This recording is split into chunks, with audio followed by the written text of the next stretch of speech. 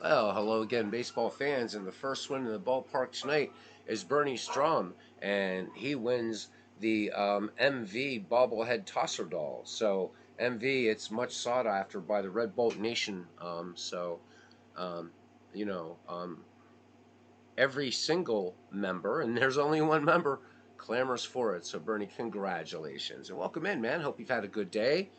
And man, you know the old saying, but it's true. Drink lots of fluids, get plenty of rest. Tell you what helped me is I cooked some uh, Italian Tuscan bean soup and put some good Italian red pepper in it, buddy. I'll tell you what, that helped. But nothing beats just rest, fluids, and baseball. So do get well. I'm gonna wait a few minutes for Philly cousin Ken Castro to show up. As our first game is a 19th century game. There he is. Wow, okay, so we don't have to waste any time. Ken is here. Ken is here. All right, hopefully the sound is all right and we can get on this. I know I've been saying I'm going to be doing the majority of the games on my channel moving forward, pitcher by pitcher, or pitch by pitch, but these are going to be at bat by at bat unless we reach situations. This double header. So game two will be uh, the 1990 Reds versus the 1983 Braves, and by then we should have Aaron Reed and Dwayne Martz. But game one, man, game one, get some 19th century done here. All right, yeah, absolutely. Tuscan bean soup, and put crushed Italian red pepper in it. I mean, it's just I love spicy food. I'll tell you what, it's some good artisan bread, Bernie. You can't beat it. You can't beat it with that MV tosser bobblehead doll that you won for being first in the ballpark. All right, let's have a look at these two teams here in Game One. There you go. Ken knows about Tuscan bean soup. Yum. And make sure artisan bread. Get the good stuff, man. You don't want to mess around with white bread. That's bad for you.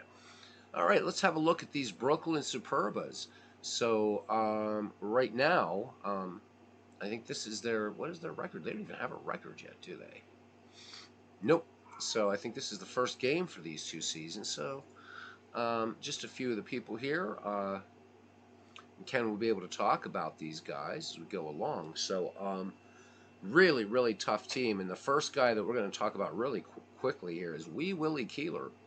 So in the Ken Castro 19th Century Deadball League, there were a number of other teams that we had, three other teams, and we had to remove them because we didn't want doppelgangers in that tournament. And it was because of this guy, Wee Willie Keeler, one of the game's greatest place hitters, even to this day. So we had Keeler on the 1894 Orioles, but he was also, I'm sorry, it was two other teams. It was also he was also on these Brooklyn Superbas of 1899 and the 1904 New York Highlanders. So we removed those two teams in the tournament because I think even Wee Willie would just say one of him is enough. So Hall of Famer, um, his National League record for consecutive games tied still, or Pete Rose tied him. So at 44 games, that still stands. Um, Real scientific approach to hitting. Keeler could just poke the ball anywhere, could also just foul it off at will all day, and the man responsible for the foul strike rule in baseball. Great place hitter, fast, and an excellent fielder. Keeler was among the best of his or any era. And then next up we have Tom Daly, Joe Kelly. We have another Hall of Famer here, Joe Kelly. We'll look at some of their numbers here just to introduce you to them. So Keeler, most people are going to know about Wee Willie, but let's talk about Joe Kelly. So here's a Hall of Famer. All right, and there he is. Is Joe Kelly playing this time for the 1899 Brooklyn Superbas. Joe Kelly also, this is why the Superbas had to be taken out of that tournament. Let's look at Joe Kelly's real life stats. So began his major league career in 1891. Kelly played until 1908. He started with Boston, played for a time with Pittsburgh.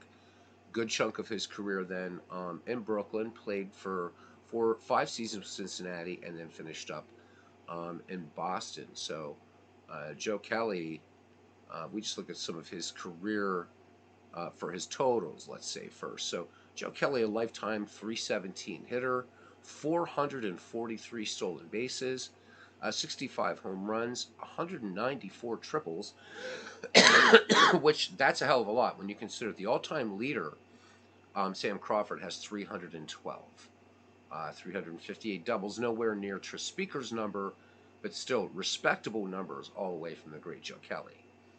All right, so let's move down the line a little bit. Here's Dan McGann. We've seen him, of course, in our Ned McGreevy League. I believe we've also seen Dan and Shanks. So yeah, warning guys for anybody expecting to jump right into baseball.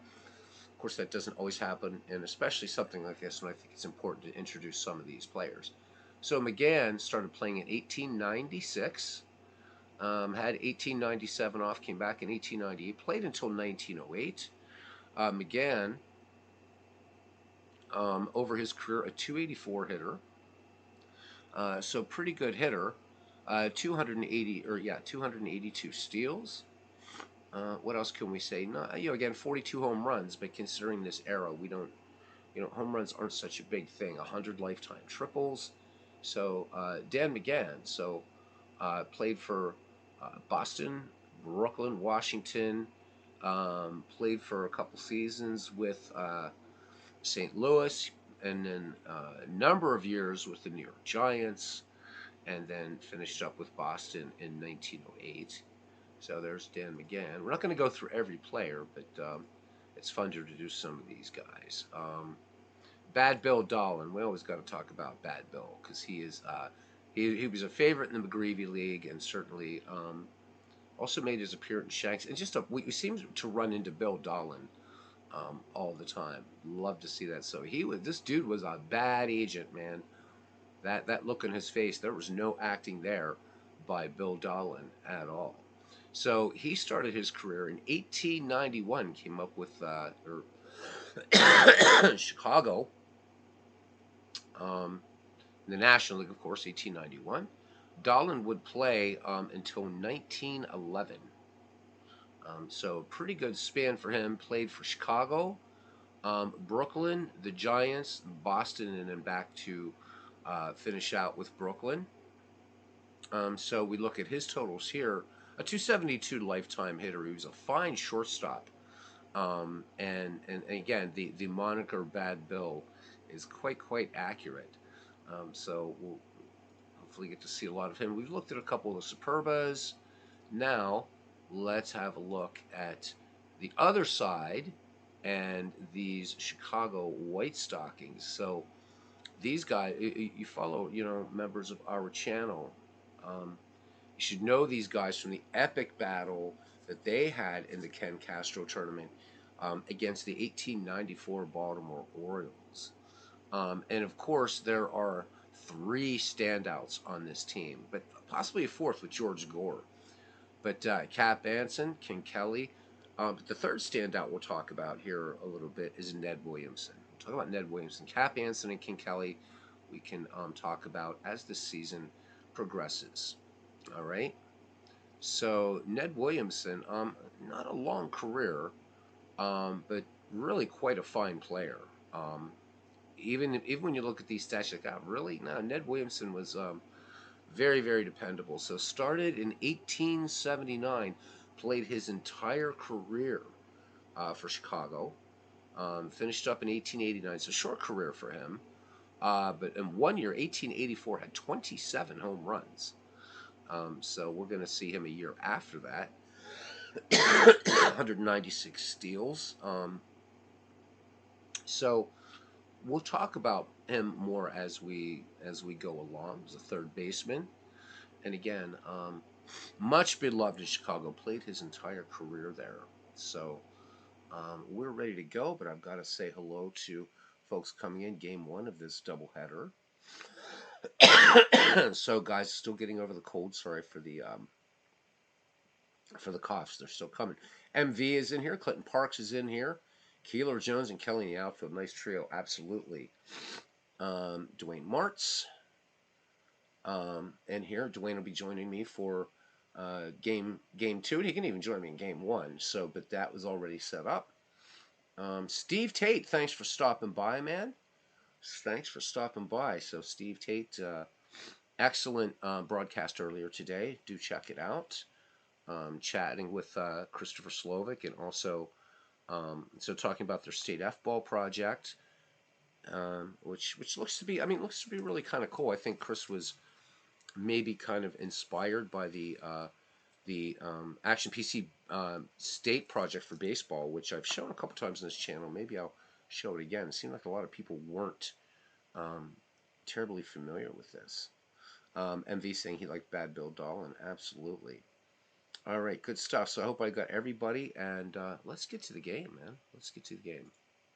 And I'm going to count on Cousin Ken here to fill in some gaps when he feels like typing.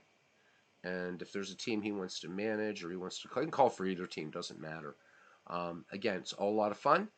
So thank you for coming to game one. Again, this will be, these two games are going to be batter by batter, I think. The first one will be because of the rules. All right. So leading off for the visiting Brooklyn Superbas 1899 in right field, Wee Willie Keeler batting second. At second base, Tom Daly. Batting third in left field, Joe Kelly. Batting in the fourth slot at first base, Dan McGann. Batting fifth. At third base, Pete Cassidy. Batting sixth and catching, Duke Farrell, who we've seen a number of times in different leagues here. Batting seventh to shortstop, the great Bad Bill Dolan. Batting eighth in center field, Fielder Jones. And pitching and batting ninth, Bill Hill. And for the White Stockings of 1885, leading off in left field, Abner Dalrymple. Batting second at shortstop, Tom Burns. Batting third in center field, a fine player, George Gore. Batting fourth at first base, Cap Anson, considered by many baseball historians to be the greatest player of the 19th century. And it's quite an assessment, giving the guy batting fifth behind him, Michael King Kelly. You also had other great players such as Pete Browning, and I mean, it's just so many great players in the 19th century. But Anson pioneering the concept of spring training. A few dark marks in Anson too, but there's no denying he was a great, great baseball player, as was King Kelly. Anyhow, batting seventh in right field, Billy Sunday. He would go on to have another vocation, if you will, after baseball. Look at your American history. Batting eighth at second base, Bill Kling, and another great one, a Hall of Famer, batting ninth and pitching, John Clarkson. So Clarkson definitely getting the edge in this matchup. We are on our way to Westside Park. I've assigned parks. I can't remember what they look like now. Attendance stays 5,314. We have clear skies. It is 53 degrees and no wind. Let's go.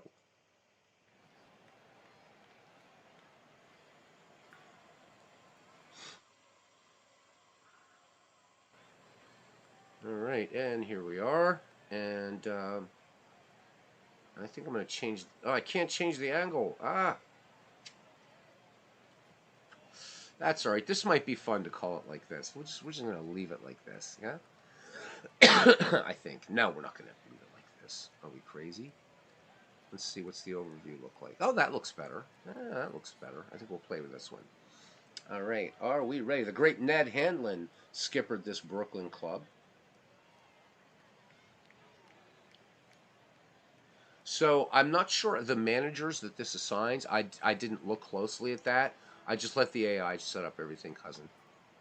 All right, Wee Willie Keeler to lead it off here against John Clarkson, just finished his warm-up pitches. And even though we didn't have flying objects, we can pretend it was a hot air balloon doing a really fast fly around of West Side. So there we go. On this ballpark, again, one of the great masterpieces that in my estimation anyhow, done by Michael Silva. And it wanted to switch back. Actually, I like this. I like this. So this one, base hit into right field. So Wee Willie Keeler hits them where they ain't, and he is aboard with excellent speed. And here is Tom Daly. Tom Daly, average contact, has pretty decent power. John Clarkson deals to him. Here's the pitch. And there goes Keeler down to second. And nice throw by King Kelly to get the rapid Wee Willie Keeler. So one away, the base is empty. Tom Daly back in the box. Here's the 1-0 or the 0-1 delivery to Daly. And fastball low and away. And whoops, got to switch this to at bat mode. Clarkson deals. And check swing, strike 3. So John Clarkson fans one, 2 down. And here's Hall of Famer Joe Kelly. Excellent contact, excellent power. The 0-1 delivery to Kelly. And Kelly swings this one, high fly ball to right. And this one will get down into the glove of Billy Sunday. So the Superbas manage a hit and nothing else. We go to the bottom of the first. It's the Superbas nothing and the White Stockings coming to bat. So we got a good start here, says Cousin Ken Castro. And yeah, Clinton is ready to, absolutely. And if you guys want to take over, one of you want to manage, this is easy to switch. So again, pink glove of despair if you want. Let me know if you want me to change the field perspective. I kind of like that weird kind of going down off the third base side look for this game. All right, here's Abner Dalrymple. Average contact, good power. Bill Hill, the lefty, has the sign from Duke Farrell. And here is the pitch. And fastball missing, and Dalrymple leads off with a walk. So that one coming on a 3-2 pitch. And here is Tom Burns, looking very, very dapper there. Good power for Tom Burns. Got to remember, we're talking about power in the 19th century. It's a little bit of a different concept, but you guys know that. So here we go. Here's the pitch. First pitch swinging, and this one grounded to short. They will not turn two. So Bill Dolan's throw just gets the runner, just gets Burns. So 1 out now, and George Gore comes to bat. The very speedy Abner Dalrymple got a good jump on that ball anyhow. There was no way Dolan was going to be able to turn 2 on the play. So runner in scoring position now for George Gore. Good contact, good power for him. Lefty-lefty matchup. Here's the 2-2 pitch. Gore swings, and this one grounded to short. Long throw across the diamond, and that will be Cassidy to McGann for the 5-3 putout. 2 away. Abner Dalrymple moves to third. And you know what? While I like the look of that, the way it jumps around is kind of messing with my head. So we're going to go, let's see, what's the wide camera look like? Yep, we're going to do that because that's just, I like it, but can't get used to it. And everything should be fine now. All right. Here is Cap Anson. Bill Hill from the stretch. And Anson swings, little dribbler to third, and this one bobbled by Cassidy. Anson will get aboard thanks to the E5, and coming into scores, Abner Dalrymple and the White Stockings out to a 1-0 lead here in the bottom of the first. And Ken Castro saying he believes Ned Hanlon was one of the earliest proponents of the hit and run. All right. So now stepping in is my favorite player of the 19th century, Michael King Kelly. And Bill Hill deals Cap Anson on at first. Here's the 2-2 pitch. And this one, line to left, and diving stop in left field. By Joe Kelly. Joe Kelly, one of the great outfielders of the day. Clinton, I'm not sure that these stats are taken directly from like historical stats, so I'm not sure what would be skewed. But nonetheless, we shall sally forth. We shall sally forth. But let's look at that nice diving play there by Joe Kelly. Dive, and he's got it. All right. So Dan McGann will lead it off here for Brooklyn, here in the top of the second, followed by Cassidy and Farrell. McGann waits for Clarkson's delivery. Here's the pitch. McGann swings on the first pitch, dribbler to second, and up with it, and just getting McGann in time Bill Krieg tosses on to Cap Anson. So 1 up, 1 down now for Pete Cassidy. And again, guys, there are some doppelgangers. It's kind of hard to pick 15 teams out of the 19th century and 15 teams out of the dead ball era and not have them. But this is more for a team by team kind of comparison, what have you. All right, so Pete Cassidy. Above average contact and power. Clarkson deals the 0-1 pitch to Cassidy. Cassidy swings, fly ball to left, and we might have to fix this back near the track. And this one is out of here, so we got to still mess around with some camera angles. So Pete Cassidy, courtesy of the home run, ties it up for Brooklyn here in the top of the second. It's 1-1, and it seems like any game in which these Chicago White Stockings are involved in ends up to be a bit of a slugfest. So let's say I want everything to be overview, so that way we don't miss anything going out there. Out of the Park needs a way to adjust these camera angles in game. I think that would be great. All right. Anyhow, back to action. Here is Duke Farrell, who Todd B said looked a little bit like Jackie Gleason. Let's look at Duke here really, really quickly.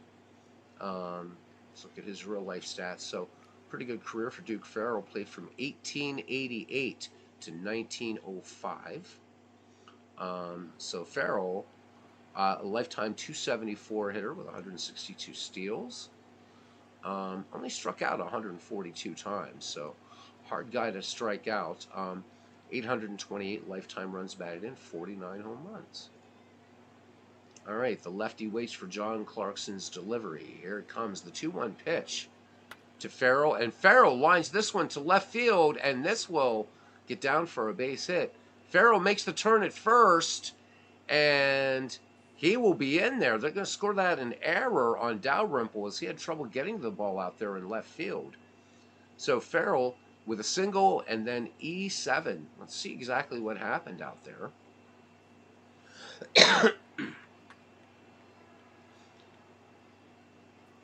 So these White Stockings, of course, would not be. It looks like he dropped the ball. These White Stockings wouldn't be wearing baseball gloves. So, all right. So a runner in scoring position for Brooklyn. And 1 out, and they've tied it here. And here comes Bad Bill Dolan, a favorite of cousin Ken Castro. Clarkson checks the runner, the 3-0 to Dolan, and this pitching missing outside. And Dolan is aboard, so 2 on for the Brooklyn Superbas of 1899 for Fielder Jones. Fielder Jones, I believe, was on midlife crisis on his team, the Philadelphia Quakers, in our first McGreevy League. And I do have something to say about McGreevy in a little bit about that. 2-2 pitch. Jones swings. This one grounded to short. And will they turn 2? They will not. All right. Bad Bill Dolan with a hard slide upending Bill Krieg. So 2 down runners at the corners. Fielder Jones at first, Duke Farrell at third.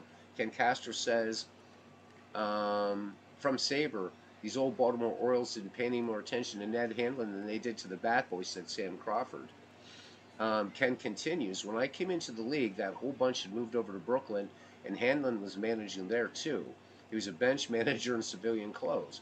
When things would get a little tough in a game, Hanlon would sit there on the bench and wring his hands and start telling some of those old-timers what to do. They'd look at him and say, for Christ's sake, just keep quiet and leave us alone. We'll win this ball game if you only shut up.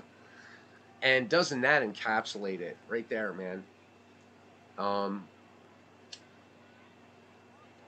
Could you imagine that today? Could you even imagine that in the Babe Ruth era, really?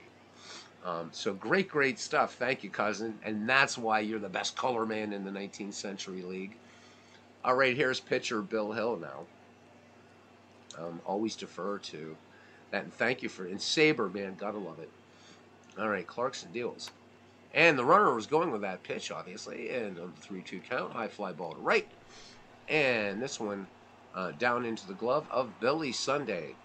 Superbas did pick up a run on a home run by Cassidy, but they strand 2, and we go to the bottom of the second, and we're knotted at 1. Your wife says you're not the best at everything. Well, I mean, that can't be true. That can't be true. All right, Ned Williamson, Billy Sunday, and Bill Krieg due up for Chicago here in the bottom of the second inning. All right, Farrell sets the target for Bill Hill.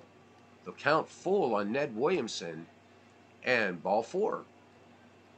So Ned Williamson gets down to first, and the go-ahead run aboard for the White Stockings. And here is Billy Sunday. So this is the first game of the season for these two teams. Hill delivers, and the runner goes, and up and gunning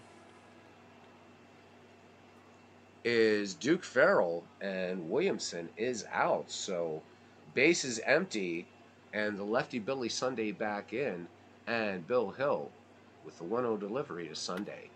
And Billy Sunday swings this one. High fly ball to center field. It's got some distance, and it's out of here.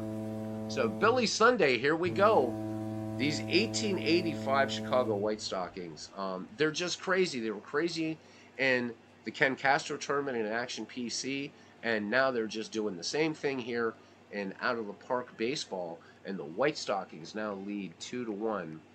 So just to bear in mind, guys, when you're seeing these home runs, especially in the 19th century in dead ball, since the game right it's not really set up to simulate these earlier years. It is basically the modern game. So most of the home runs that you ever would read about in the dead ball era in the 19th century weren't bombs like that over the fence.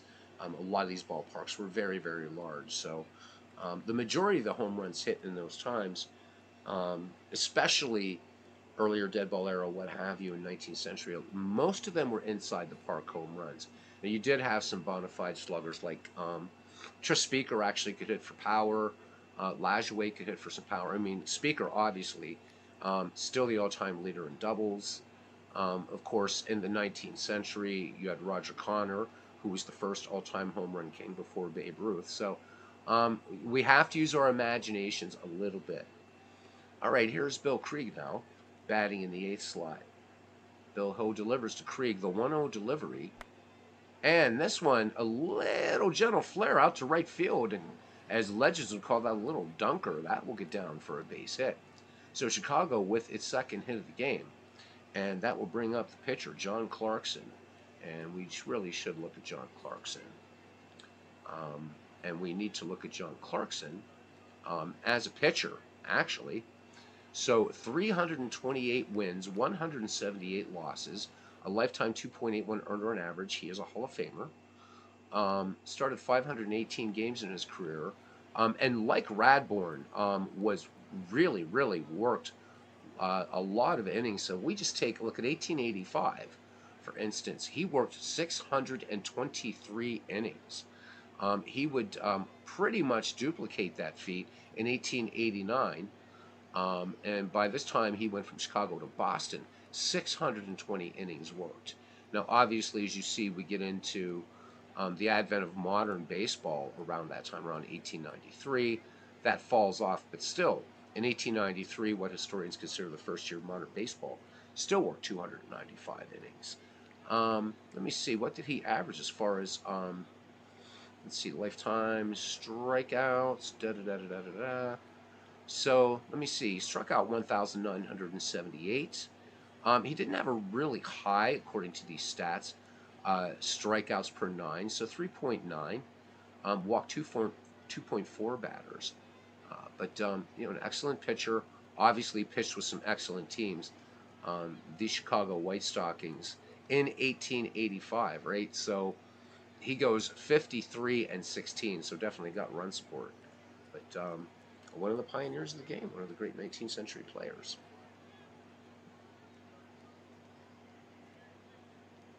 Seeing Eye single, there we go.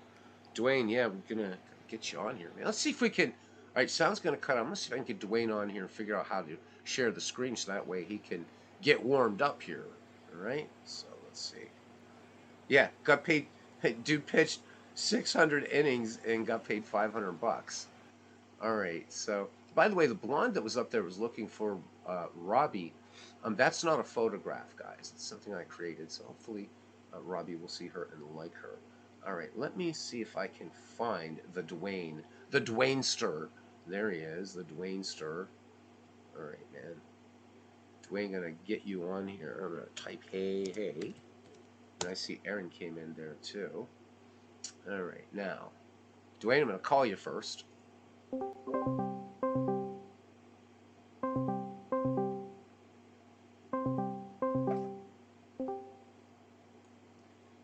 Can you hear me? Mr. Hey, yeah, can you hear me?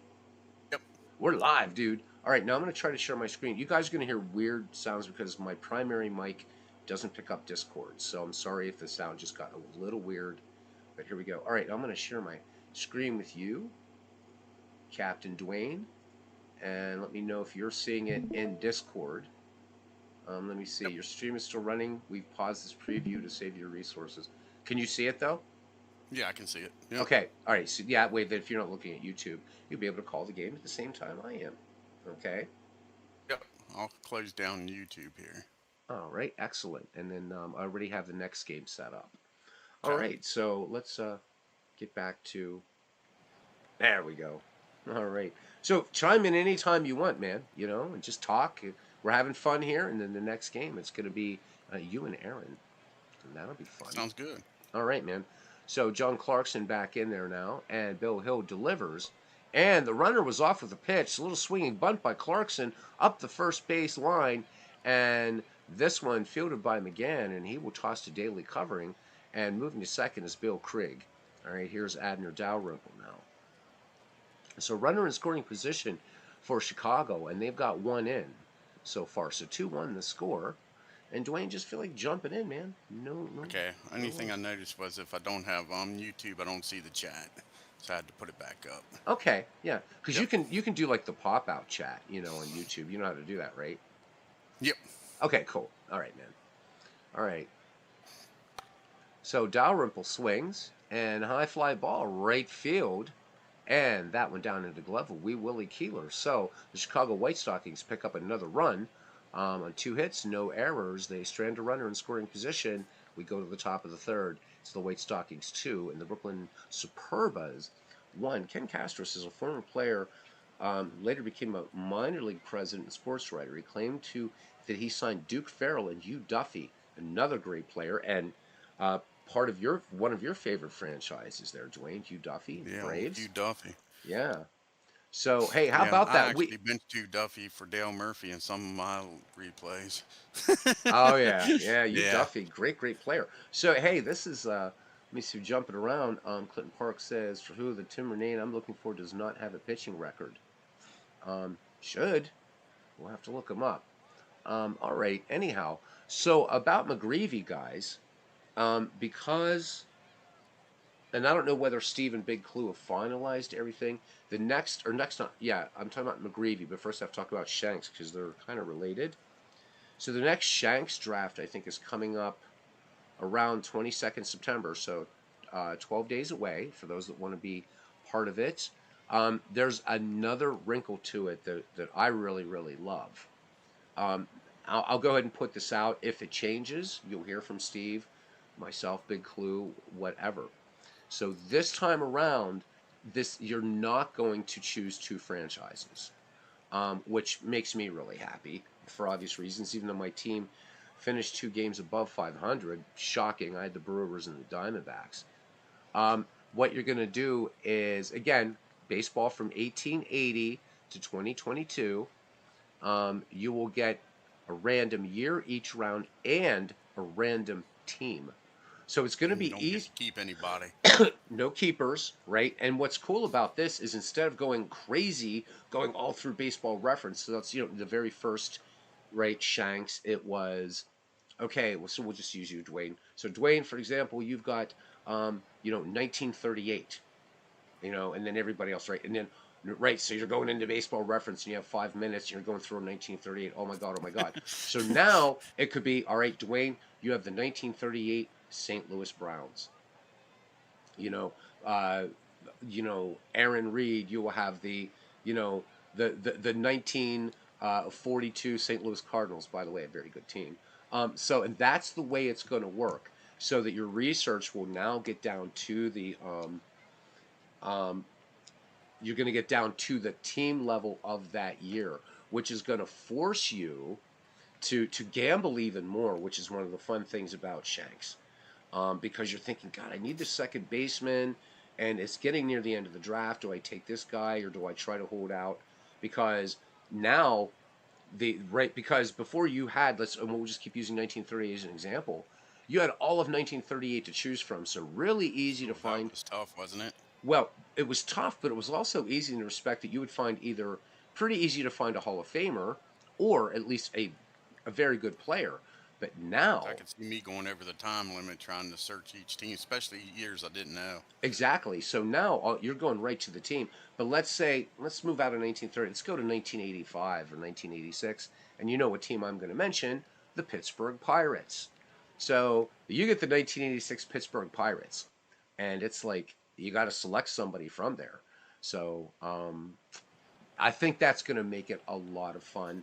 And I think also it's a great. This is Big Clue's idea, and I think it's great because it's going to give us a little bit more of a snapshot, if you will, about at least some players from from franchises. Also, there's no limit on Hall of Famers, as Big Clue pointed out. I did because I did want to limit, and he pointed out that with the way this working, a random year and a random franchise every round of the draft, it's actually going to be really hard to stock up on Hall of Famers.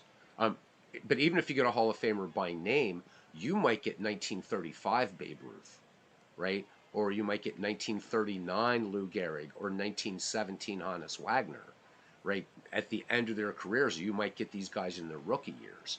Now, unlike Adel Park Baseball, which does potential ratings, which getting some guy in his rookie year might be good, in Action PC Baseball, it's not necessarily the truth if that works out. And I also, there is some But the only thing, rumbling. like Steve says, that once the four's over, you might want to grab Then we can him talk just to about keep him. keepers.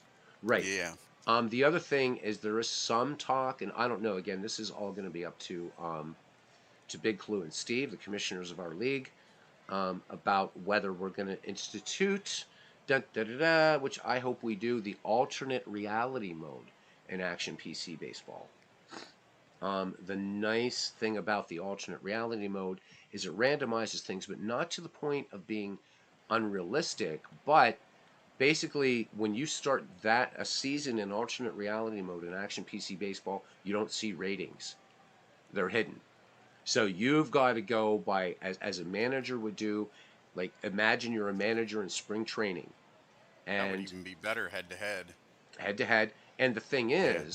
is every 'Cause you wouldn't you know can if well, you can you wouldn't take a know if Babe season. Ruth's having a bad year or if he's just You're having a not going to bad know, streak. right? Or let's say you get 1927 Babe Ruth. Well, he's going to get hit a lot of home runs, but there's a chance Babe Ruth might not hit 60. I mean, there's a chance too that he's that this player that you knew. So if you think about it, right, we have an advantage when we do season replays, especially. Okay, Oh, darn right. we know what happened. You know what happened in 1961. Right. You know If what Babe happened Ruth in starts out 75. and he doesn't hit a home run in the first month, you know darn well he's going to have a hot streak sometime. I'm not benching him. Exactly. So right, but you might think, geez, I might have to. And the neat thing about this is, even if you only owned one season in Action PC Baseball, that season can be infinitely replayable with the alternate reality mode. And it's really cool. And as Steve says, um, that adds a cool realistic variable versus look backward into just like starting a real season. Exactly, exactly. So, and since we're doing a what if, guys, I think the alternate reality mode. Let's give it a shot. There was a little pushback last time on it, but it kind of puts the manager chops to the test because even though we're not broadcasting out every game, as you guys know from Shanks 3, you always have a chance to communicate with Steve and say, look, I want to adjust my manager. So there's that. So there's still other things I think to be discussed, but I just wanted to keep you guys informed.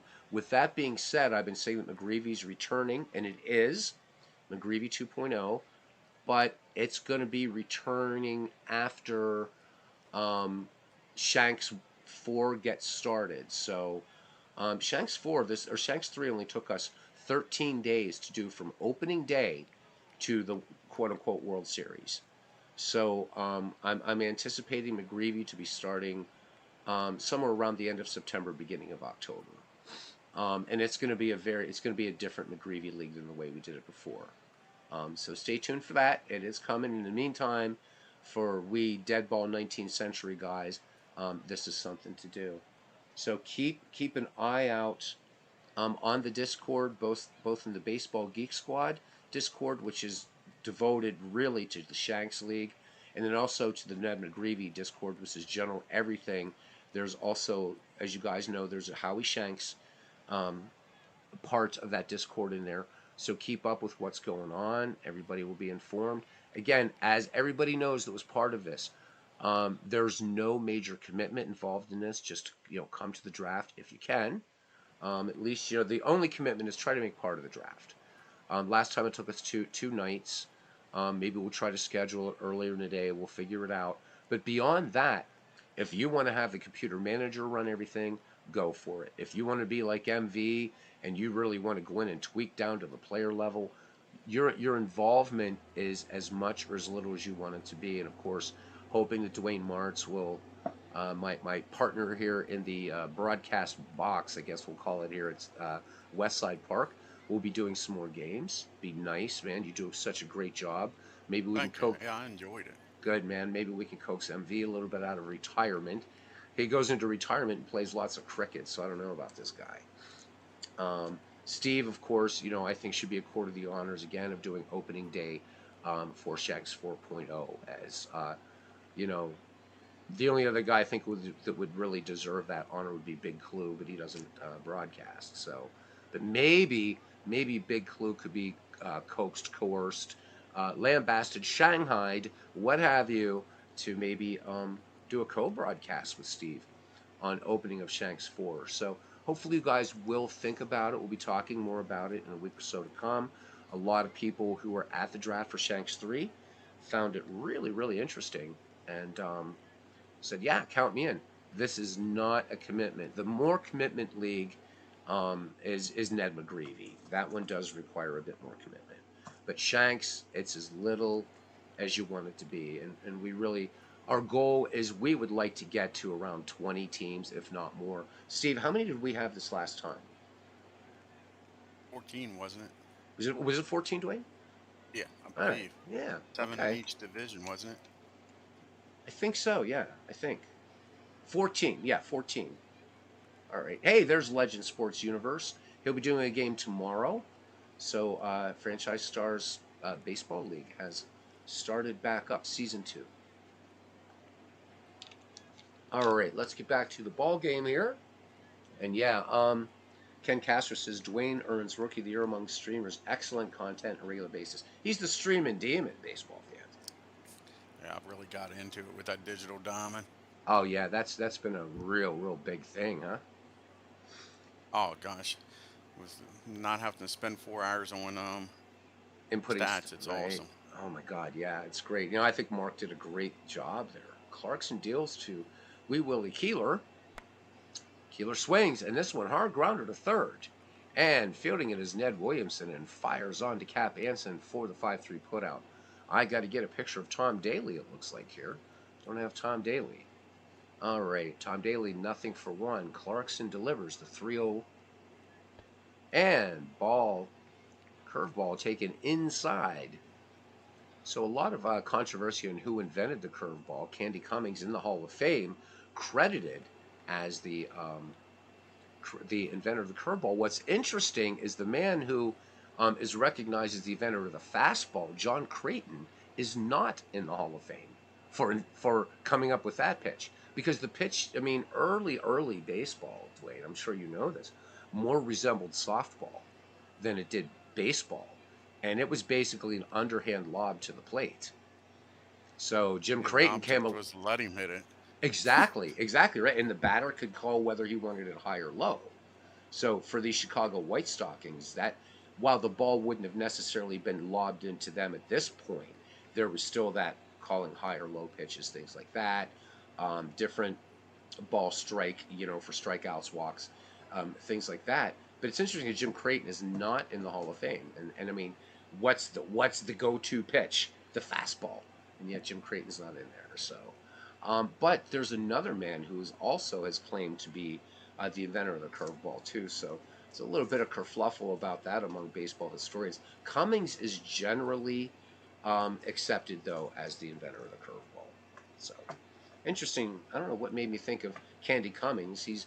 Not anywhere in uh, he's not anywhere in out of the park baseball. He wasn't playing by 1871. So I don't know what made me think of that. Oh, I know why. Because John Clarkson threw a curveball. There we go. All right. Like what legend says, and then they started messing with the rules. Yeah, exactly.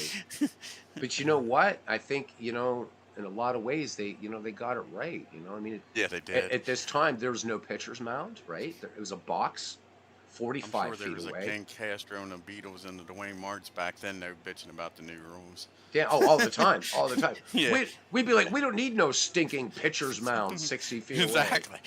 Yeah.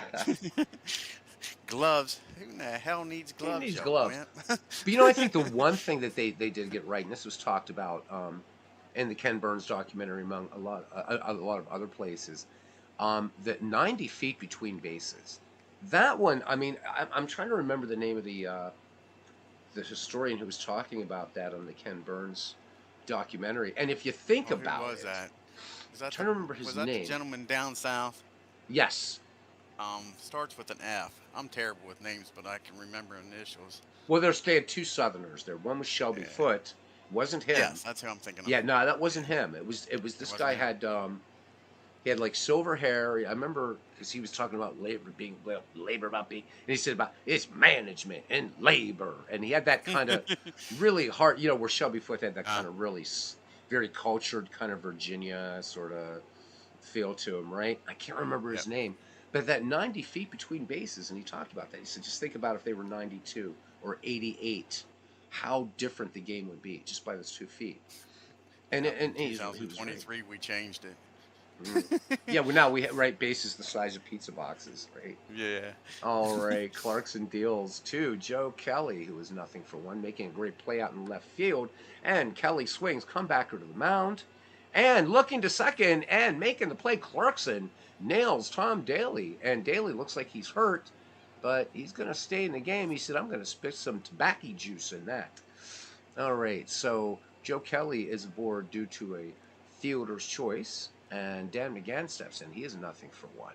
The 1-0 pitch, 2 down. McGann swings, grounded deep to second, but fielded. Oh, and a bad throw. A bad throw at second base.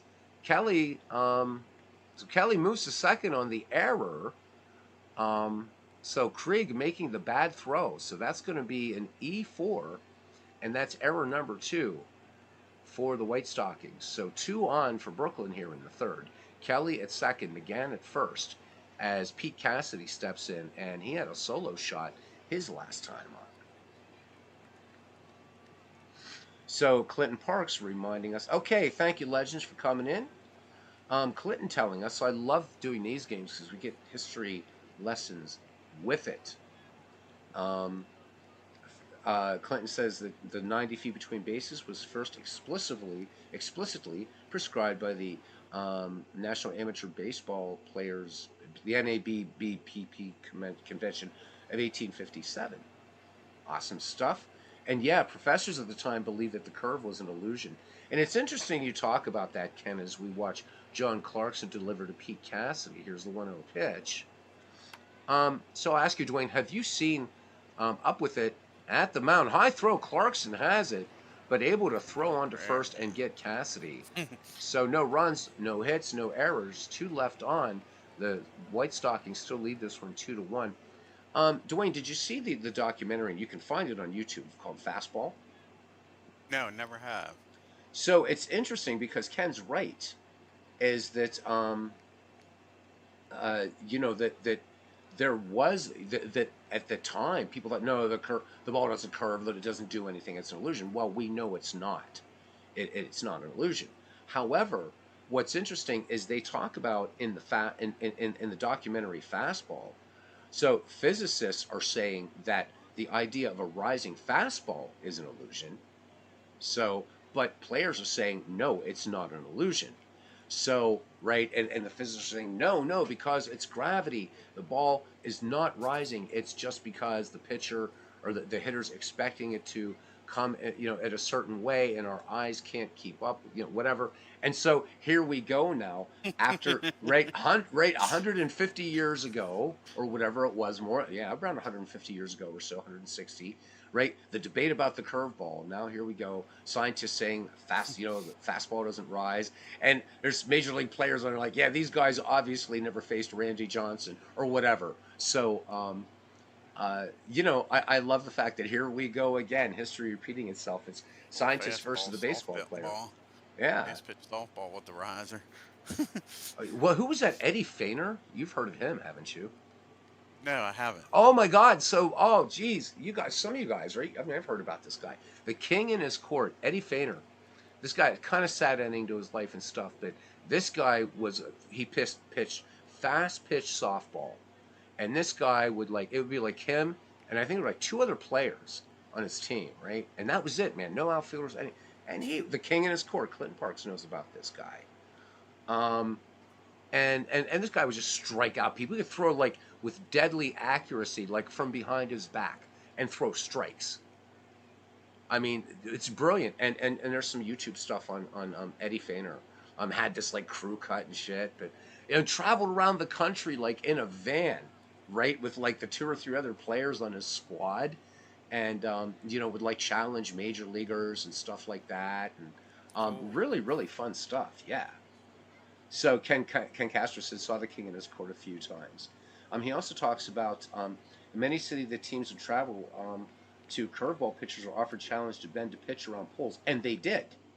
And they did. He struck out Willie Mays with a behind the back fastball. Clinton says that he watched that celebrity game on television back in 1967, the Summer of Love. All right, let's get on with this game here. We're never going to get to yours, man. Jeez. I mean, if you got something, if you're bored with this one, Dwayne, you want to come on yours, let me know, or you just want to hang out and talk, we can do that too. All Oh, right. we're good. All right, man. So Burns, this one a high chopper to Cassidy, and this one on to McGann for out number one here in the bottom of the third inning. And Chicago will now send up George Gore, who's 0 for 1 in the game. All right, Bill Hill with the 2-2 delivery to Gore. Gore swings, and this one, oh, what a stop at second base, but unable to get the ball over. So Bill Daly making a nice, or Tom Daly making a nice stretch for that ball. But good stop. That thing with George Gore's speed could have easily been extra bases. He is on, and they are going to charge that as a. Let me see. Do they? They gave him a hit. They gave him a hit. That's good. Thank Yeah. you. All right, Gore on first. Hill delivers now to Cap Anson. And this one, ball four, missing outside in the fastball. Two aboard here now for Chicago, and these guys are just tough. Michael King Kelly, nothing for one. Love this guy. 1-1 pitch. Kelly swings, grounded to third. Looks like they are not going to turn two. It's a throwing error at third by Cassidy. And this throw getting into the outfield, but playing in enough to make it to prevent the runner from scoring. Gore will make third, Anson into second, Bases and juiced. King Kelly. Yeah, bases are sold out with these White Stockings. These guys are bad news, man. Here's Ned Williamson now. Bill Hill, nowhere to put him. Here's the 1-2 delivery. And Williamson swings, grounded to short. Are they going to get out of it? They will not. A run will come home to score. George Gore. Anson moves to third, and Ned Williamson on. So, and it's now Chicago 3, Brooklyn 1. So, Chicago putting up a run in each of the first 3 innings. Norm Cash was another great softball player the after the dice out. baseball. So that's an interesting thing, Steve. I wonder how many, because I mean they're very different games, softball and baseball. And I wonder. So you talk about Storm and Norman being a great softball player after the baseball. I wonder how many baseball players were able to make that transition. There's got to be some research, Sabre or elsewhere, about that. That's interesting. I didn't know that about Norm Cash, an incredibly gifted baseball player, of course. Just because you can play baseball doesn't mean you can play softball or vice versa, right? Well, exactly. Like Clinton said, very few. I bet. Yeah, I would love to do some research on that. Here's the delivery. I forget who was up. I'm just having more fun talking. Here I go again. Fly ball to left and This one down into the glove of Joe Kelly. Inning over, but the White Sox leave two, but they do pick up a run on a hit and an error. Two left on. We go to the top of the fourth. Brooklyn finds itself down 3-1 to these White Stockings. And it'll be Duke Farrell, Bad Bill Dolan, and Fielder Jones for the 1899 Brooklyn Superbas here at Westside Park in Chicago. Duke Farrell 1-for-1 in the game. John Clarkson with a 1-1 delivery to Farrell. Farrell cuts on this one. Sharp grounder to second, and we Oh, have an another error. error. Yep. Krieg with another error. Farrell is safe, and that is going to be the third error by the Chicago White Stockings. Well, welcome to 19th century baseball. 5 errors. But again, Yeah. right, he wasn't wearing gloves, so we got to give him. Right. Yep. So you see that you see the White Stockings win the Radbourne division. All right, Ken. So for your daring, who's going to win the Wagner division? That's the dead ball teams. So 15 dead ball teams. All right, Clarkson deals to Bad Bill, and the runner goes and up and throwing is King Is this Kelly. the league you guys put together around 2 o'clock in the morning? Yeah, do you remember that? We threw in some Yeah, I do. ringers. This is it. This is Yeah, it. has the 1918 Yankees on it. Yes, the 19. Yeah, Yeah. Yep, exactly. So there's ringers on both sides. yeah. Yeah. John Clarkson now to Bad Bill again. Here's the 0-2 delivery. And Dolan swings. This one ground to short, up with it. And plenty of time is Burns to make the 6-3 put out. So 2 away here now for Fielder Jones. Fielder Jones, nothing for 1. The 1-2 pitch. Jones grounded to short last time. This time lines to left, and this will get down for a base hit. Ups in. Oh, absolutely. All right. So Fielder Jones aboard, and he's got excellent speed. And here comes the pitcher, Bill Hill. Nothing for 1. 2 down, 3-1 Chicago lead. Clarkson brings it home. The 2-0 delivery. Cut on, and this one, hard grounder to short, and that will retire the side. Williamson making the nice play there at the hot corner. So the Superbas had 2 base runners in the inning, a caught stealing, 1 left, and we go to the bottom of the fourth, and it's 3-1. So Ken we'll have to refresh Ken's memory on the dead ball teams to see who he thinks is going to win the Wagner division. I know I think the 1902 Pirates are in there. I'd like them to win it. 1914 Braves too, correct? Yeah, the 1914 Miracle Braves are in there too. Yeah. Absolutely. So I'm guessing that's who you'd be rooting for. Yeah, correct. Yeah. Although the Yeah. the 1904 Highlanders are also in Oh, this that's right. league. I forgot we did have one of them in there. Yeah, Yeah. yeah. So, Yeah. well, the Yankees a little late to the dance, so we had to at least Right. get a decent right, and they were a good team, and Willie Keeler's on that team. So here's the 1-0 delivery, and oh, this one drilled to left field back and right into the glove of Joe Kelly. Wow. Krieg gave it a ride, trying to redeem himself from the errors, but just a very loud out there to left. And here's John Clarkson now. Clarkson walked against Bill Hill's last time. Here's the 1-0 delivery. And cut on, and this one, fly I ball. hope he improves that with the next version. What's that? That you can move the mouse and see what they did within the game. Oh, I know. That's Yeah. that's something I really, really, really love about I mean, other than that, Action it's a PC. great game, but that's my one pet peeve with it. Yeah, yeah, Just having to try to remember what they did. yeah. I mean, you and, know they went 0 for whatever, or 3 for 2, but you don't know Right. exactly what they did. right, and sometimes it will tell you like right down here. Sometimes it'll tell you in the play-by-play. Yes. Sometimes it won't tell you at all. Yeah. So that's something I hope they do add. Yeah. You're absolutely right, man.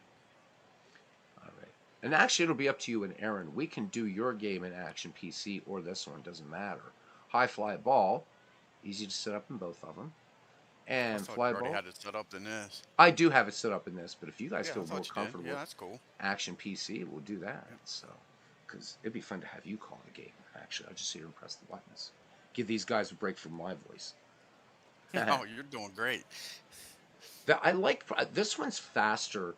And when I'm playing, I do more talking. I realize, but I think this one's faster to call than Action PC baseball. Yeah, when I do the World Series. I'm going to have to do a few games before I do the World Series and get used to the setup. Hmm. Action PC, I kind of got down. Every now and then it tricks me. Right, right. Yeah, this one, this game, like when the action unfolds, this is faster, a little faster Yeah, than Action PC. So, correct. Yeah, and it's like the field is just like where's everybody going? yeah. All right, Clarkson to deal to Wee Willie Keeler. Keeler swings, and this one just a little dribbler to third. Ned Williamson with plenty of time sets and throws on to Cap Anson for the 5-3 putout. So one away now for Tom Daly. Tom Daly nothing for one. Clarkson peers in, has the sign from King Kelly behind Daly 3-1. Daly swings, and this one grounded to short, taken on a hop by Tom Burns and makes the play to Anson in the 6-3 putout. So two I up, two like down Ken. here. What's that? Anybody else tunes into the game right now and sees 5 errors in 4 innings, and Yeah. Ken saying only 5 errors in Only four five innings. errors. Yep. Exactly, right? Gotta love Ken's thinking. I love it. Oh yeah. I know, it's funny. And this actually kind of a low error count. And this would continue into the dead ball era too. And I've mentioned on a number of broadcasts that sports pages would actually make it a point to actually headline games that were errorless or point out very early in the story that there were no errors in a game. Believe it That's or cool, not. ain't it? And so throughout the dead ball era, they were doing, all kinds of things to try to, really minimize errors in the game. So it was a big thing. If, and I think the interesting thing, ESPN, the lead story in baseball, had a first no error game of right, this. first no error game. Could you imagine? Little Scott Leading off Joplin board music still playing in the at background, center. right? I Yeah. know. I love it. I love it. We'll get Aaron Reed and Joe Kelly gets plunked. How about that? All right, and I think it's funny the commentary. Looks like he's been injured. These guys didn't give a damn about injuries. All right, Joe Kelly is aboard, two down. I mean, you think about what a lot of these guys did in the offseason, right? They weren't, working for MLB Network like, these guys. These guys were working in steel mills and farms and coal Gold mines, mines and getting hit by baseballs. They're like, yeah, whatever. I mean, it's right? just like They would get spiked, man, and they would. I mean, we think about it's like okay, terribly unsanitary, but they'd rub mud and they'd spit tobacco into a spike wound and keep playing. Tough dudes, I mean, man.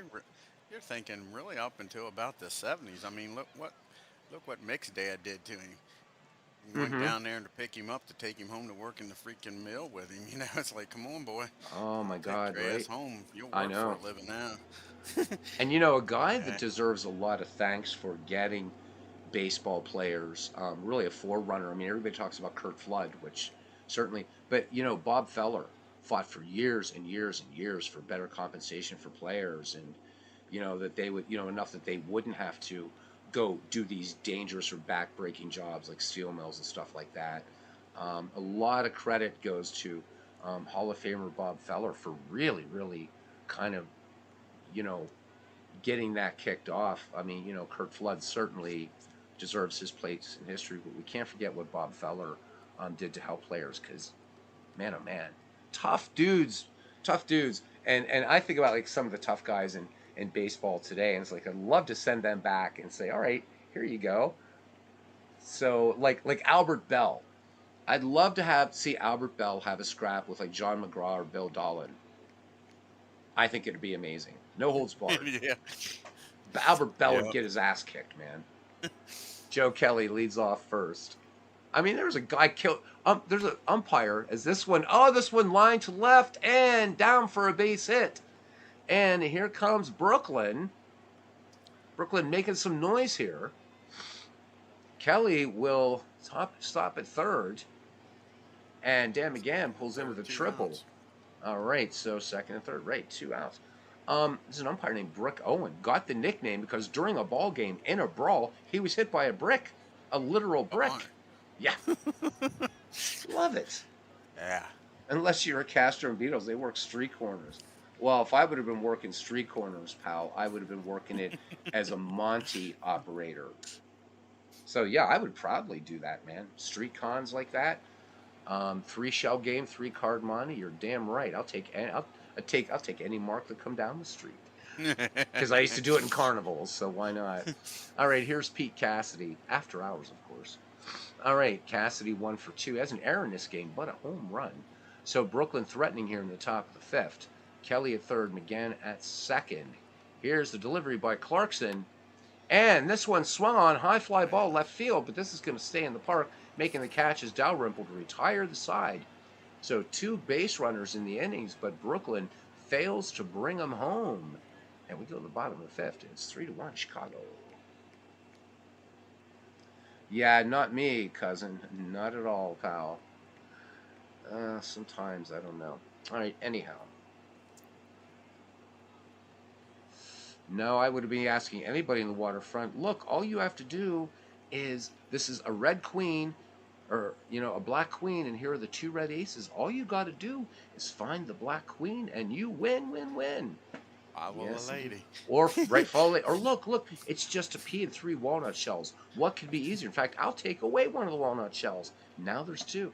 In fact, in the routine I do, I take actually the last one away too. And yeah, it's weird. If we do our convention next year, I'll show you guys a little bit of the street con gambling side of Magic that I do, as opposed to the more straightforward stuff. But you think a lot of fun. Not that there's any marks in here, but you never know. We had another name for marks. The name is Lugan, and unfortunately, YouTube wouldn't like me to tell you what that means. But yeah, it's not a very nice translation. But we would, right in Midway, say, need a Lugan here. It means an inbred MFer, is what a Lugan is. We would say, sir, you look like a worthy Lugan. Come on. What does that mean? It's an old Irish word. It means gentleman. It was in use in the Aran Islands back in the in the 18th century, and you just don't hear the word Lugan anymore. But that's actually what it meant. So it was always fun to just look at somebody straight in the face. Say, hey, come on over, man. I need a Lugan here. All right, Bill Hill delivers. Very not nice. I know. I've reformed my ways though. Burns, 2 Harper to short. And Dahlin up with it and fires to first. So 1 up, 1 down here in the 5th inning. Close game, but Clue in the Brooklyn. house. What's that? Big clues in the house. Yeah. Big Clue says convention. How great would it be to hold a live post-dinner Shanks draft during our convention? That would be fantastic. What do you think about that, Dwayne? That would be, wouldn't it? Oh man, it really would be. Are you not letting me off the hook, Clinton? I just, Clinton, I'm going to give as good as you get. You'd be the first mark I'd take for every penny you had within 5 minutes. You'd be fleeced and not know it, pal. Bill Hill delivers to George Gore. No mercy when you're dealing with a mark. And this one swung on and come back to the mound. And Gore is retired for out number 2. You can't have mercy, man. Did you ever watch the movie The Sting? No mercy. Yes. What does Paul Newman say? Don't feel sorry for the mark. Yeah, the first one was a lot better than the second one. Oh, the second one was garbage, except for the 3-card Monty routine. That was well done. But the first one, those hands were actually not Paul Newman. They were John Scarney, who was the greatest living card expert at the time. And that deck just like switch. The Hustler. And that deck switch is still used. Paul Newman in The Hustler was Willie Moscone. Yes. I love the fact that they would actually get these guys. Now, sorry, there's an excellent movie called Shade. Sylvester Stallone, Stuart Townsend, Tandy Newton. What they did for that movie, though, is it's kind of like a sort of modern version of The Sting. It's a good movie. Didn't get a big release. But Stuart Townsend actually learned. They actually taught him the sleight of hand. Cool. So that's done in that game, which is really, really cool. That's on Netflix or Prime or something like that. It's on. You can find it on YouTube occasionally. Oh, really? It's called Shade. It's called Shade, and it's you'll see stuff in there that's pretty mind blowing, especially in the opening and closing credits. It's a fun movie. And there's some nice little Easter eggs. Now, for magicians, we would recognize a lot more of the Easter eggs, but there's some nice little call outs to the movie The Sting and some nice pop culture references. But Shade's a good movie. if stuff like that interests you, I think you guys will like it. And shade is actually a term that we use in the trade. It actually means something, and it's explained in the movie what shade means. Anyhow, Cap Anson 0 for 1. Here's the 1-2 pitch. Gambling was so prevalent and base hit up the middle in the 19th century. This is almost appropriate to be talking about this Yeah. during a game at this time, right? Yeah, you didn't make no money that any other way. No, no, no, no, no, no, That's why nowadays, if they do it, how dumb are you going to be? no. Give up Right. a $15 million a year career Oh for my. a few bucks, but it'll happen one day. Oh yeah. Unfortunately, with all this going on with DraftKings and stuff, somebody will get involved in something stupid. Oh yeah. Oh yeah. I mean, I don't Yeah. think it. I think if people think that, well, I mean, Pete Rose is an example, certainly, because if people Right. think that all this stopped after the 1919 World Series, then it's like, hey, listen, how would you like to play a hand of poker? Because it didn't stop. Right. I mean, so in the 19th century, is Ken would be able to tell us, right? That I mean, gamblers, they were very open about it at the ballpark, and not only with right, even the crowd, it wasn't even like just professional gamblers, right? So in the 19th century, in the dead ball era, right, you'd have the crowds behind like the rope, like a rope. So like if the ball went into the crowd, some parks it was a ground rule double, sometimes it was a triple, whatever it was in that park. So if there's a fly ball to left, right, and the home team's on defense, you would have people saying, "Hey, I'll give you $5 if you drop the ball." Literally. And fielders would think about it. And How Chase, you read about How Chase, this guy was open. Everybody knew this guy was crooked. From Ban Johnson on down, this dude was a supremely gifted ball player, How Chase. But I mean, he flaunted it, just flaunted it. And I mean, that's where a lot of baseball historians have called Charles or have called Landis a hypocrite, because apparently, How Chase had the goods to be and the hard evidence to out Ty Cobb and Tris Speaker for throwing games. And Landis was like, "Oh, this would be like really bad." So Chase was just asked to retire. So you know what that means. Right. Yeah, but We baseball has do it such a down at work all the time. long history of gambling in this game, right? And I like it. And Kelly sends this to right field. Maybe it's one of the things is why I love baseball so much too, is because my business is deception. I mean, except these days, as a magician, I don't actually take your money, but my job is to at least fool you, and I kind of like it. I like it, which why I hate the 2017 Astros, or the Astros period is beyond me, because damn it, they pulled it off. Right. Anyhow, inning over, no runs, one hit, no errors. The White Stockings holding on to 3-1 lead. Big Clue giving us a good article on How Chase. Yeah. Oh, I know you do. Absolutely, Clinton. It's a constant learning experience for all of us. All right, Duke Farrell, 1 for 2. Well, we love you, Clinton. I still would like to play one hand of poker against you, and you can shuffle the cards and bring your own deck even. So that I'll put down the gauntlet for next year's convention. One hand of poker, you and me. You bring the deck and you shuffle. All right. Clarkson deals to Farrell. And Farrell swings, and this one up the middle line for a base hit. So Brooklyn trying to get something going here in the middle innings, Dwayne. Yeah, And they keep getting runners on, can't punch them in. they cannot punch him in, exactly.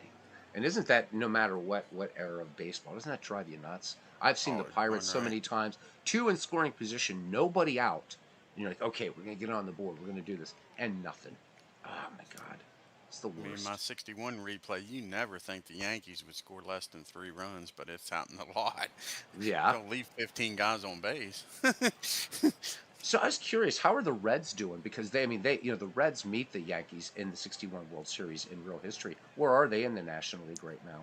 They're third behind the Giants and the Braves. The Braves are way overperforming, and it's mainly their pitching. Oh Merle yeah. Wiley, right now, he's leading the league with Cy Young voting. I mean, and he was supposed to be Uh a huh. 500 pitcher, you know what I'm saying? He's like Wow. 10-2. Just got smashed today by your Pirates. Oh, my Pirates won another game on your channel? Oh gosh, they are tough, Beatles. They don't have the pitching. If they get to No. starting pitching, their bullpen stinks. If they can get to starting pitching, that batting lineup is all of that in a bag of chips for real. I mean, sure. You Yeah, had the thing is, Clemente, you had Smokey Joe, Smokey Burgess, oh you had yeah. who else? They platooned a lot. Hmm. So I mean, certain guys did better than other guys depending on what lineup they got in. Um, Houck wasn't bad. He hit like 260 something. You know what I'm Hmm. saying? Limited play at third. So yeah, um, Dick Stewart does really Rain well delay when he here, plays. guys. That's why we're taking our time. Rain delay. Go ahead, Yeah, Dwayne. yeah. Dick Stewart, he's doing well when he's playing. Again, they platooned with him and Nelson down at first. Hmm.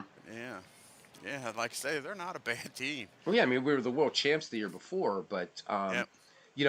but you know what? You talked about no pitching. That's the entire story right there of the Pittsburgh Pirates franchise. We've never been a strong pitching ball club. Never. We don't have Yeah, a that's what single. hurts him. Yeah, we there's not a single pirate. There's not a single pitcher in the Hall of Fame who is in as a pirate. Not one. That's what. That's why. Yeah, Oh my that God. started as a pirate. Correct. Yep. But outfields, infields, oh my God, our outfields like just stellar throughout our history. Even when we sucked, we always had like some at least one great outfielder. That's just been Yep. a blessing. And we've always been strong like at shortstop. We've had some, but pitching, I don't know what it is. And there is nobody. Steve Blass is maybe Hall of Very Good. He's never going to make Hall. Never, never. Even not even Veterans Committee. We just don't have anybody. Not Right. even now. I mean, God, we're just only 2 games up on the Cardinals Especially this if year. King was cold going to New York if he would have stayed. What's that? That's Cole. If he would have stayed Oh, with Garrett Cole. Pittsburgh instead. Yeah, Yeah. Garrett Cole might have been our first legitimate Hall of Fame Yep. pitcher, but yeah, he's with the Spankies, your other favorite team. So Yeah. I wish, like I say, 3-2 pitch. one Jones thing I sends us don't to third. understand about baseball fans is I hate free agency. I liked when the owners had the plantation. You liked Because when the owners had the plantation. That's an yeah, interesting I way to put liked it. when guy got drafted and it's either play for me or don't play, and you rooted for him for 15 years instead of, you know what, I don't like playing here. This Yeah. weather's terrible. I'm going to go to Florida and play. Or, you know what, I just don't like being in this town, or I don't like the owner or the manager. I'm going to leave in 4 or 5 years. I liked it better when, as a baseball fan, Oh, sure. I liked it better when the owners dictated where you went. Makes simming easier too. Just like, well, this is Yes. great, right? These guys didn't play for 9 different teams in a 20-year Yes. career. But then you get like idiot owners, and then the rain delay is almost over here in the 19th century. We'll get this one finished out, because I feel like I'm kind of selling cousin Ken short here, man. But I love talking baseball. So, but you get guys like Pittsburgh ownership, right? So we had players that begged to stay in Pittsburgh, right? And they were sent everywhere else. And if we would have kept the players that right, McCutcheon, right, he's back with us now, and now he's out for the rest of the season with an injury, but had a pretty good season. But McCutcheon begged to stay in Pittsburgh. Josh Bell didn't want to leave Pittsburgh. We had so many. Harrison wanted to stay in Pittsburgh. Polanco wanted to stay in Pittsburgh. Um, and we just deal him away, deal him away, deal him away. All Yep. these players we give up. We gave up on Aramis Ramirez. He goes and plays well for the Cubs. We give up on Tim Wakefield. He makes a freaking like stellar career for the Red Sox. Uh, Yep. we have the worst. Big Clue and I, right? Yeah. So if we kept Cut, we would have Brian Reynolds. See, here's the thing, man. Right? Because Clue and I, right, we're rivals in the sense he's a Reds fan, I'm a Pirates fan. But we both understand that our ownership sucks. I mean, sucks. So you guys, you Phillies fans, Braves fans, Yankees fans, whatever, I don't care how bad your ownership is. Bucko's ownership is worse than all of you, man, because we're known for our fire sales. We didn't have one this year. I was kind of surprised. I mean, we got rid of Carlos Santana, but Santana's role wasn't meant to be multi-year for Pittsburgh. Kutch was brought back, and I think Kutch will stay but we do that, man, and we could have contended beyond 2015. We could have, Even but in the no, Braves in their rotten years, he wasn't skimping. He was no. trying to win. He just made terrible decisions. Yeah, yeah, Yeah, yeah. yeah. It It's wasn't like awful. he was getting rid of everybody. He just made bad decisions. I know, man. All right, here is Bill Hill. Now the rain has stopped here at West End Park. Um, Fielder Jones at first, Duke Farrell at third. Still a 3-run score in favor of the White Stockings over the Superbas. Clarkson deals to Bill Hill from the stretch, and Hill swings, and this one spanked into center field, base hit, and Brooklyn will get its second Home run, run. and the throw from center field There. gets by the third baseman, and coming in to score and tying up this And game. tied. We are tied up. Oh my goodness gracious. I love that one. So the error is going to be on George Gore, and Brooklyn ties it up here in the top of the sixth. Runner It's in 3 to scoring 3. position for Willie. And we are at error number 6. So that's 4 for the White Stockings. Wee Willie Keeler batting now with one down. Bill Hill in scoring position. Clarkson deals. And they're going to intentionally walk Wee Willie Keeler. Expect Um, a double play, I guess. yeah, I'm thinking Clarkson, good baseball mind out there. He's going to face Tom Daly, and Daly nothing for two. Keeler much more of a threat. So Clarkson checks. Hill has some speed at second. The faster runner trailing him at first, of course. Here's the 1-2 pitch to Daly, and Daly swings high fly ball, shallow left, and drawing a beat on it, making the catch is Abner Dalrymple, getting it back into Tom Burns quickly at short. So 2 on, 2 out. Tie score here in the top of the sixth as Joe Kelly steps to the plate. He's nothing for two, and Kelly always a threat to just change the complexion of a game with one pitch. John Clarkson with the 1-2 to Kelly. Kelly swings. This one grounded to third. Up with it is Ned Williamson, and he will fire into Cap Anson for out number 3. But the Superbas put 2 on the board. They strand 2. We go to the bottom of the 6th here, Dwayne. We're knotted at 3. And we got Ned Williamson, Billy Sunday, and Bill Krieg due up. So Ned Williamson, nothing for 1 with a run batted in. Bill Hill with the payoff pitch. Forget the organ, it wasn't there yet. But anyhow, fly ball, deep center field, back toward the wall and over his head. It is over the head in center field, and Williamson will get in there. Jones gamely trying to get to that ball. But here we go. The Chicago White Stockings raising hell again. Leadoff runner in scoring position. These guys are nuts, man. These guys are nuts. All right, here's Billy Sunday. He would go on to become a nationally famous evangelist. That was his career. During and after baseball, a big part of the American evangelical movement of the late 19th, early 20th century that makes we Orthodox and Catholics' head explode. But there you go. All right, Bill Hill with the 2-0 delivery. And going to third is Williamson to throw down the tag, not in time. Aaron says there's a Billy Sunday and later a Rick Monday. Yeah. Rick Monday, of course, saving the American flag from being burned. That's pretty And then famous. their cousin played F-ball, Jeff Saturday. Jeff Saturday. There you go. Yeah. So I think, and they were talking about that state collection, Chris and Steve, and so they mentioned Doug Flutie and some dude named Horn, and there was another Oh musical yes, guy I seen too. your Yeah, I'm like, make your a musical post in team. chat. Yeah, Yeah, that I love Flutie, the Piccolo, idea. and Horn. Do I it. didn't know Flutie was from Maryland. Yeah, see that in the Frank, which it's actually Viola, is how he actually pronounce his name. Everybody says Viola, right? So they're right.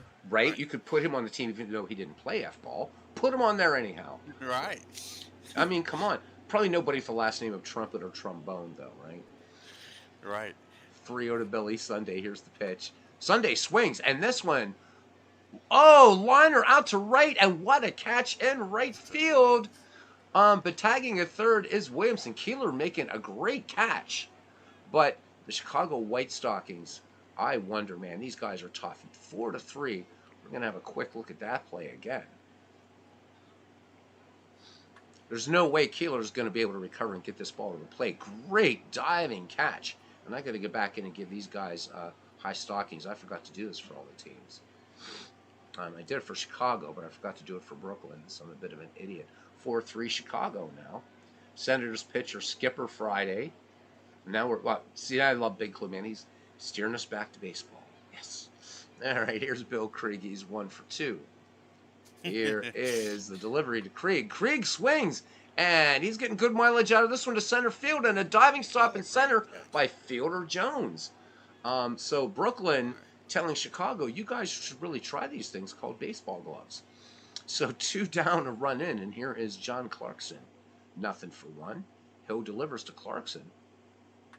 Clarkson swings, high fly ball, left field, going back, back, back, and into the hands or the glove of Joe Kelly.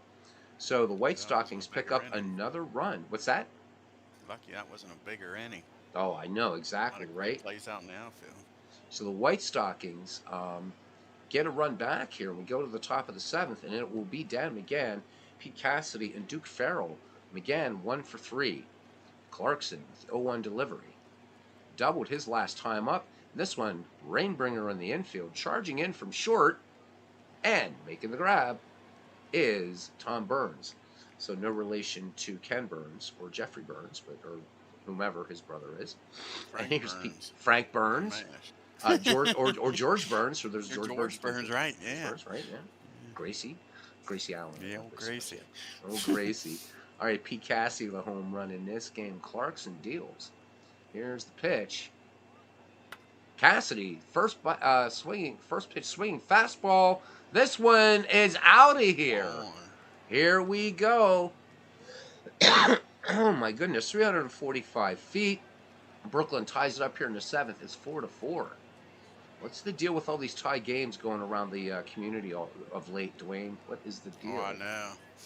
Oh my God. All right, 4-4 here, top of the 7th. Here's Duke Farrell. Guys, stay tuned. We're going to be bringing Aaron Reed on for game 2, and it's going to be Aaron Reed and The original Duke of Brooklyn, huh? Dwayne Martz, right? The original Duke of Brooklyn, Duke Farrell, right? Yeah. Did we call this or what exactly, Ken? And it'll be Aaron Reed and Dwayne Martz. I'm just going to sit here and press buttons. They're actually going to do the broadcast. I think I can share it also in a group call, right? I'm pretty sure. So that Cool. way you guys can see everything in real time. With the game, I mean. Clarkson delivers to Farrell. Here's the pitch. And Farrell bloops this one to right field and waiting for it. Can of corn out there in right field. Billy Sunday makes the grab. So 2 down, 1 in for Brooklyn, tied at 4, and the number 7 hitter Bill Dolan, nothing for 1. Clarkson peers in, has the sign from Michael King Kelly. Here's the 1-0 pitch to Dolan. Walked his last time. Oh, Oh, Bill Dolan gets plunked, and Dolan will get down to ain't gonna be first no base. stinking back-to-back home runs off of him. Absolutely. All right, so Bill Dolan, he understands the nature of the game, though, but he probably still wants to punch John Clarkson nonetheless. Here's Fielder Jones, 1 for 3. Dolan, an aggressive lead off first. Here's the 0-1 delivery. Dolan is off with a pitch and firing down to second, and close play, but Burns tagged just a little too late, and Dolan That's how you steals get himself. even. Turn it into a double. Turn it into a double, precisely. Absolutely, man. All right, so Dolan in scoring position here.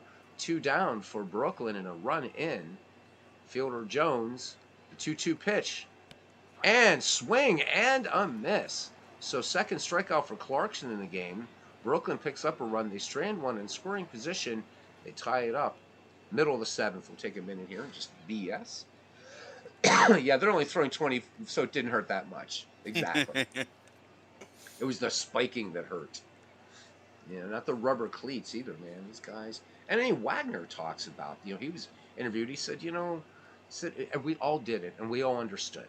And he said, actually, fights didn't break out as much about, that the spiking. That was part of the game, but it was the other things. It was maybe epithets being thrown, things like that. But it was understood. It was part of the game.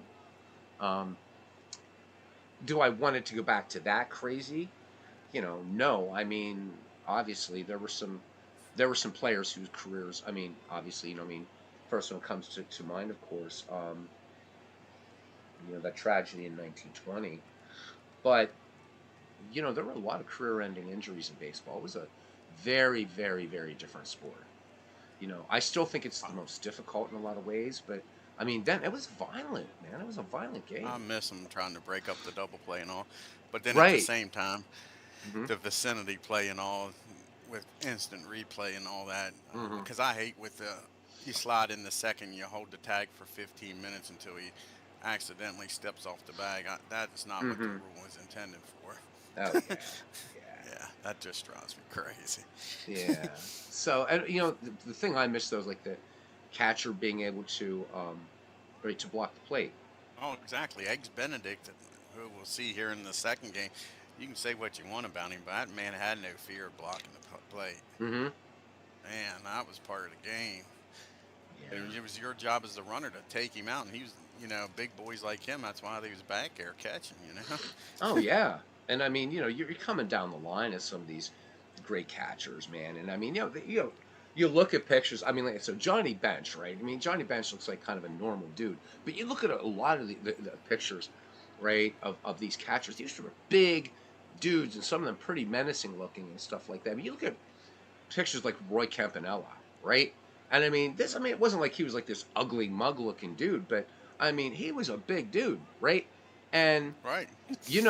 right. So unlike an F ball, at least where they're wearing pads, right? So the protection a catcher wears is to protect him against pitches, against the baseball, right? But you've got some guy coming at full steam, and we use F ball terms from 30 yards away, right? And you've got a ball coming in over 100 miles an hour, and a guy coming in at you, God knows at what speed, and he's just going to hit you and try to knock you out of the way. No wonder they're called the tools of ignorance, and why you have Yep. these.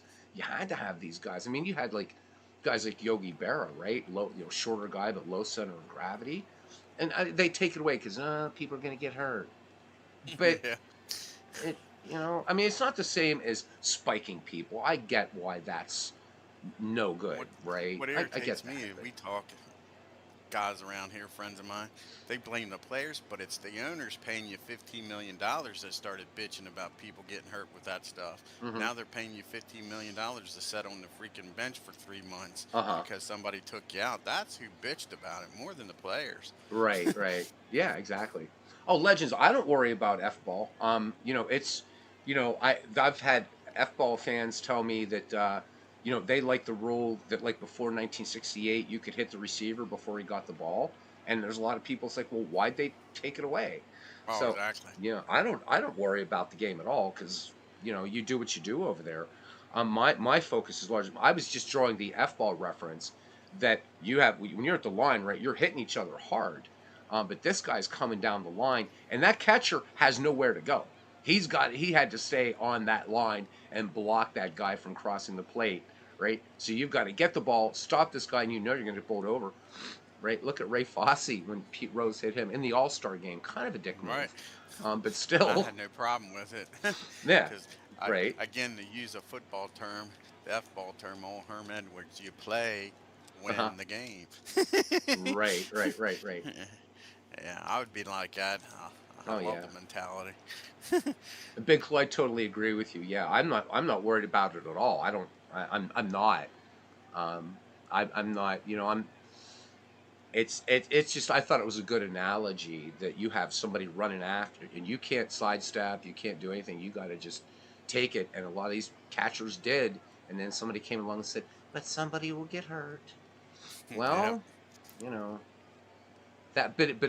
and again the double play guys used to come in, man, and I mean you break it up now. It's just I don't know. I don't know what it is accomplished. Fewer. I mean, I don't want to see people get career-ending injuries, but blocking the plate is a viable strategy. I don't know. Here's Abner Dalrymple. I don't want to get into a war of words. It's not about that. Um, it really isn't. And Cassidy up with it and fires him again for the 5-3 putout. I just don't understand some of the things that they've changed. Um, some of the rule changes, the additions they made are great. Batting helmets, thank God we have them. Yeah. Jeez, especially the way pitchers throw now.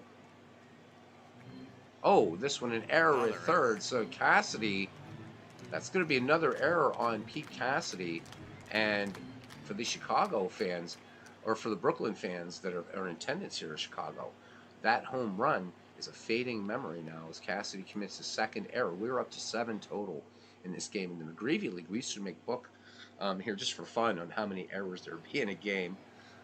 All right, so Burns aboard, and here's George Gore, who himself has an error. He is 1 for 3. Hill delivers, and the runner goes, hit and run, grounded to second. The only play will be to first. Daly picks and fires on to Dan McGann. Burns moves to second on the play, 2 down, excellent speed, and here's Cap Anson. So Anson with a golden chance to put the White Stockings back on top here in the bottom of the 7th inning. As Clinton says, I would have loved to have seen someone try to slam into Smokey Burgess. How about it? Yeah. Oh my God. I just thought of a good analog. Oh, come back to the mound, and Anson is safe. So good speed by Cap Anson in that comebacker.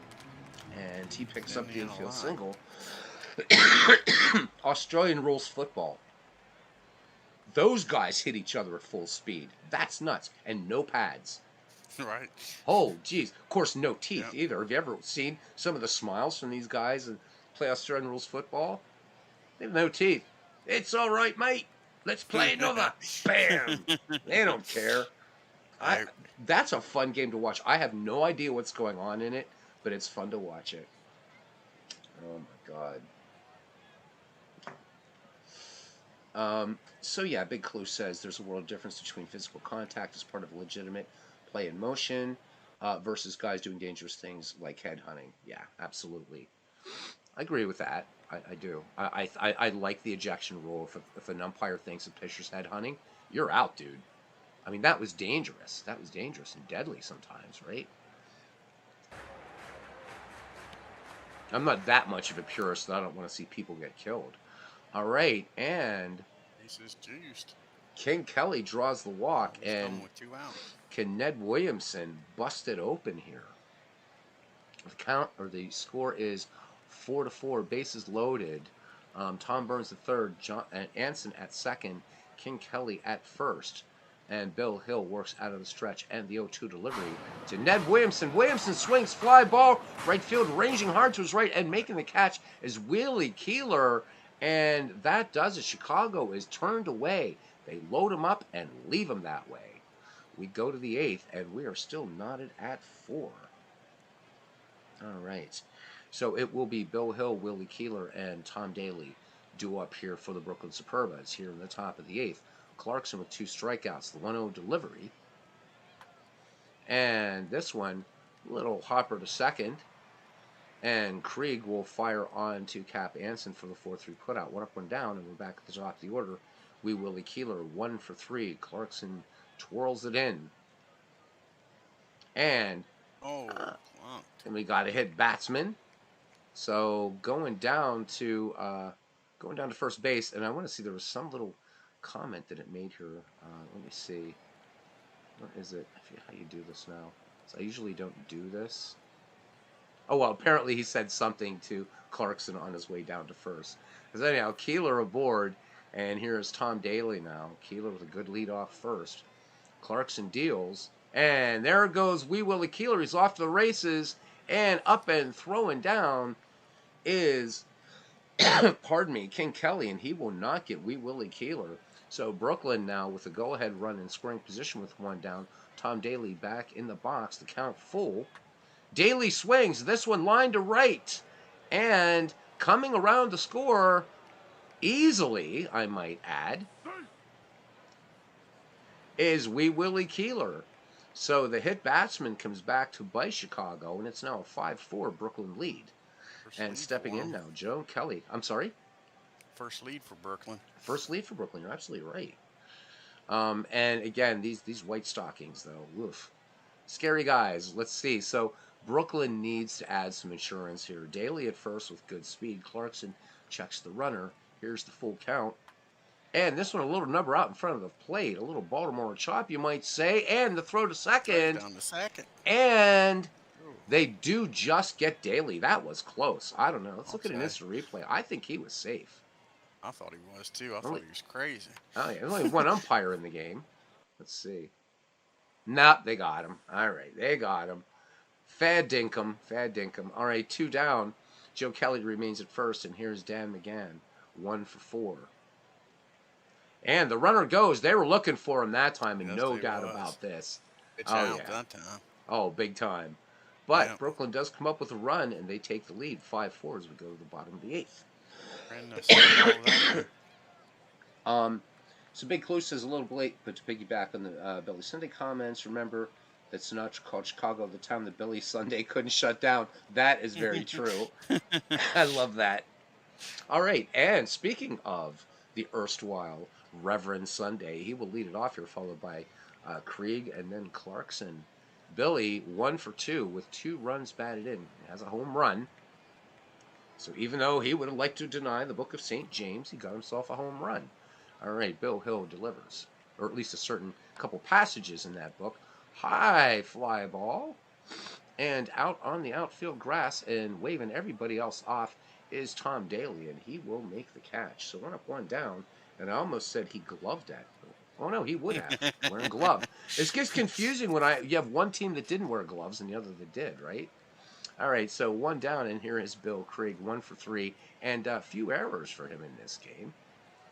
Here's the 1-0 pitch to Krieg, and he swings, fly ball center field, but this should be a can of corn out there, and indeed it is, as Fielder Jones takes it for out number 2. John Clarkson now, 0-for-2, and the 2-1 pitch. Clarkson swings, and this one a liner to center field, and this will get down for a base hit. Clarkson making the wide turn at first, but he will hold. So the tying run aboard for the White Stockings. St. James, the greatest of the apostles, yeah. Martin Luther apparently didn't get that through his head, but again, that's another conversation for another time. Yeah, he did call St. James a straw book, though. That was kind of interesting. Like, really, Marty? All right, anyhow, Dalrymple 0-for-3. Bill Hill deals. Clarkson at first with good speed. Here's the 1-0 delivery. Dalrymple swings. This should end the inning. Grounded short. And they're going to go to first. And that will retire the side. We go to the ninth. And Brooklyn with a 5-4 lead over the White Stockings. We will see Dan McGann, Pete Cassidy, and Duke Farrell. We get to the bottom of the ninth. For the White Stockings will be the heart of their order, the 2-3-4 hitters, Burns, Gore, and Anson with Kelly, should anybody get on. All right, Dan McGann is 1-for-4. Aaron Reed, if you're still in here, we're going to be including you in here very soon. You and all your other 5,000 voices. Here's the pitch to Dan McGann. And McGann swings, and right now the game's having an aneurysm, so we just have to wait and see what it's doing. They're all chasing that foul ball down, aren't they? Yeah, they are. This is Action PC does the same thing. They're just doing a little Michael Jackson moonwalk there. So McGann's out after all that, guys. So let's see. We'll look at the replay. It should actually look better on the replay. Let's hope. So here we go. Yeah, see, it corrected itself after all that. Yeah. There we go. All right. Well, that was fun. Ball down to first. I know, but sometimes you just get your little alternate dimension. Most of the time with Action PC, it's like off the pitcher's leg or something when it really gets crazy. Oh, right. Like, I know. Oh I know. My God! It starts bouncing all over the field. It's like, what the heck? Oh, the worst. The short over to second, over to first. I know. 1, 4, 3, 6 double play. That wasn't a double play. That wasn't a double play. The worst thing in Action PCs, though, is when a player bunts it in the air. It takes forever. Yeah. And ever. Go get a drink and come back. Yep. Uh-huh. Oh, my God. All right. You could argue theology with Big Clue, and the ball still wouldn't have come down yet. Clarkson deals to Pete Cassidy. Here's 1 out, the 1-0 pitch. And Cassidy sends this one deep to center field, but the park's going to hold this one. Yep. Right down into the glove of George Gore. So 2 away now here for Duke Farrell. Having a good day at the plate. He is 2-for-4. Clarkson with the 2-0 delivery to Farrell. And Farrell, high pop up on the infield. This should end the inning, and it does, as Burns makes the catch. The Superbas go in order. We go to the bottom of the ninth. The White Stockings with 3 chances to tie it up. Tom Burns, George Gore, and Cap Anson. All right, Bill Hill has walked 4 in this game. Let's see what he does here against Burns. Burns swings in the first pitch, high pop fly in the infield, over on the first base side, and down into the glove of Dan McGland. So that is out number 1. Here's George Gore, 1 for 4. Payoff pitch to Gore, and check swing, and that is the 5th walk issued by Bill Hill. So tying run aboard. Here come the White Stockings again. These guys, oh my God. All right, Cap Anson, 2 for 3. Gore leads off first. Farrell ready to gun down there. Here's the 1-2 pitch. The runner does not go. Swing and a miss. So that was a big strikeout to get Anson, and it's down to King Kelly to try to tie this up. And Kelly had power for his age. He's due. He's 0 for 3. Yes, he is. Here's the full count to Kelly, and the runner goes a hit and run on that. Oh, actually, he was in motion anyhow. But anyhow, this one is over. The White Stockings fall to Brooklyn 5-4. So this was a close one. The 1900 season began for Chicago 1885 White Stockings with a loss to Brooklyn 1899 Superbas at Westside Park. Final score 5-4. Bill Hill, I don't know that he actually had a fine performance.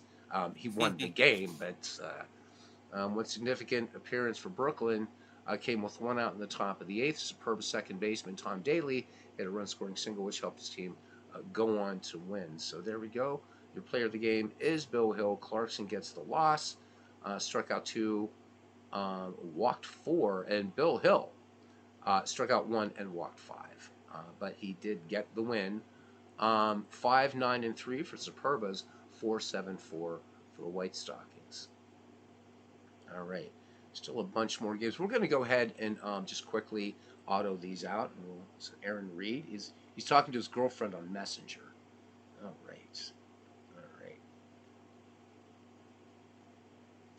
Let's auto play a couple, just these games out. So the one we're originally going to do, the 1895 Spiders and the Worcester 1882 Ruby Legs. Quick play, and as predicted by Cousin Ken, it would have been a blowout indeed. The 1895 Spiders 7-1 over the Worcester Ruby Legs, and Cy Young gets the win. All right, the 1899 Philadelphia Phillies and the 1878 Cincinnati Reds, Outworth and Will White. And the Reds edge the Phillies 8-7. Walk off. All right.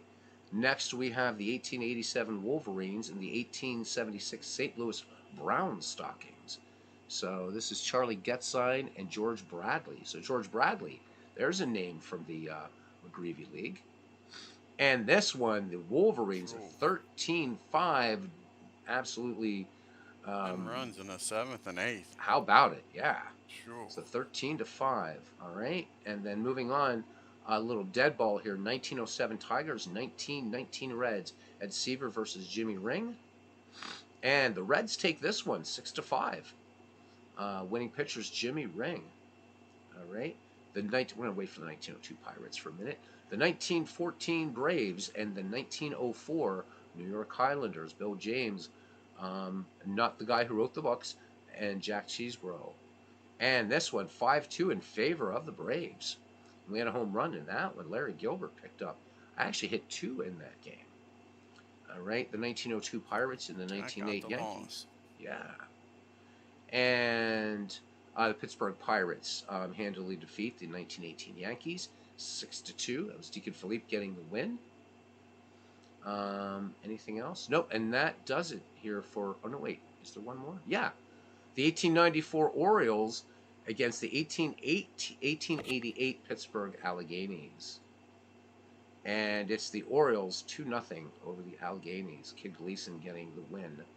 And that does it for opening day of this league. All right. Now we'll switch over. Modern baseball. Modern baseball.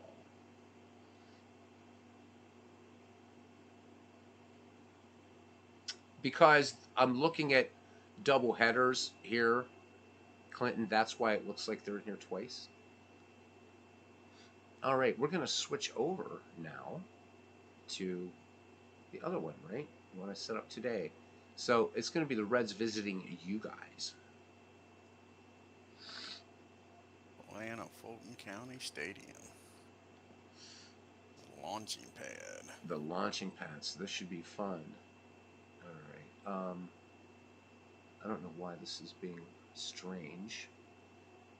Because this is not set up as a season. Hang on a second. There we go. That's what we want. Aaron, are you ready to come on?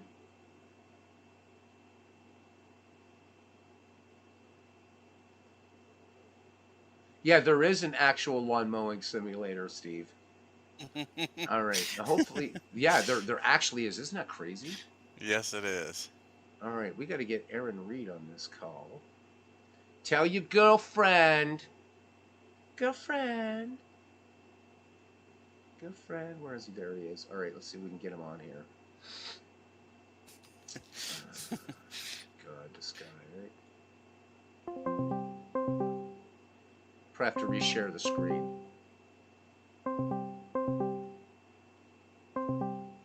We're just waiting for these guys to pick up here. All right, there's Aaron. We're still waiting for Dwayne. I have no idea what's going on here. Weird. Oh, okay, he dropped out. Let's see. Just hang on a sec. So how you doing, Aaron? Let's see. Very, very quiet, cool night here at the house.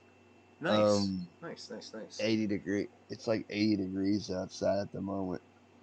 Oh, still a little warmer down there. Probably less than that now because it's September.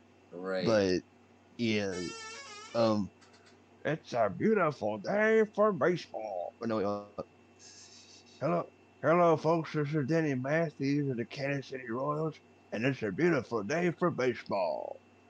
Oh man, here we go. Who else did you bring with you tonight, man? Oh, Nelly, it's going to be a barn for the ladies and gentlemen. It's a beautiful day for baseball. Oh, Nelly. Well, you must admit it. The sun is shining and it's a beautiful day for baseball. Hello again, everybody. Harry Carey at Atlanta Fulton County Stadium, where the visiting 1990 Cincinnati Reds take on the Atlanta Braves. Oh, yeah. Oh, look at this, switching from Harry Carey to the Macho Well, Man I tell you Randy something, Savage. brother. Wow, and Hulk Hogan. I don't know, Dwayne. I'm going to try to call you again. Let's see. I can't find you as actually being online. So Discord is weird. It's weird, man. It is weird because I'm trying to send a DM to him. So let's try. So I type the username Dwayne, and it's not right. Just that it says no friends found that are not already in this direct message. So why can't I get Dwayne Martz back here? Strange. Dwayne, come where back, are you, Dwayne. man? Dwayne, can you try to call from your end? We'll figure this out. We always run into this with three-way calls. I know. We had it with Robbie a few months ago, and now this. Yeah, I chalked it up to just being Robbie. You know. And him trying to find a girl, find a significant other. Exactly. So I mean, we've got to have Dwayne on here, man. Got to have Dwayne on here. Yeah, it just shows him as a member of this, and it just kicked him off. Oh, there he is, Dwayne. Dwayne, the little number 27 car, 21 car is on here. Can you hear me? Oh, yeah, there he is. Roger. Okay. All right. Okay, so I'm going to try to share my screen.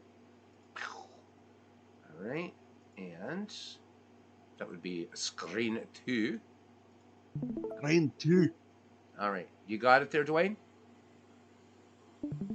It's loading. Yep, there we go. Okay, so everything should be in real time for you. All right. Yep. So Steve Tate says, please deposit 25 cents to the phone. So, yeah.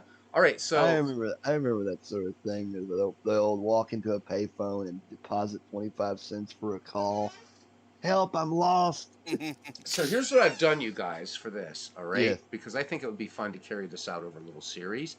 So I created this to be a 3-game series between the 1983 Braves and the 1990 Reds.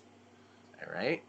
So, this will be something we're not going to do every night, but I think it would be fun to have you two have a little bit of fun with this. So, Dwayne, if you feel like calling the game, and Those Aaron, you just want to '80s. bring all your, I'll bring yeah, all the voices all in your it. I'll bring voices, all the do whatever. voices in. Guys, have fun with it. I'm going to give everybody a little break. In fact, they'll still be able to hear me, but I'll try to shut me gob as much as I can. All right, so game one here, I'll Shut your just what? shut me gob, right? Yeah. You know what Shut you me mean, me gob. bio. Yeah. Or as they say in the Seeing your military, shut studio your right now, hole. Beatles. What's that? I'm seeing your studio right now. You're not seeing. Oh my God. I hate Discord. Hang on a second. Let me see if I can unshare. Stop. No, not stop. I want to. Oh my God. Let me see. Stop. I don't want to stop streaming. I really, really am not a fan. That's all right. I can use No, YouTube. no, no. Change windows. No, no, no, no, no, no, no, no, no. There There we we go. go. Let me go. Yep. Is that better? There we got Is it. Better. that better? That's better. That's It's better. better. Better than All ever. right, man. That's good. That's some good. That's some good crack. Good Exactly. crack. Yeah, times are hard these days. All right, so I'll just say that Jose Rijo makes the start for the Cincinnati Reds, and Riho the again. and it's going to be Pascual Perez in this game Oh, one. he made it off of 95 There you down the go. stadium. So let's go to play, and let me hit this little hide thing down here. And if you're Got I was seeing gonna say, Murphy everything in batting real time, second. what's that? The heck? Didn't Riho pitch in that World Series? Unless this is completely different. Then if it is, then it'll be all right. This isn't. This is. I just took the 1990 Reds. So Yeah. so with out of the park baseball, you can just pick any number of teams and play them against each other. So Yeah. Yeah. Dwayne, it's now you, and Aaron, it's now you. I'm just gonna press buttons. So you want to do opening lineups? I Ah, don't know how you want to yes. do it. Have fun, guys. Here we go. The old Fulton County Stadium. Exactly. They got Murphy batting second. What's up with that? I just let the AI pick Oh, I everything. know, I bud. think Dude, I'm it's the lazy. I'm AI doing lazy. that. I'm lazy. So there you Yep. are. Dale batting fifth. All right. What's the They got order? Griffey What do we? batting seventh over there for you. God, wait, yeah, Ken Griffey, the Yeah. Papa Griff, the who would later get traded through during the '90s season to play with his son in Seattle because How he cool is just made that? his debut a year earlier. Yep. That was a cool story, wasn't it? I All mean, right. Do you guys want to do the opening or lineups? Or do you want me to just jump right into the game? What do you guys want? yeah, who's doing who's playing what here? Who do we got? It don't matter. Go ahead. You got it, Aaron. You got Chris Sabo leading off, playing third. Harry Larkin batting second, playing short. Al McCray playing first, batting third. Morris. Eric Davis out in center field, batting fourth. Paul O'Neill batting fifth, playing right field. Ron Oyster playing second and batting sixth. Ooh, Ken Griffey Sr. playing left, batting seventh. Jeff Reed doing the catching, batting eighth. And on the mound and batting ninth is Jose Rio oh man, for that's your that's hometown Atlanta. Go Atlanta ahead. Braves. You got playing left field, leading off is Brett Butler. Batting second, playing center field is the Murph, Dale Murphy. Batting third, playing first base is Chris Chambliss. Batting fourth, playing third base is Bob Horner. Batting fifth, playing right field is Claudel Washington. Batting sixth, doing the catching is Bruce Benedict. Batting Eggs. seventh, yeah, Eggs Benedict. Batting seventh, doing playing second base is Mother Hubbard, Glenn Hubbard. Batting eighth is Rafael Ramirez playing short, and on the mound, 695 himself, Pascual Perez. Just a heads up that Hal you mentioned is Morris, not McCray. Oh, McCray did I did play throw for the up? Red. Yeah, you said McCray, but it's Did I that's really? why that's Back in why the I went Morris. 1982s with MV. That's why I went Morris. It was Yeah, as Ernie Harwell would say, Morris, because he yeah, has I'm that thinking accent. 82 with MV, ain't I? Oh, like I actually, you know, used to read. I would read about teams from before I was even born yet, like the '80s squads and '70s squads, like the Braves of '82. Yes, they made the playoffs, but and they got swept by the Cardinals. But everybody seems to forget like everybody expected them to do well, and it was like they just could not. You know, I mean, Actually yeah, they believe made the this 83 team was better than the 82 team. Right. They could have. You put them against, but They got with off to all that the 13-0 start. That's what helped 82.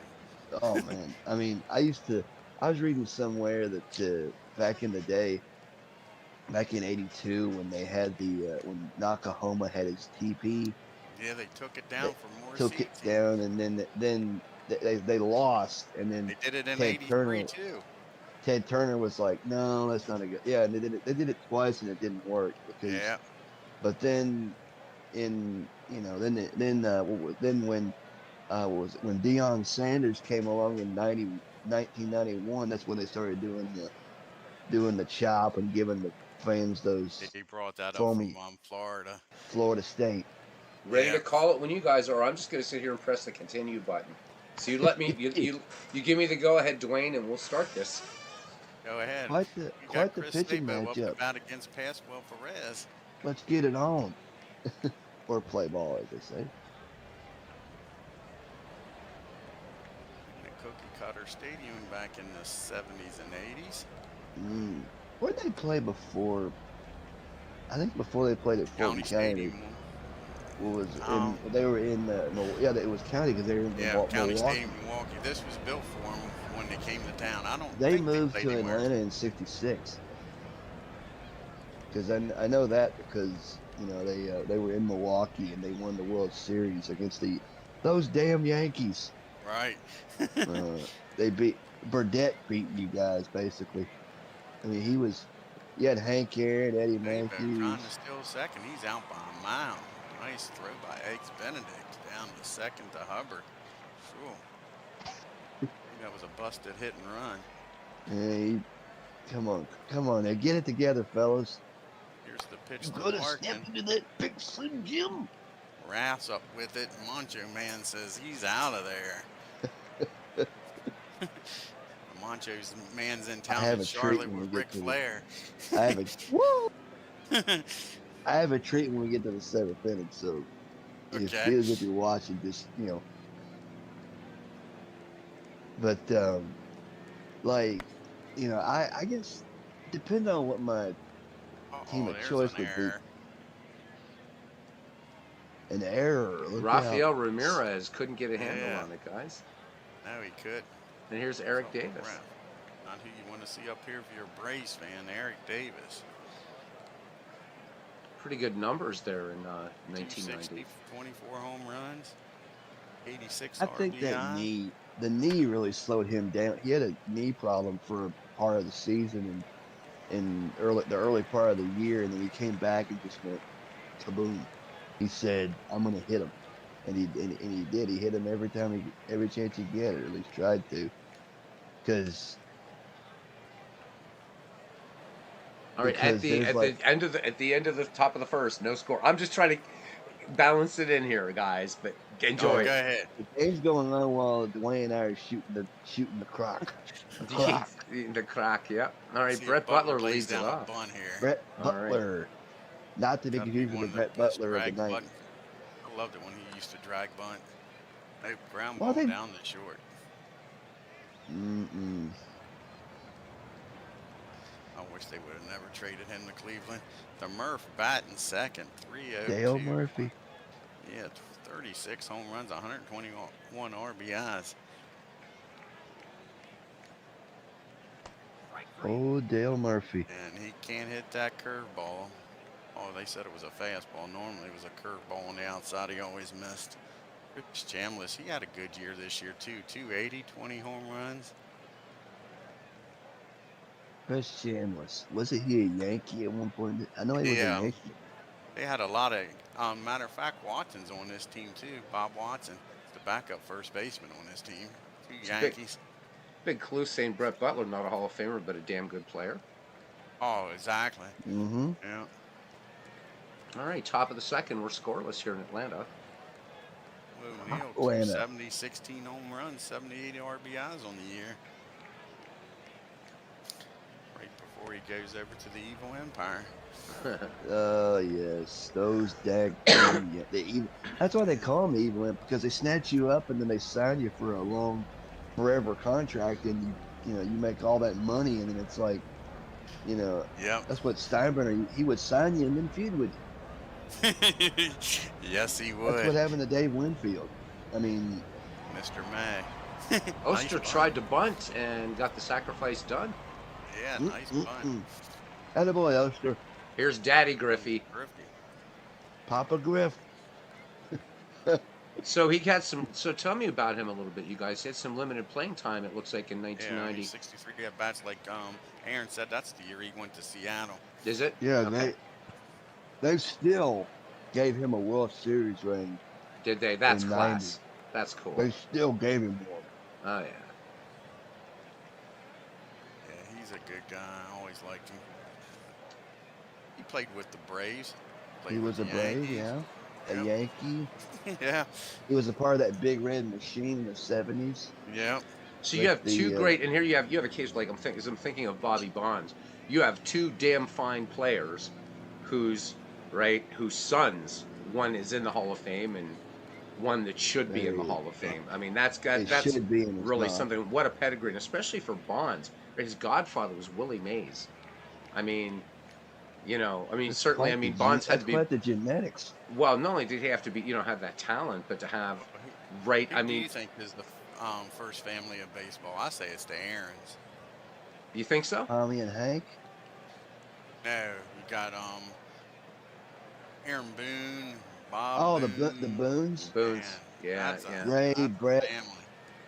Oh yeah. Ray, That Brett, goes back to the great grandfather. I'll tell you Ray, what, and Brett, then you have the Alous also. Can't forget that family. Ali, Yeah, Wow. yes. Felipe Moise. I think Felipe there's like Moises, Jesus, Maddie. Jesus There's like 4 or Felipe 5 and of them Maddie. or something. I thought Yeah, there was a Crazy. How about I them? thought there was a guy named Jacobu, but apparently his name is spelled They ALU, said so this it's could Alu. score their first run. It's around the third, the throw from Oh, Murph. throw to plate. Oh, and it gets Hey, by the Benedict's catcher. got him, Oh, don't he? oh, Oh, man. he just scrambled his eggs on that one. Yeah, Whew. he did. I thought Eggs was I going to wonder get why they him. called him eggs. I guess Let's it look was. at the let's look at the Gotta see replay that on that. again. I guess that was old Chris Berman. Yeah. Hang on a minute. Excuse me. But yeah, like Chris, that's a Chris Berman thing. Yeah. The eggs Benedict. So that's going to Probably be an that. E8. And guys, one thing we're missing here: Atlanta has committed 2 errors in this game now. Yeah, Uh, Raphael, and now that throw. Oh, fuck. But yeah, like when I was growing up, I remember watching the Braves on TV. We used to get FSO Ohio, and then it blacked out, so all we had was the Braves. I mean, TBS. TBS with the Skip, Pete, Don, and Joe. Yeah. um, When I first watched it, it was you had Skip, Hamilton, Ernie was there. Ernie Johnson Sr., Yeah. Pete Van his son, Wieren, Pete and Van Wieren. who was I the think I got fourth 2 one? 'Cause they color men here. switched We'll just all do fast. that. So Horner flies Which, to right. Keep going, guys. I'm just going to call the game as we go here a little bit. well, there was Pete, Ernie. John Sterling used to do Braves Here's games. That's Cordell the one I Washington. keep forgetting all the time. Could Yep, you right. imagine if he stayed in Atlanta in the '90s and not gone to the Yankees? And this one goes all the way to the wall. Center Double. field. Cordell Washington going for 2. And the throw gets to the Yeah. cutoff man. What a slugger! So there we Claudell's a go. slugger. Runner in scoring position here in the bottom of the second. That batting average for Eggs Benedict, 298 that year. But that's what irritated me. 2 home runs. As big as that boy was, should have had power. Should have had power. Yeah, it makes you wonder about that. Somebody that big, Yeah, right? it always made me, as a kid, I always figured one year he was going to bust out and just start smacking the ball because he was a big boy. Well, let's look at his lifetime stats here really quickly here. So, yeah, I mean, he had 5 home runs in 1981, right? That was the season it was cut in half. And then 4 in 1984. Had a few seasons where he had none. So how do you have that kind of strength and just not be able to really get good contact? Yeah, Yeah. it was They don't throw him mind-blowing. good pitches. It's not good. Well, that and, I guess, the mechanic. I mean, there's a certain type of mechanics to be a power hitter. I mean, he's a strong dude, right? Yes, he was. All right, Yep. Rico peers in, has the sign from Jeff Reed. And here's the 0-1 delivery. And line drive to right field. And this one will land in the Hanging glove. up his claw down. Yep. And Makes it O'Neill down the has it. third. Yep. So runner at third, 2 away. Well, it's And He here's wound up Glenn going. Hubbard. Yeah. Here's Mother Hubbard. Again, Old look at that Glenn batting Mother average Hubbard. that year. It's 263. Like I said, they had a great year this year. Yeah, they did 12 Everybody home had good. runs. Yeah, like I say, everybody had a good year this year. So Washington What trying to happened tie 83. it with up Horner here. getting hurt? Bob doesn't get hurt, they win the division, I think. Rio out of the stretch, the 2-2 83 pitch. was a weird year, to And say the this one's least, in soft baseball. grounder to short, and the Atlanta Braves are turned away here in the bottom of the second. They leave run in scoring position. We go to the top of the third. The Reds won, the Braves nothing. So tell us a little bit about Chris Sabo there. Maybe we'll have you guys talk about these players too as we go along. So we'll I start always with you, say, Aaron. What about Chris Sabo? What about I always Chris? say Chris Sabo, like I wasn't really watching baseball at that point, but I always heard about him and stuff like that. I know that because ESPN, the day that Sammy Sosa, the day after he had his little cork bat, they did like a little like retrospective on players who had cork bats, and Chris was one of them. In '96, when he was in Cincinnati briefly, towards the end of his career, he had I think his bat was corked and didn't know it. Um, but Chris, he was a key part of the squad featured here that won the World Series, and and just all he was a great player. It's just a shame he didn't, you know, He couldn't was play just longer a than hard he did. working player. He was Yeah, just down and dirty, man. I get enjoyed get watching. he'd come home with a dirty uniform every day. And Oh, Sabo exactly. picks up the infield hit. So runner aboard, and Barry here's Hall of Larkin. Famer Barry Larkin, great player. 301 average that year, 67 ribbies, 7 home runs. Sabo, good leadoff first. Perez deals. And Larkin shows bunt up in the air. Yes, well, nice play. Very nice Wow. play off the hill. One Now away, he's and strutting here's Hal around the back of Morris. the mound, pumping himself up. So, what do you guys think of Hal Morris here? 340 average, 36 ribbies, 7 home runs. Either of you, what do you guys think of Hal Morris? Hal Morris, native of born in Fort Rucker, Alabama, played in Michigan. I think it was Michigan with. I think he played with either Sabo or Larkin. He played in the College World Series at one point, but longtime Red, former Royal, Tiger, Yankee. He started as a Yankee, believe it or not. But I guess if you're Sabo George sealed the deck. Steinbrenner, he was expendable All right, because he went Sabo to at second. Cincinnati and won a World Series. Sabo at second, thanks to the steal. Morris back in. Here's the 1-2 pitch. And Morris sends this one out to center field, ranging to his left and camping under it. And making the catch is Dale Murphy. Always like Dale Murphy. Gold Glove center fielder out there. Oh, exactly. Mr. Clean. Eric Never Davis, drank. what could have been 260 average, 24 home runs, 86 ribbies for Davis. Sabo at second with speed. 2 down, 1-0 Reds lead. Davis swings. This one In the gap in left field. That's Murph's over gonna there, get- though, makes the catch. showing why he's Okay, got that's that gonna- Gold Glove. That's why he's got. Yeah, I thought I was gonna get Sabo in at second, but I guess not. All right, bottom of the third, time to do some Braves love here. So, what about Rafael Ramirez here, Dwayne? Oh, I thought he was a darn steady shortstop. Yeah. I mean, this was his best year at the bat, but in the field, him and Hubbard, you couldn't beat that. They talk about Tinker to Everett to Chase. I mean, Ramirez to Hubbard to Chambliss was a damn good double play combination, I'll tell you. All right, Rico delivers to Ramirez, the 1-1 count. Ramirez swings popped in the infield on the right-hand side, running hard toward the seats, and he will make the catch in at-bat mode. Ron Oster making the catch. So 1 out, and here is Pascual Perez. Let's look at his numbers as a pitcher. I'm really kind of curious to look at him. So as a pitcher here, guys, what do you got to say here? 60, 67, 68 overall lifetime. Looking at his has earned his ERA plus here for his career, a 134, and his ERA overall for his career 2.98. So, your thoughts as a Braves fan on Oh, it was Perez? the drugs. If he didn't get involved in that cocaine, he'd have been a hell of a pitcher. I mean, that 83 and 84, he was the man. Necro was like second or third in that roster. Pasquale was going to be the number one starter down there. So was he at all implicated in the drug trials in Pittsburgh in 1985? No, he was in trouble down there in the Dominican. Oh, okay. Where he was All a right. trafficker.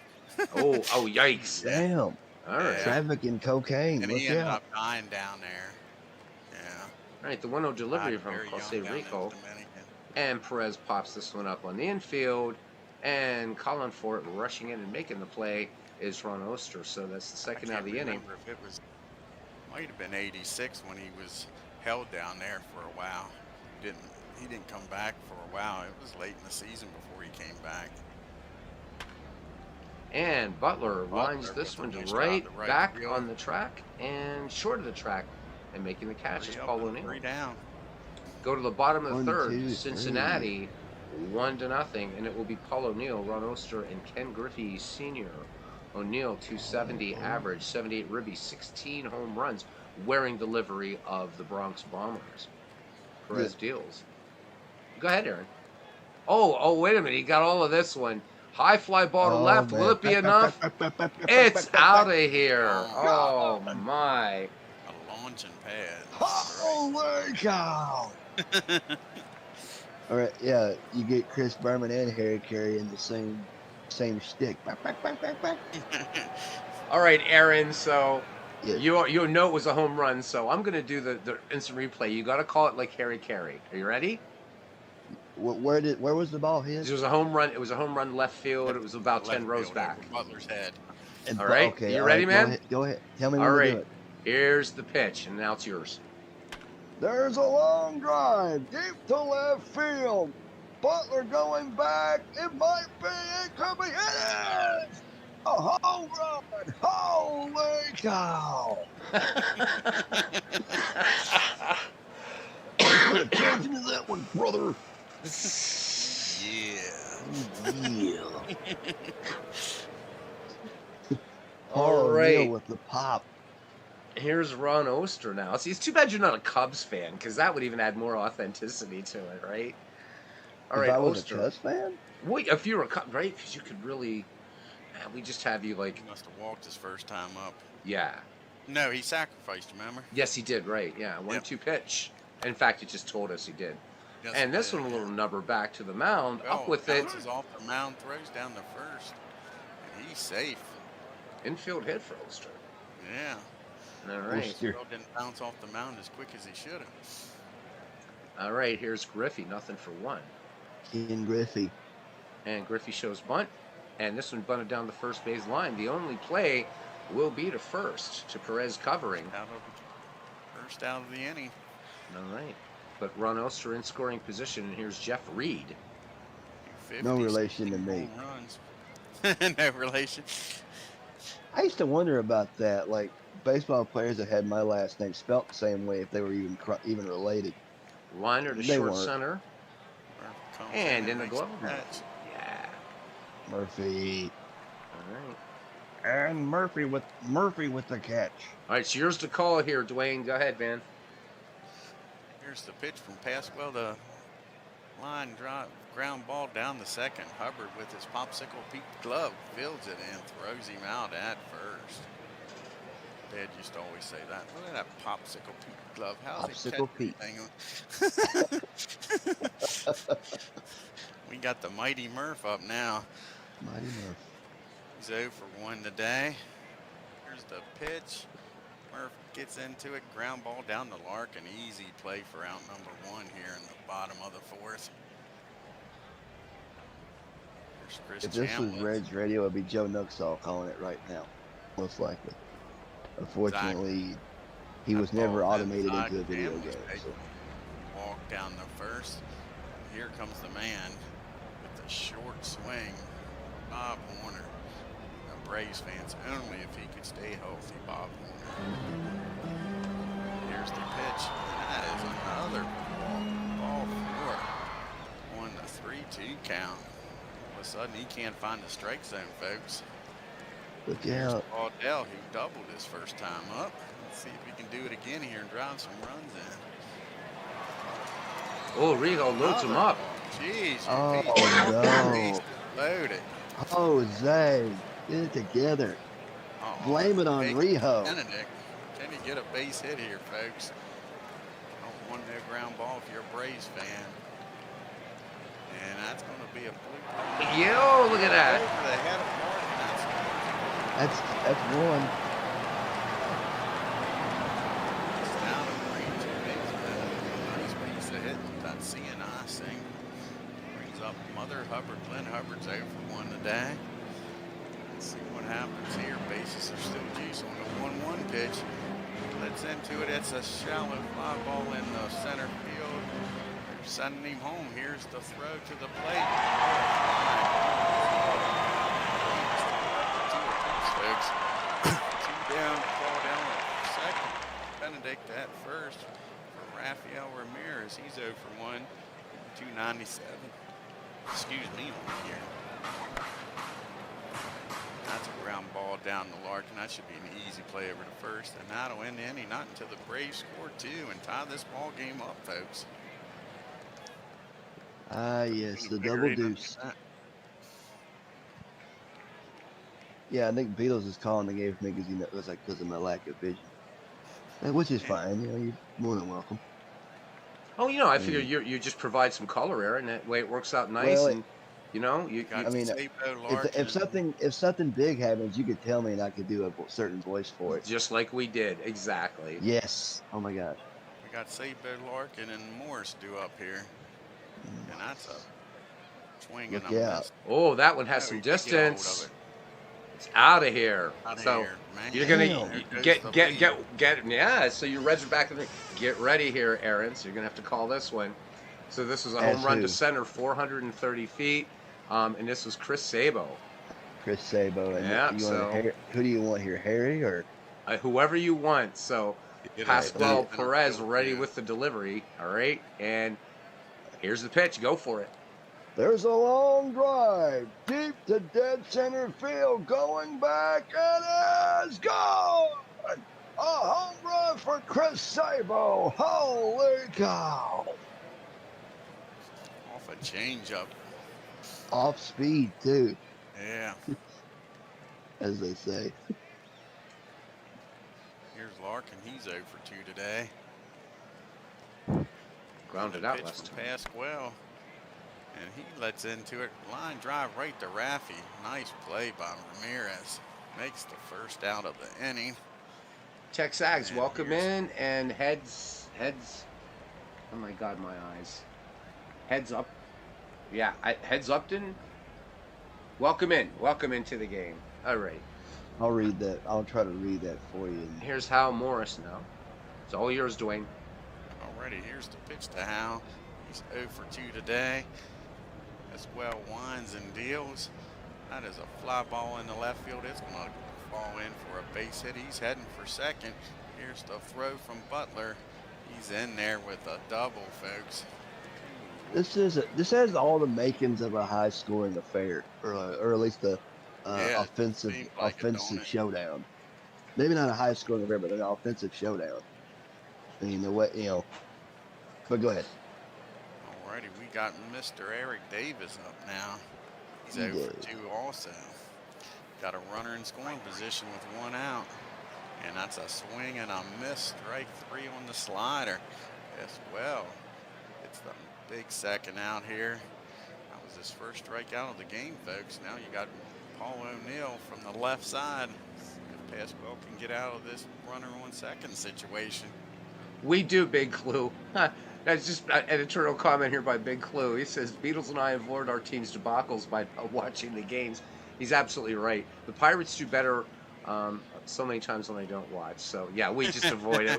We're like, if you're a Pirates fan or a Reds fan, it's the ostrich head in the sand effect is really what it is. That's like my dad and the Steelers. You don't watch him play. They do better when he doesn't watch him play. They win when he doesn't watch him play. All right, Paul O'Neill in there now. A lot. They win a lot, that's for sure, Aaron. Once again, just real quick before Dwayne and Aaron resume here, and I know Ken pointed out the Nikon sign up there, but That An aside, icon. another great ballpark done by Michael Silva. This doesn't come with the game. This is part of the Steam all in one. I like to call it ballpark. I hate to call these stadiums in baseball. Ballparks. They're Yeah, but ballparks, it's the damn it. all in one stadium mod by Michael Silva, and just greatly enhances not only this game but seen it in act. I've seen his parks in Action PC and Digital Diamond all over the place. So Michael Yeah, Silva, I thank use you them. again. All right, it's all I yours, use them Dwayne. everywhere. Alrighty. Here's the pitch to Mr. O'Neill. 2-2 count, 2 outs, and that is a strike. 2 strikeouts in the game, in the inning, but a home run in between gives the Reds a 3-2 lead, folks, as we go to the bottom of the fifth. As Here in Legends Atlanta Fulton County Stadium. Legend says, I don't think he says he never thinks he's seen a substandard park from Mike Silva. Nails it every time. Yes, he does. So, it'd be really cool, Legends. And I don't know whether Mike would ever, I don't know if he, as we know he's not he's a baseball fan, but not, but I wonder if he could get us skilled with the stadium creator and MLB The Show. Wouldn't that be something, right? I mean, because Google SketchUp's not exactly easy to Can you do use. that? And and MLB The Show build ballparks. Yeah. Yep. You can. I know you can create teams. You can create ballparks. Create teams, ballparks. Yeah. Be your own you can. Be your own owner. I'd love You said the only 2 things you can't do is use artificial turf in a dome, right? for for MLB The Show. Legends would know that. I'm not sure. So, but he says that the show's park creation is a good tool that should be great. I've heard that has some limitations, but I bet you Mike could do a great job with it. Now, if we could just say, Mike, could you at least do the 30 ballparks are in there? Would you mind doing a few that maybe here and there? So yeah, he says that the show doesn't. So you're right, Dwayne. Doesn't let you That's what I create thought he told me. no dome Yeah. stadiums. Okay, that's Because interesting. I think Legend says you got the, I think you got the King Dome, which is a dome, and it has the artificial turf, so you can do it. They just don't allow you. So no cookie cutter park. So I hate the cookie cutter parks, but they were part of baseball history. So San Diego studios being wankers. All right, Pascual Perez leads it off. Here we go. Bottom of the fifth, 3-2. Jose. 2-1 count on Pascual. He makes contact, hits that ball down the second, and he is out of there for the first out here in the bottom of the fifth. That'll bring up the top of the order, and Brett Butler. Butler is 0 for 2 today. See if he can get on for Dale Murphy here, folks, at the table. That's Ooh. a swing and a miss. Oh, that's a third called strike. He said it didn't swing. Nice pitch. That one, that fastball looking like it caught the outside corner. See if Murph can get a hold of one here, folks, and tie this game up. Here's the 1-0 pitch to Murph, and he drives that ball down the third. Larkin's up with it and throws over the first, and Murph is out. No hit. throw. No throw.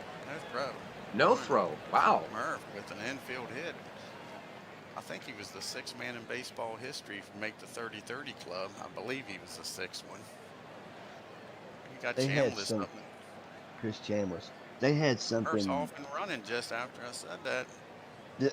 Not much of a base stealer, was he, Dwayne? Yeah, like I say, he stole 30-some bases in 83 and 84. Yeah. Yeah, just looking at this right here. Yeah, you're right. So in 83 stole 30, 84 19, and 82 stole 23. I didn't know he had 161 lifetime steals. I never like thought I of say, Dale I think Murphy he as a was the base 6th stealer. man in history to do the 30-30 thing. Hit Wow. 30 home runs, 30 bases. For Murph some was reason, decent. I just when I think of Dale Murphy, I don't think of him as a base stealer at all. And yet, that's a kind of respectable amount of stolen bases. It's not Ty Cobb. Especially for a but power damn. hitter. Yeah, right. Yep. All right, here's Chambliss. Murphy down at second with 2 outs on a 1-0 pitch to Chambliss. That's a drive in the center field, and he's out of there. Davis makes the catch. They leave Murphy Davis. down at second. Go to the top of the 6th. It's a 3-2 ball game. Game's already well half over. One run lead. Slim here. lead. We got Oster Griffey up next. Here's the pitch to Ron. That's Oster driving Griffey down and the first Reed. camlet. Takes it himself for out number 1. That brings up Griffey now. Griffey's 0 for 1. He sacrificed his last time up. Here's the pitch down to Hubbard at second. Easy play. 2 up, 2 down here in the 6th. As we'll have a clean inning here, folks. Get out of here and give the Braves a chance in the bottom of the 6th. He's got Jeff Reed up. He's 1 for 2 with an RBI. And the 1-2 pitch is driven into center field. Murph's coming in, and that'll fall. No, it's short fly. Raffy makes the catch. Tricked me there. Like I say, I'm definitely going to have to play some of these games, Beatles, before I do the World Series. It's a different. Idle Park's a different kind of animal when you're doing them live. Yeah, like say, Action PC, I can pretty much tell by the shadow on this. It's tricking me a lot. Yeah, because sometimes even when you watch the shadow on this thing, it can throw you off. The things that will throw me off are the big high arcing home runs, because the ball, because taking Chris Slovik's suggestion, which I really like, he says to actually make the speed slightly slow, because then it looks more realistic, right? The ball speed scaled to the size of the park. But some of the big high arcing shots look like just routine fly balls, and they end up like 10 rows back. Those things always throw me off all the time in this game. Yeah. Hey, here's Bob Horner. Here's a Brave that I liked. Bob Horner. I like to say, I wish he'd have stayed healthy. He was going to be right there with Murph. They was going to be a heck of a tandem. Because he had that short swing, and it was hard to strike him out. He made contact. He's going to be a 300 hitter with 30-some home runs a year, I guarantee it. But he just could not stay healthy at all. It was a damn shame. Like, it's the old injury bug. I mean, every time you think, it's like, what was it? They said, I'm trying to think of a player recently or a while back that I used to watch play, that he had such potential, but every time he would come up, he would get hurt. It was like, Griffey, for example, every time when he came to Cincinnati, he just kept getting injured all the time. It was like there ain't no. I'm like, how the hell is he going to hit 500 to 600 or 700 home runs? And he did. Right. He did, but it took him a long time to do it because he kept getting injured so much. That is correct. I agree with you. Yep. I mean, you got a lot of pitchers that does that, but yeah, as far as out in the field, let me think here. You got what was the Boyd? Of course, some of his was self-inflicted down there in Texas. That Hamilton, Josh Hamilton. Josh Hamilton. Yeah, he was hurt. Like I say, some of it was self-inflicted. All right, guys, just going to break in on this one. Just an announcement here from Legends, because I love always promoting everybody. First, but Heads Upton says that Murphy came up as a catcher. Yes, he couldn't throw to second. Couldn't throw to second. Legend says, so tomorrow, guys, at noon, this is going to be Royals at the Twins in an opening weekend series finale. So, he told me that Walter Johnson isn't up yet for the Twins in the league. So, I like both teams. So, that's going to be a fun one. Tune in, guys, at noon, live broadcast. And this is going to be Saberhagen versus Pasquale. So, Saberhagen. There we go. No, what I'm trying to do, Steve, is just let these guys talk and do the, right? Just kind of, yeah. But yeah, I probably am going to go back in the coffin, dude. I'm like, All right. So anyhow, these guys are doing a great job. Here's Claudel Washington. Go ahead, Dwayne. Take it away, man. At all. Let's see what happens here with Jose. If Soto's on the mound, he'd get a high one. And that's a swing and a miss. Struck him out. Rio has 3 Ks in the game now. Down now for Mr. Benedict. He's 1 for 2 with the RBI single. See if he can get on base here with 2 outs for Mr. Hubbard up next. Ground ball down to Larkin over the hound. That'll end the inning, folks. And we go to the top of the 7th. It is still 3-2 Reds. Playing in a ballpark here that one of the greatest historical moments that ever happened, April 8th, 1974. How about it? Swinging. There's a drive in the left center field. That ball is going to be out of here. It's gone. It's 7:15. There's a new home run champion of all time, and it's Henry Aaron. The Be- fireworks are going. Beautiful, beautiful, Aaron. Now, That is exactly word for word how that went. oh, that was beautiful. Now here's the challenge. All right. Yes. So you said you had one of your new. Who's one of your new voices that you do now? Denny Matthews. All right. Now you have to have him calling it. Go ahead. Go for it. The Hank Aaron 7:15. Go for it. Here's the pitch from Downing. Swinging. There's a drive in the left center field. That ball is way back there, and that ball is gone. Hank Aaron has done it. 715 home runs. Oh my, what a historic moment here at Atlanta Fulton County Stadium. So Macho Man Randy Savage, we have a question for you up here in the booth. Though you were not good enough to make it to the show, what do you think of Henry Aaron's great accomplishment? Do you think that you Hey, could have kid, beaten the one of Babe? Could you have beaten the Babe had you made it to the majors, I Randy? would have smoked the Babe with that super slim Jim of a bet. Good job, Macho Man. Gets in the plug, makes some money while he's doing Snap it. into that Slim Jim and swing away, brother. Yes, brother. You just gotta step into it. Oh my God, this is the chaos I Yes. was looking for. This is Portion beautiful. of this game. Portion of the stream brought to you by Slim Jim. Step into a Slim Jim. All right, back to game action. Yes. And Jose Rico here to lead it off, Dwayne. Whenever you're ready, here's the 1-2 pitch. Can Pasquale get a strikeout? Yes, he does. Goes down on a strikeout. That's Pasquale's, I think, third strikeout of the game here, folks. We're back to the top of the order. Chris Sabo, he is 3 for 3 today with a stolen base and called stealing. See if Pasquale can keep him off the pads here, folks. If somebody goes deep again, I gotta do Vin Scully. There's a fly ball in the right field. Claudell's got it. That'll be 2 up and 2 down.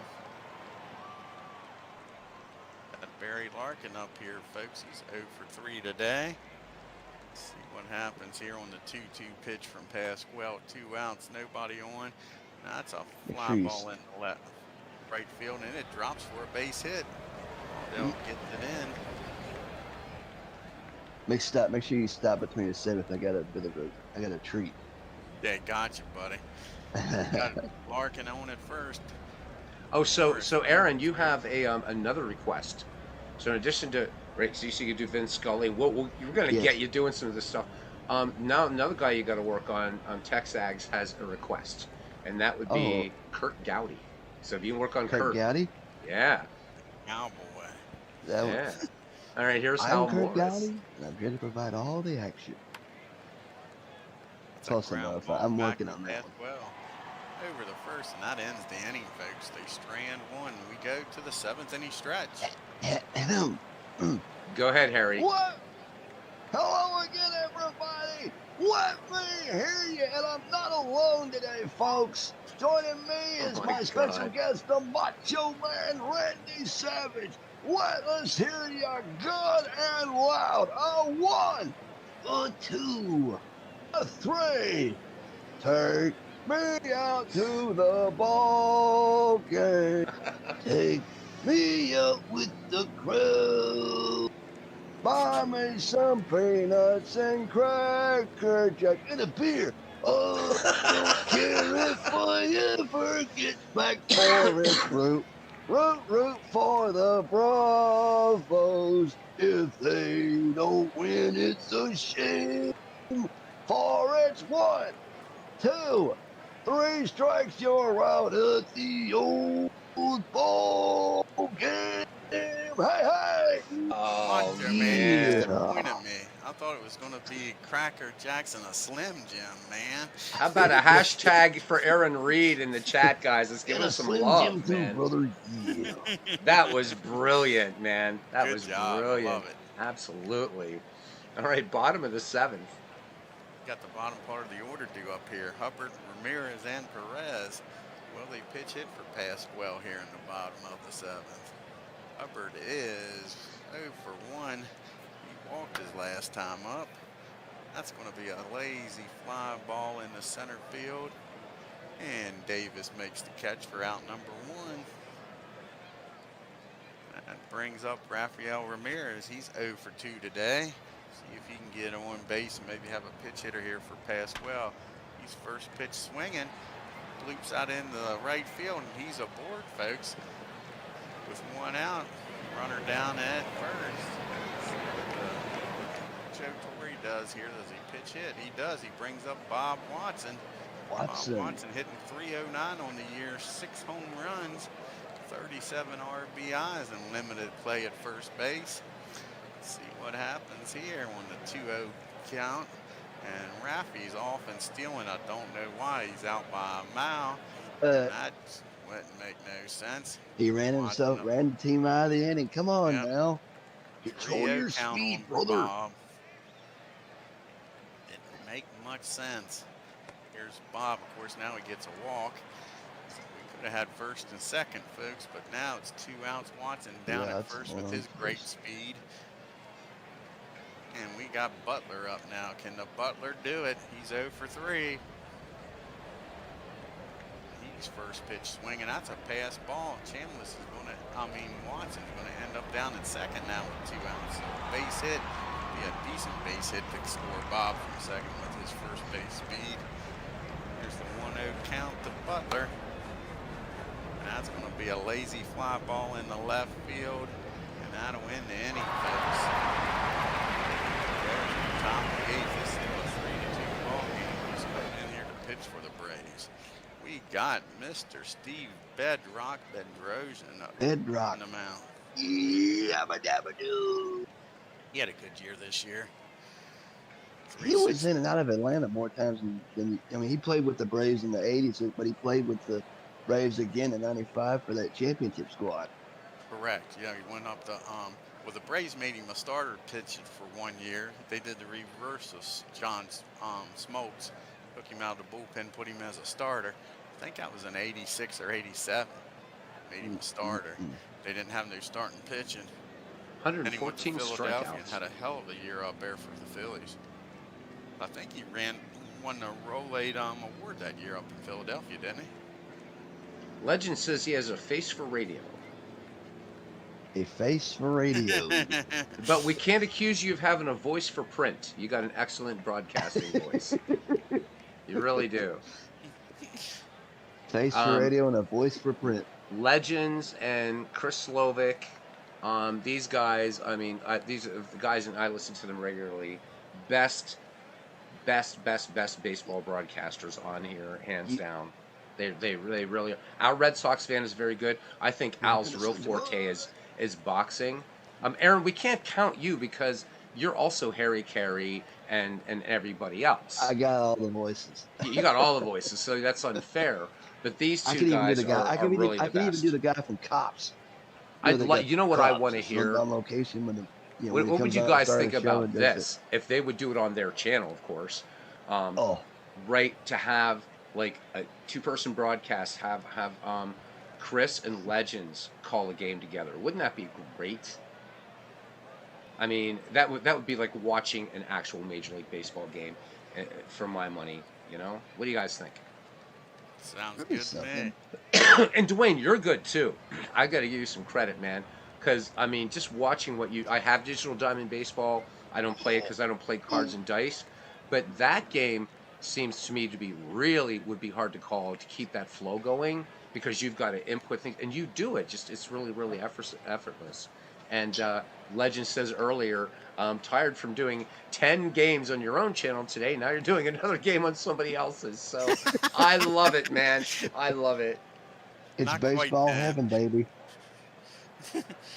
Not quite 10 today. In all facets of the game. What Legends, even if you would do like when Chris is doing an out of the park game, just to hear you guys like going back and forth, would just be absolutely amazing. To hear both of you guys do a game, one do play-by-play color, whatever, or you could get these two outlaws with you. I don't know. I would love to hear you and Chris do something together. I think it'd be fantastic. Anyhow, enough of my jabbering. Here's Eric Davis.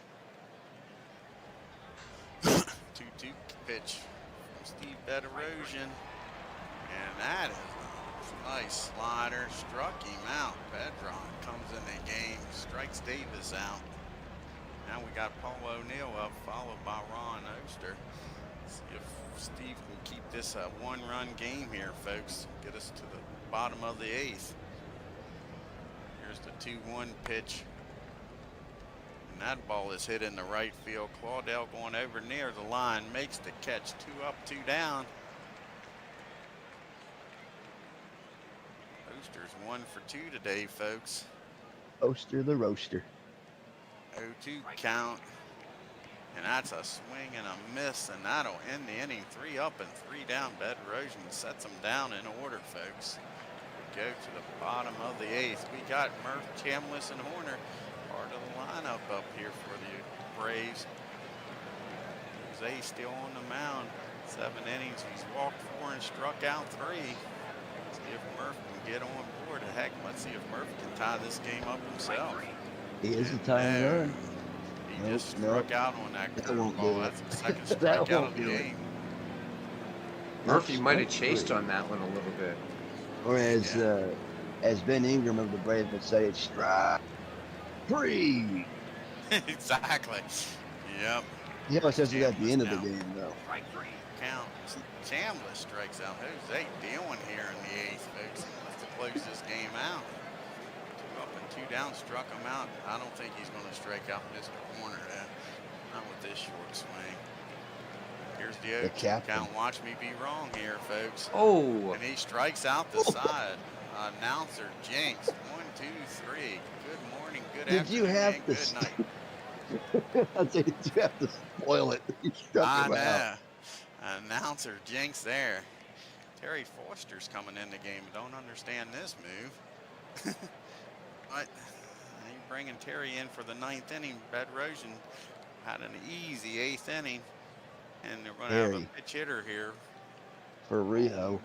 Mariana Duncan's coming in the Mariano game. Duncan. good numbers here, huh? Yeah, 306, 10 home runs, 55 RBIs on the year. Here's the 2-2 count. And Terry gets him on a fastball. That is 4 strikeouts in a row here, folks. Now we got Jeff Reed up. He's 1 for 3 with that RBI. Terry dealing from the left side here. That's going to be a ground ball up the middle. Raphael gets it, fires over the Chambliss. 2 up and 2 down here in the 9th. And we got Billy Hatcher coming in the pitch hit for Jose. Billy on the Hatcher. year's hitting 276, 25 RBIs and 5 home runs.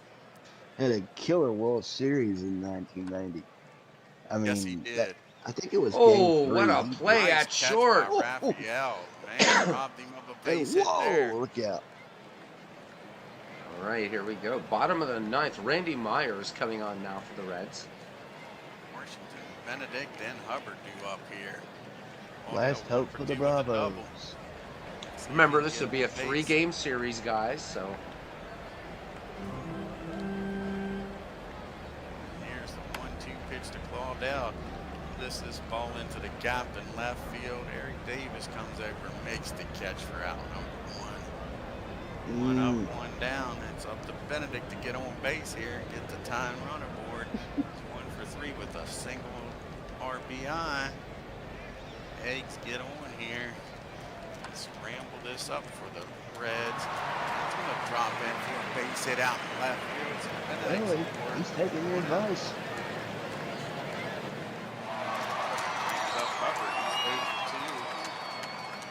With an RBI. Let's see if Mr. Hubbard can do something here, folks. 2-2 count. Ground ball up. Left field. Benedict down at second now. Scoring position with Hubbard down at first. Raphael. Braves are trying to make a 9th inning comeback. Make a decent base hit to score Benedict from second. Lock 1 and this 3 game is up. Raphael, and that's going to be a deep fly ball in the right field. Is it deep enough to get Benedict over to third? He's tagging. Here is the throw, and he's going to be in there safely. Coach, we got first and third. We'll have a pitch hitter here. Tying run is Terry 9 feet Harper. away. Harper. 264 in the year, 3 home runs, 26 RBIs. Can he tie this game up, folks, down to the last out? 1-1 pitch. And that ball is hit into the gap in left field. And That's it's gonna going get to. him in. Oh, that tripped me. Oh, I'll put the sugar. Yeah, whoops. it gets tricky with out of the park. So Yeah, Cincinnati like takes that. game one of this 3-game series from Atlanta, 3-2. We'll just do the quick recap, and then if you guys want to hang out and talk for a little bit, I think it'd be fun. So the Cincinnati Reds, I wouldn't exactly say they powered past the Atlanta Braves, but this is the opener of a series at Atlanta, Florida County. Rijo threw 8 innings, a 4-hit ball. Reds now lead the series 1-0. One significant plate appearance for Cincinnati came with 1 out in the top of the fifth. Reds third baseman Chris Sabo with a solo shot, which helped his team go on to win. So the line for the Cincinnati Reds: 3 runs, 8 hits, no errors. For the Atlanta Braves of 1983, 2 runs, 6 hits, 2 errors. Winning pitcher One Jose big error. Rijo. And yeah, one big error, right? Uh, Yeah, Rijo. Randy Myers gets the save. Perez takes the loss for Atlanta. He went 7 innings and struck out 3. Steve Bedrosian had a strong inning, striking out 2. Terry Forster came in and worked an inning and struck out 1. Player of the game is Jose Rijo. So we'll be returning to this at some point. But for right now, we'll just finish today, and then Game 2 will also be in Atlanta, and that will be Jack Armstrong versus Craig McMurtry. And in the final, We can it'll get out be of the first Rick inning, Behendon, Ron McMurtry. Robson. Yeah, Can't get out of the first inning, Oh McMurtry. gosh, he was terrible with that. He'd pitch a freaking first inning, give up 5 runs, and then complete the game with no hits.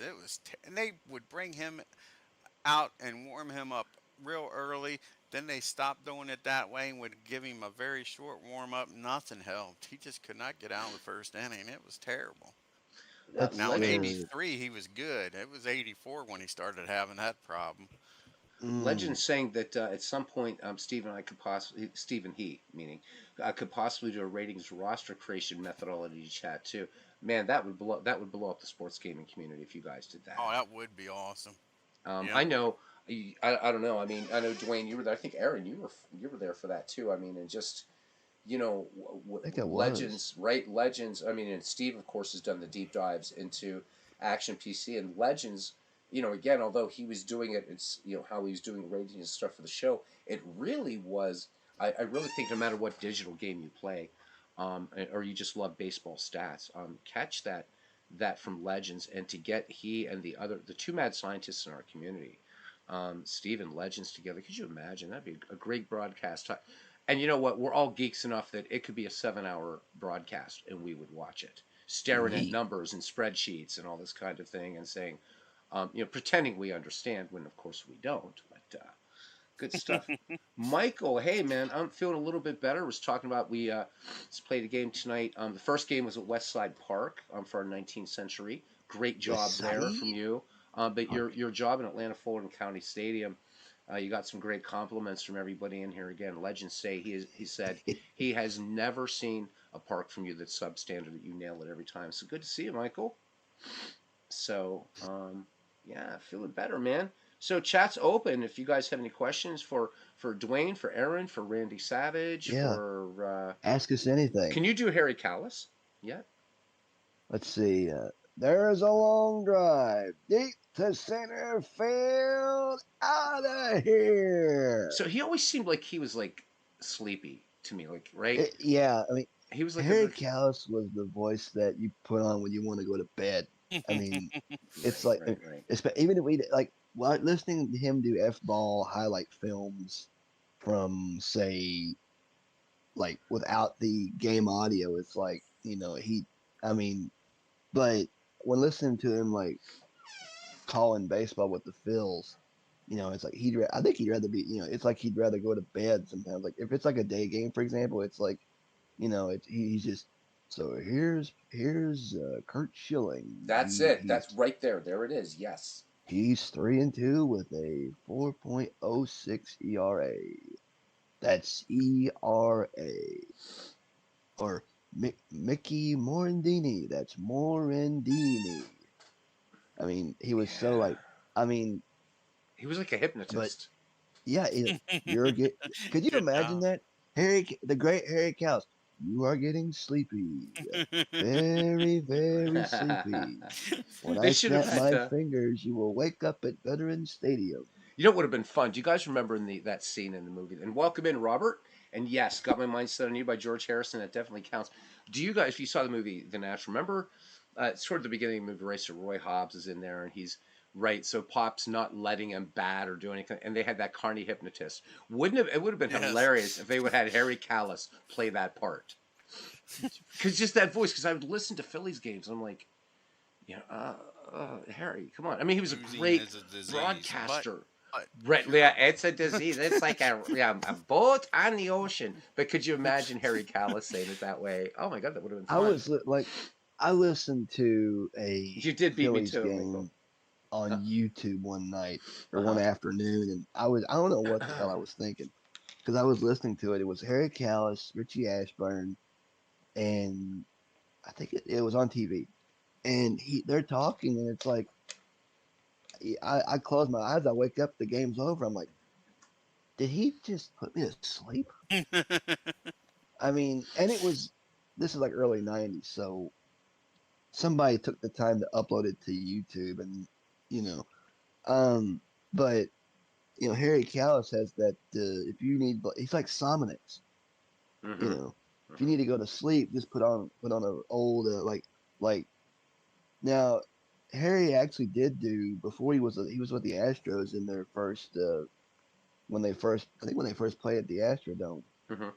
Because I heard some of his audio that somebody has audio of him with the Astros in the '60s, and if he'd have stayed, you know, it.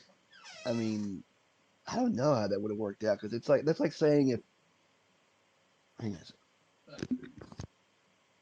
Oh, Aaron went away. Are you still here, Dwayne? Yeah, I'm still here, bud. Okay, that might maybe his girlfriend was calling. So they're talking. So I know you're also a fan of My dad was other. just telling me good night. He Oh, came okay. home. He's Well, home I know from you work. guys are a fan. We'll come back to it. But you guys are a fan of other sports, so I don't know if you guys, if you want to follow the chat here, and please feel free, right, to talk. I mean, I've kind of lifted that. I'm the only one that has to say f ball. So you guys want to put in what they're talking about these two f ball games here? I guess Axis something and Maximum. What do you guys? Any? I But mean, feel free talk about those games. You know, but I've always said, well, what would it have been like if John Sterling hadn't have left Atlanta and stayed with the Braves in the '90s? He would have been part of a serious, like I guess dynasty. I guess you could say. I mean, but he had to go. I mean, he already lived in what was it, New Jersey anyway, which is close to New York anyway. So, but I love I those announcers back then with the Braves because they was paid by the guy that owned the team, and they would still cut up on him and talk about some of the dumb moves Ted made. And I loved it. It was like you it's guys are like getting paid by this man and still cutting up on him. Gotta like like that. Ted Turner's an idiot, but he pays you. Yeah, it's I like mean, darn, these guys ain't homers at all, and they really had an excuse to be a homer because that was the boss. yeah, Yeah. that'd be like it. Could you imagine? Let's say, could you imagine, say, like maybe John Sterling or Michael Kay knocking George Steinbrenner on the Oh, air? exactly. They'd Yeah. get fired Yep, I don't care how immediately. long the contract was and how big it was. He'd have fired him just to fire him. Yeah, That's what he did. I think that's what he did. He would fire him just to fire him. It's like yep. every time they had a shitty season, he'd fire the whole staff and just bring in like people that no one knows. Like I mean, heck, Johnny Keane managed the championship Cardinals in '64, and then he goes and manages the Yankees right after that, and they don't win a thing. Look back in the '70s. He fires Billy, hires Lemon, fires Lemon, hires Billy. I mean, it was nuts. I'll be right No, back. and they I'm didn't gonna have check even this have real enough quick. time to sign up for unemployment. It seems right. So. exactly. Sure. Yeah, yeah. So what do you guys think about? I mean, it's they're talking about Madden and F ball and what do you guys I never played any of those. yeah. Not the only football game I have as far as PC is action PC football. So I was looking at that and that I mean because and again I'm going to tune into some of the games. Not that I'm going to know what the hell's going on, but just to support the community. But I'm watching the game and it's like to me, they graphically, why can't they do a little bit more? Player pictures on the field or something. It's It looks it's an way easy too. answer, Beetle. I mean, it We just, keep buying it, and he doesn't have to because we keep buying I mean, it. because it's just so utilitarian looking. I mean, the baseball game looks great, you Yeah. know, and I mean, but it's like I was watching Chris and Steve just sim out a couple games, and I'm looking, I'm like, it's like, come on, Dave, you could do some more with it. I'm sure it's a great game, or these guys wouldn't be messing around with it. But I mean, what are your thoughts on the game itself? Is it a good game engine, as good as Action PC Baseball? Yeah, me and Legends talked before. The only thing I'm not sure of, Beatles, is when you're playing as a team Mm-hmm. against the AI and you get out to a decent sized lead. Uh huh. It seems like every game, and again, it might be just me remembering those games and I'm forgetting the other games that don't do it. They always come back and make it a close game. You know what I'm saying? You're up, Yeah. you're you're winning 21-0 in the first quarter, and maybe you get up 30 some in the second. By the fourth quarter, it's going to be a one or two possession game. And again, I'm thinking to myself, is it just me thinking this, or does it really happen? I'm not saying it's rigged, but I'm saying it it seems like it's always a close game. You don't lose them. I'm not saying that. They don't come back and beat you all the time. Sometimes they do, which is football. You know what I'm saying? Mm-hmm. But it seems like it's always close, always close. And you could call which is possible, you can call the perfect play, and they'll get the 20, 30-yard completion on fourth down and 20. You know what I'm saying? But yeah, I don't know. That's the only issue I have with it. And again, that's because it's a closed engine and you can't see it, so that Mm-hmm. makes you think that. You know what I'm saying? So, Dwayne, question for you, because I asked this to Aaron, months ago, and had him on here. Yes. So now it's your turn now with Dwayne, man. So your very first Major League Baseball game experience. Talk about it. Who was it? What game did you see? Um, True, yeah, guess man. I was Share some 9 years memories here. old. All right. Little league took us down. It was Orioles against the Yankees, and I know you love pitching duels, but when you're 9 years old, you don't go down and watch a one-run game. And Lee May shut out the Orioles 1-0. The only exciting part was Earl Weaver went out left field at Memorial Stadium, was arguing about a home run because if you remember, they had that nice little line painted on the wall, and Yeah. went out and did his little thing, spun his hat around and argued. But yeah, 1-0 Lee May game. But for you I guys, think Little League, you guys wanted to see a slugfest, right? I wanted to see a 4-3 game, and it was Okay. early '80s, or late '70s. It was around late '79, 70s, early '81, something 80s. like that. Okay. Yeah, I wanted to see a 4-3 game. I'm not saying I wanted to see a 7-6 game, but I wanted to see a 4-3 ball game. Yeah, and Who like was? I say, Did you take your radio? You probably didn't do this, but did you bring your little radio with you to the park? no, I took my The popsicle Pete Club to try to catch popsicle a Pete ball. Club trying to catch a foul ball. Did Yeah. you? Did you catch one? No, that one never even came close. Oh, Christopher Slovic here with us tonight in our little chin wag. there Welcome he in, is. Christopher. And he's getting ready over there to start his teaching days. He's 9 hours ahead over there in Islamabad. Hope you're doing well, bud. And stayed and watched your entire thing with Steve Tate, even though I didn't know what you guys were talking about. But it was awesome there. I get the big into caps. I know you guys were shocked. Steve was like, Beatles is still here. We're talking F ball. He's still here. And I was. It was interesting. I'm not I don't like, but I like the process of what you guys were talking about, and stuff like that. So let me ask you this, Dwayne, because you're doing this replay, Braves and Yankees. Who's your team, though? I mean, you have right, or like, do you like them equally, or are you more a Braves fan? Now I'd probably say I'm more of a Braves fan, but Okay. that's waning a little bit, Beatles, because I don't get the Superstation, so I don't get to see them like I did. You So know? you see more Yankees, right, where you are now? I mean, because Yankees, you can go on, right, Well, see, Amazon I see carries Yankees. the Ooh. good part about living here in Western Maryland and Hagerstown, Beatles, Mm-hmm. and you probably have it too with being in PA. I Right. see a lot of both because I got the Nats and I got Baltimore, so I can see both American and National League games. Right. And Up a matter of here. fact, down here, it's actually the same station. It's Masson. They got a Masson 1 and a Masson 2. So it's on all the Yeah. time. So I get to see both National and American League games now. But that's why I Yeah. became a big Braves fan was Orioles. I Superstation. could probably only watch them about 100 times a year back in the 80s. I could watch the Braves 150 times on TBS alone. Oh And if they wow. was good, you had the game of the week. And so talking maybe 155 games a year you could watch. And back then I watched them. When they was on the West Coast, I was staying up to 1 or 2 o'clock in the morning. That's a baseball fan. So where I am in Pennsylvania, it's like the sweet spot for baseball. And we have a lot of baseball in the Commonwealth. Major, two major league teams and a ton of minor league. But what's nice You got here Altoona, is Harrisburg. Harrisburg. So, but right here for Major League Baseball, our stations we get the Pirates, the Phillies, the Nats, and the Orioles. Are you So getting Masson up there? yeah, and we also get AT&T is the one that shows mostly pirate games. So Cool. yeah, so I can like watch four Major League Baseball teams here, and of course, yeah, the bigger things. But it's like okay, I don't really have to subscribe to Now, see, MLB if you go TV. further west than me, go out to Allegheny and Garrett County. Oh yeah, That's Pittsburgh country out oh there. yeah. Well, They see might be here. in Maryland, but they're Pittsburgh Oh fans, yeah, both yeah. Steelers and Pirates. Yeah. Well, Steelers it's and funny Pirates. here because for the longest time in Pennsylvania, it was mostly Pittsburgh Pirates, mostly Pittsburgh Pirates.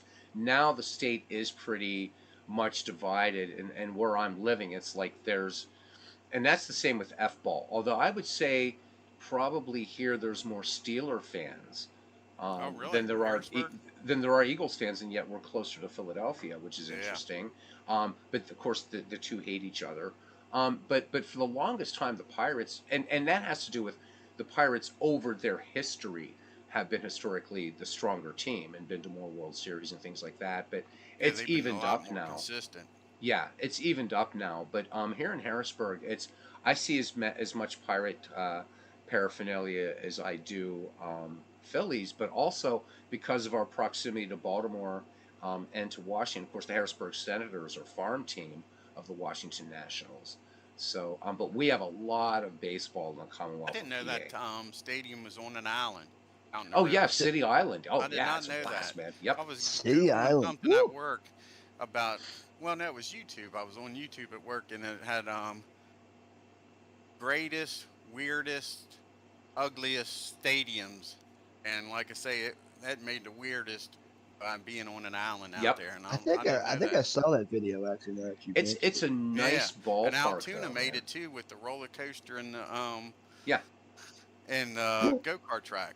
But Well, I thought that that's was a part. A buddy of mine lives up in Bedford. You know where that is, I Beatles? know where that is because I used to work in that amusement park. About an hour from Altoona, and he goes up a good bit to the Yeah. Altoona games. And I said, "Is that part of the No, ticket price?" He says, "No, the no. roller coaster and the go karts is separate. You got to pay That's separate." But well, yeah, because that's an amusement park, actually. yeah, that'd be cool if that was part of the mission to get in the game. Yeah, it would, but that's a great backdrop, and Yes, it is. that's a nice park. And for the Pirates, that's nice because that city's only 98 miles from Pittsburgh, so And really, really easy to get something.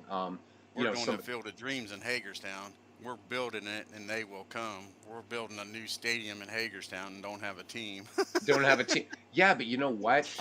There's a great documentary, and this should give you guys in Hagerstown, yeah, some real hope. There's a wonderful YouTube documentary about minor league baseball in Omaha, Nebraska, and so they kind of were like, okay, we didn't have a team, whatever, and now they've been a long time affiliated of the Royals, and it was a really really inspiring story. So, go Hagerstown. So if you had your, Now, I mean, Frederick had a nice stadium, and now it's not. Now it's Frederick, being Maryland. used just like Hagerstown is by That's independent the team. Keys, isn't Oh, it? is it? Yeah, now they're defunct. Now they're still calling themselves the Keys. They didn't change their name. Hagerstown's changing their names. They used to be the Suns. The Going to be Sun, the yeah. Flying Box Cars, and I The didn't even know that was an airplane. the A um two-air the airplane that was made here in Hagerstown. South Atlantic Yeah. League Hagerstown Suns feuded with the Lexington Legends for years. It used to be I in the mean, Carolina League, and then Frederick, they yogi doked us good, Aaron, in Hagerstown, and these people bought it hook, line, and sinker. Yogi though.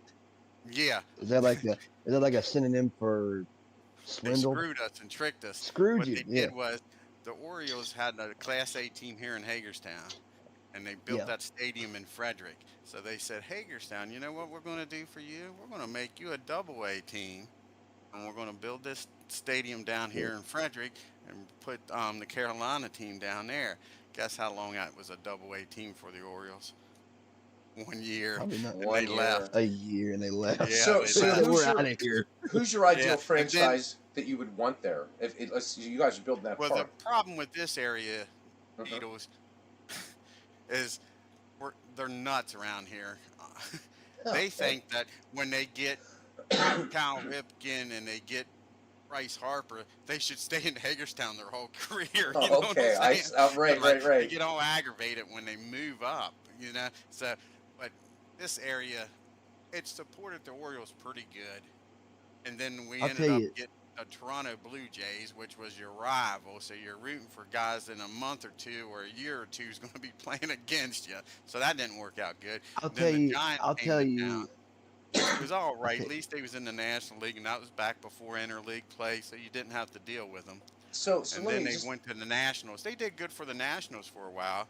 The Nats, like saying, I give the Nats credit. They actually Harper played here almost a full year So before he went up to Harrisburg. So with your proximity though to Baltimore and to DC, why it's like so the teams that you're a fan of, which is there's nothing wrong with it, but you're nowhere near Atlanta and you're nowhere near well you're closer well, to New York see, City. I New York I did City is not like driving Chuck distance, but Thomas. yeah. Chuck Thompson as an announcer, I could not stand as a kid. So of course I rooted for the Yankees just Okay. because a ball hit down to Mark Belanger, routine ball is why I didn't like Chuck.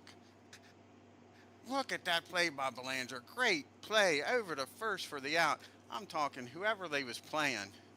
Ball's hit down the second. He dives, throws from his knee. Routine ground ball to second, over to first for out number one. I'm like, you homer. See, That's that's and like he that's like listening to Ken Harrelson. Oh my God. oh, he's I bad. mean, I'm glad he's not doing. Oh, he's terrible. I mean, it's like if he's gonna criticize something, you're gonna hear about it until he's blue in the face. I mean, it's like, dude, shut up. It happened. You know. I Yeah, I mean, didn't he would totally guys hate around the here rules love today Chuck. if I he didn't was like still. Chuck. And Chuck was in love with Rick Dempsey, who I thought was a good ball player, but he made him out to be. And Earl Weaver used to aggravate me too with him. If Rick Dempsey, I went up to Rick Dempsey and asked him to hit 300, he'd hit 300. I'm like, well, Earl, at training camp, I'd fucking ask Rick to hit 300. Like, come on now, he's a decent catcher. He ain't all that, you know? Sure. I Yeah. mean, I'm going to I bring up think a lot of while we're times. talking here. I don't know if Texag is still in here because he was talking about the. So you guys keep talking. I'm going to bring up the state collection for Action PC Baseball so he can see it and maybe I thought others. I had that Beatles. I was looking the other day, and I either had it on the old computer and never transferred it over, but I don't have it now. I swore I had that. Did you go on DK I thought it Sports? came with History Maker the No, first no, no, year. no. It's It its never own. did? No, Then I it's its might own thing. never have had it. Mm, Okay. Yeah. You guys, I just wanted to bring that up just to show that off really quickly because a couple It's people cool. besides Tex asked about it, and I love it. This is How many something states is in it? I'll let you know. It's 30. I think it's 32. That's what I thought it was. Yeah, I was gonna. So when baseball gauge was up, I was gonna do this right, and then I remember talking to Robbie and stuff like that, and it was a couple. It was right when I got to America. I'm like, oh yeah, this is great. I found this baseball gauge, and I think I'm gonna make a team of, players by their birth state, and then got sidetracked by other stuff, and then went on to baseball gauge one day. It was gone. I'm like, damn it, and then this came out. So this is pretty good. This is pretty good, and this is kind of when Maryland's got a good team. oh yeah, I'll show you some of the rosters. Yeah. So and one thing that Steve and Chris were talking about is like how about states that weren't well represented, and that's the case here as well too. So like like Rhode Island's not in here, right? They're just I mean they're such a tiny state. I mean, but you have a lot of the usual suspects that are going to have strong teams. Pennsylvania is really strong. Ohio, New York, they're powerhouses when I show these and name off some of these rosters too for Aaron's sake as well. But so guys, this might even be on sale. Let me check for you just really quickly. I Um, think the sale ended this Friday or Saturday, didn't it? with Dave, you never know, but you know it'll be on sale Yeah. again in 5 minutes. Oh, exactly. So, 'Cause I'm waiting for the freaking decades to get to half price. oh my God, I know. Get There's a down to couple 40 things. bucks. Yeah, he's. It's just. Let me see. Because Is I it? got 50 to 2009. Oh, really? Yeah. Okay. Now some of them, like you, was me buying this season, me buying that season. I was a moron. I didn't catch on quick enough. Well, this is And then never too late. The state yeah. collection is on sale for $17.50 Oh, it's still on sale. still. Yeah, it's normally 25 bucks, and Yep. the history collection is 41.30 right now, regularly $60. So, but Dave doesn't finish projects. See, I got the 2000 edition of that Which one? of the history collection. Oh yeah. See that what you know what I'd like to see him do, but you know what? He offers so many great deals through the year. But I think for people that purchased it, if I he's know not we going to talked. offer an incremental upgrade, what I'd like him to do, I wish he He would does that do sometimes with the games. He with he the put games, in there yeah. the a coupon thing and you get it discounted. I wish he'd do Yeah. that too. Well, the other thing is to re-release some of the old sets for the baseball history collection are no longer available, like the decade teams. Yes, I I still have a have league. that. Oh, I love that. I have a league set up for Yes. that. I So did a whole tournament with that. Well, I did a whole season with it. I renamed them. I renamed them local towns. Like the 70s, I named them like Boone's Bar or Funkstown or something like oh that. yeah. You know what I'm saying? So the But I state kept the players collection, the same. you got some good players here. We got for Pennsylvania. Got to start with Pennsylvania, of course. Roy Thomas, Hack Wilson, Ken Griffey, Reggie Jackson, Stan Musial, Sherry McGee, Del Ennis, Hannes Wagner, Jack Clark, Dick Allen, Ripper Collins, Eddie Stanky, Roy Campanella, Gene Tennis, Mickey Vernon, Buddy Bell, Nellie Fox, Bobby Wallace, Mike Piazza. And then for pitchers, Christy Mathewson, Ed Walsh, Eddie Plank, Stan Kovaleski, Bucky Walter, Sam McDowell, Steve Svetonic. I don't really know who that is. Maybe I should. Joe Page. I know he was a Yankee. Bobby Shanks, Clint Brown, Bruce Suter, Gene Garber, Paul Gene Hertzel, Garber. Love me, Gene Garber. Russ Kemmerer. Let's look at Maryland, and then we'll look at Kentucky. So Maryland in here. Maryland's got a strong team. Of course, Yeah, they do. you got one special standout here, of course, but you guys have Al Kaline, Brady Anderson, and of course Babe Ruth. Homer Smoot, man, you guys got Homer Smoot, you bums. Anyhow, Homer Smoot. Homer Smoot, that's right. Harry No. Anderson, Harold Baines, no jokes. Charlie Culler, Bill Nicholson, Billy Werber. Billy Werber was a good player. Buck Herzog, Cal Ripken, of course. Look at those first basemen. Yeah, you got Jimmy Fox, Mark Teixeira. I mean, so you're not going to be hurting it. Well, I mean, Teixeira is not going to get a lot of time, playing Right. time. That's when you're going to give Jimmy a rest every once in a while. You got Home Run Baker. Baker, exactly. Let's look at your pitching staff, man. Lefty Grove, Vic Willis, Babe Ruth. So you got Ruth as a position player. I mean, right there. You got Eddie Rommel, who was a fine pitcher for the A's. What do you got? Jeff Jeff Zahn here. Nelson was a decent pitcher. Mm-hmm. Jack Taylor was not the ERA, but he was a decent pitcher. So you guys are pretty strong. New York is crazy. But let's look at Kentucky for My state, baby. yeah. Are these people from Kentucky or people that? Born No, this is where they were born. birthplace. Yep. Oh, So oh, see right. Stan Okay, okay. Don't mean they was raised there. They could have been born there and Move there exactly. for somewhere like else a later. month. Exactly. Yep. You got the Kentucky Colonel, Earl Combs, center fielder for those great 1920s Yankees teams. Gus Bell, Corey Hart. I don't think it's the same Corey Hart that did the sunglasses at night thing though. Wonder where the Bobby boys I was Veach, know. born at. I Mike will Greenwell. You bust. got Jay Buhner, Pee Wee Reese, Ray Chapman, Travis Fryman, Don Hurst, Dan Ugla. It's a pretty good team here, man. What And about then John Shelby? John Jim Bunning. Shelby. I don't see John. Who's Bunning was a senator. Is a senator now, I believe, Yeah, Jim Bunning. or Oh used to yeah, be. he's been for years. Yeah, you got Carl Mays, Jim Bunning, Jesse Tannehill, Hall of Famer, Paul Derringer, Brandon Webb, Johnny Morrison, Joe Hevering. That name I don't know too well. Who else do you have here? You have Steve Hamilton. You got some good teams. Good players.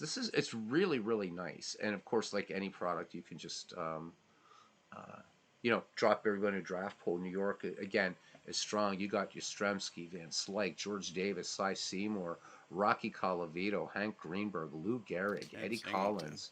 Yeah, New York is pretty tough. Massachusetts good, but New York got Jim Palmer, Look Warren at that Spahn, pitching staff. Whitey Sure. Ford, Sandy Koufax, Wade Hoyt. I think Darn. they have some of the best pitching here. Yes, Um, they do. yeah, that's some crazy pitching for New York. Massachusetts. Where's Massachusetts? There you are, you bums. So looking at their hitters, you got Tony C, you got Joe Kelly. There's Black Mike, Mickey Cochran, Mark Belanger, Pie Trainers in there, Richie Hebner, Jeff Bagwell, the Crime Dog, Jerry Remy, Stuffy McGinnis, who's a excellent member of that $100,000 infield for Connie Mack, Jack Cheesebro, Tom Glavine, Bill Donovan, Wilbur Wood, Vic Rashi. Wilbur. That's not bad. That's Yeah. not bad at all. Wilbur. Bedrosian's on this Dick team. Donovan. Yeah. What what year's Dick Donovan, or is it a cross section, Beetle? Bill Donovan. Let's see. Let's look at his what am I looking at here? From I think I could just what am I doing here? Let me just go to history. Okay, so I think I have to bring this up. This might have been I think this is based on the baseball history collection. Pretty sure. Gotcha. So it's a Yeah. cross of 3 years, right? hmm Well, peak. Well, the three that it's a peak slice of a player's career is what it Right. is. So I'm pretty sure that's it. There's also a nice subsection of the baseball history collection, which are players by country of birth, and What's that's North really Carolina cool. look like? North Carolina, I'll be glad to bring it up for you. So North Carolina, let's go back to batters. Josh Hamilton, Vern Duncan, Otis Nixon. There you go. That guy had some Yeah. speed in the Mm. Braves, huh? Swady Lockman, Chuck Hinton, Trot Nixon, Ina Slaughter, Buddy Lewis, Jim Ray Hart, Rick Farrell, Old Aches and Pains, Luke Appling, Ray Durham, Yeah. Smokey Burgess, Michael Valier. So pretty two solid catchers there. Yep. Mark Grace, can't complain about Mark Grace. Brandon Ryan Phillips, Roberts. yeah, good stuff here. Let's look at the pitching rotation for Brandon Gaylord Phillips is in Perry. North Perry. Carolina. Catfish Hunter. Not bad, man. Not Boy bad at all. Wilhelm. Yeah, Sammy Stewart with the Orioles. not bad. Yeah. So I know this was Steve that Steve was not interested in this one. So I think it's really cool that Christopher got him interested in creating a one for F ball by state. I think this is a great. I think it's a great set. Just to give you for $17.50, and you've got what 32. You got there's 1,000 some players here that you could just play around with for 17.50 if you're new to the game. Um, this one's a lot of fun. We'll have a look at Ohio here. Ohio, of course, Look is at going to that be. pitching staff. Yeah, we'll start with the hitters though. So you got Benny Koff, you got the Toy Cannon, Jim Wynn, Ed Delahanty, Al Oliver, Herman Munson.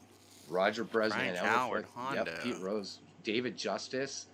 Yeah. These George Sisler is on here. Sal Sure. Bando, a player that I don't think gets enough love. Michael Sal Jack Bando. Smith.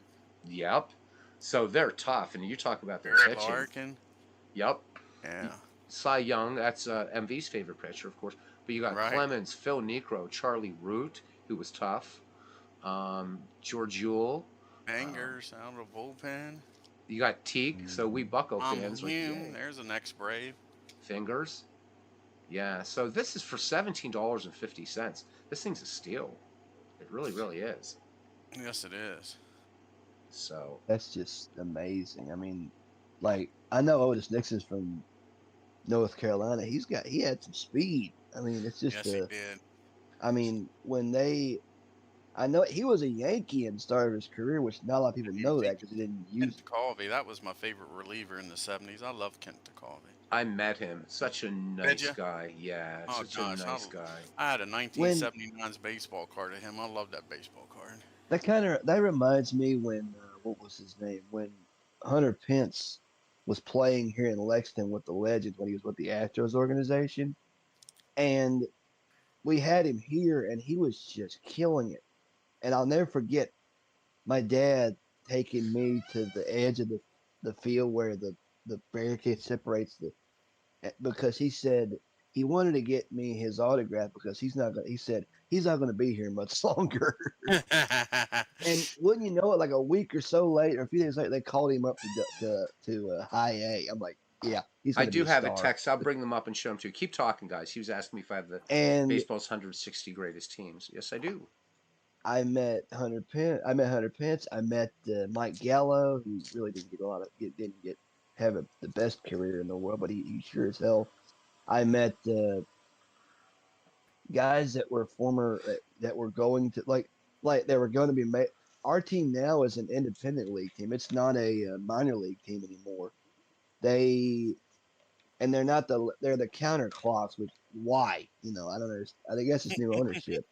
I mean, I think Brandon Phillips still manages the club because his brother owned the team up Oh, here, and Brandon was a player manager similar to Pete Rose, and he would like get like 2 or 3 hits in a game, and then he would take himself out. It's like, okay, time to let one of these guys play, and they would get people that either A were major leaguers and are over the hill, or B somebody who either is trying to get picked by a team, is trying to get the draft, but hasn't gotten a look. I mean, the legends here had Jordan Pacheco. We had Jordan Pacheco, Tony Cingrani, Brandon Phillips. We had, I mean, it was like I'm like, I watched these guys play at one point in their careers when they were in Cincinnati. I'm right. like, I So I asked myself, why didn't the Legends just become a Reds affiliate for crying out loud? I mean, I mean they, think about let me, that for guys, a hold second. hold your thought there for one sec. So, Yes. text. This is just so this comes in. You buy it. It comes in two different files. This is just the National League that I'm Mm, showing here. So 80 great National League teams, 80 great um, American League teams. So there's the NL, and yeah, you've got it definitely is a good mix. You go all the way back. It spans dead ball into 21st century baseball. And I'll bring up the American League and bring up a couple of things. Go ahead, guys. I just wanted to. No, you're I fine. didn't. I didn't want to think the but text that was thinking that's just half of it right there. The only thing that I would, yeah, there's the AL. The only thing kind of oh, it's not available. Well, bite me then. I'll go ahead and just install it, you bite me, bastard. you Jeez, it's not bastards. available. The hell, it's not You available. I ho- own the damn the thing. hell is not available. Bullshit. Jesus. That's bullshit. Jesus, Mary, and Joseph. But it's a steal. I mean, you got 100, right? I mean, uh, it's a steal, man. It is a steal. But again, I'm sorry, I didn't mean to interrupt you guys. Go ahead, please. You were. But yeah, like when I've seen a lot of the legends now. I'm gonna still call them a legend because I hate their freaking new team name they got now. No one's gonna go to the games anymore, and it's apparent now because they're not posting their updates on Facebook anymore. They haven't done that since the season started. Either they suck or Crazy. no one's going to the games anymore. I mean, but a team that had won back-to-back South Atlantic League championship seasons and then won another season in independent. They join independent ball and they win. It's like, you Did you know, lose them during the pandemic? do what now?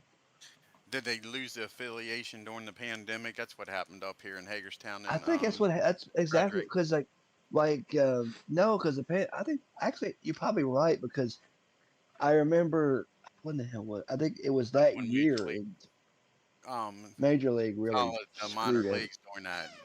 It was a They good, screwed the good place. reason to do it. Yeah, I mean, use that I as watch like I listened to the like I said this the other day on the stream. I listen to the MLB app, and I know I'm gonna harp on this again, and I'm not the only one, I'm sure, but they have the nerve, the guts, the balls, the cojones, you name it, to play an ad that has the gall to say, and I know we talked about this before, but it bugs me every time I hear it. It's Yeah, like a lot of them, I turn right? Text. Jeez.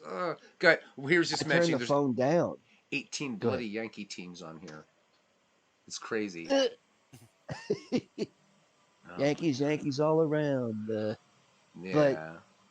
that's what like they friggin' like they it says the way the guy talks is very I shouldn't say douchebaggish, but it's like he says, "You spoke and the MLB listened."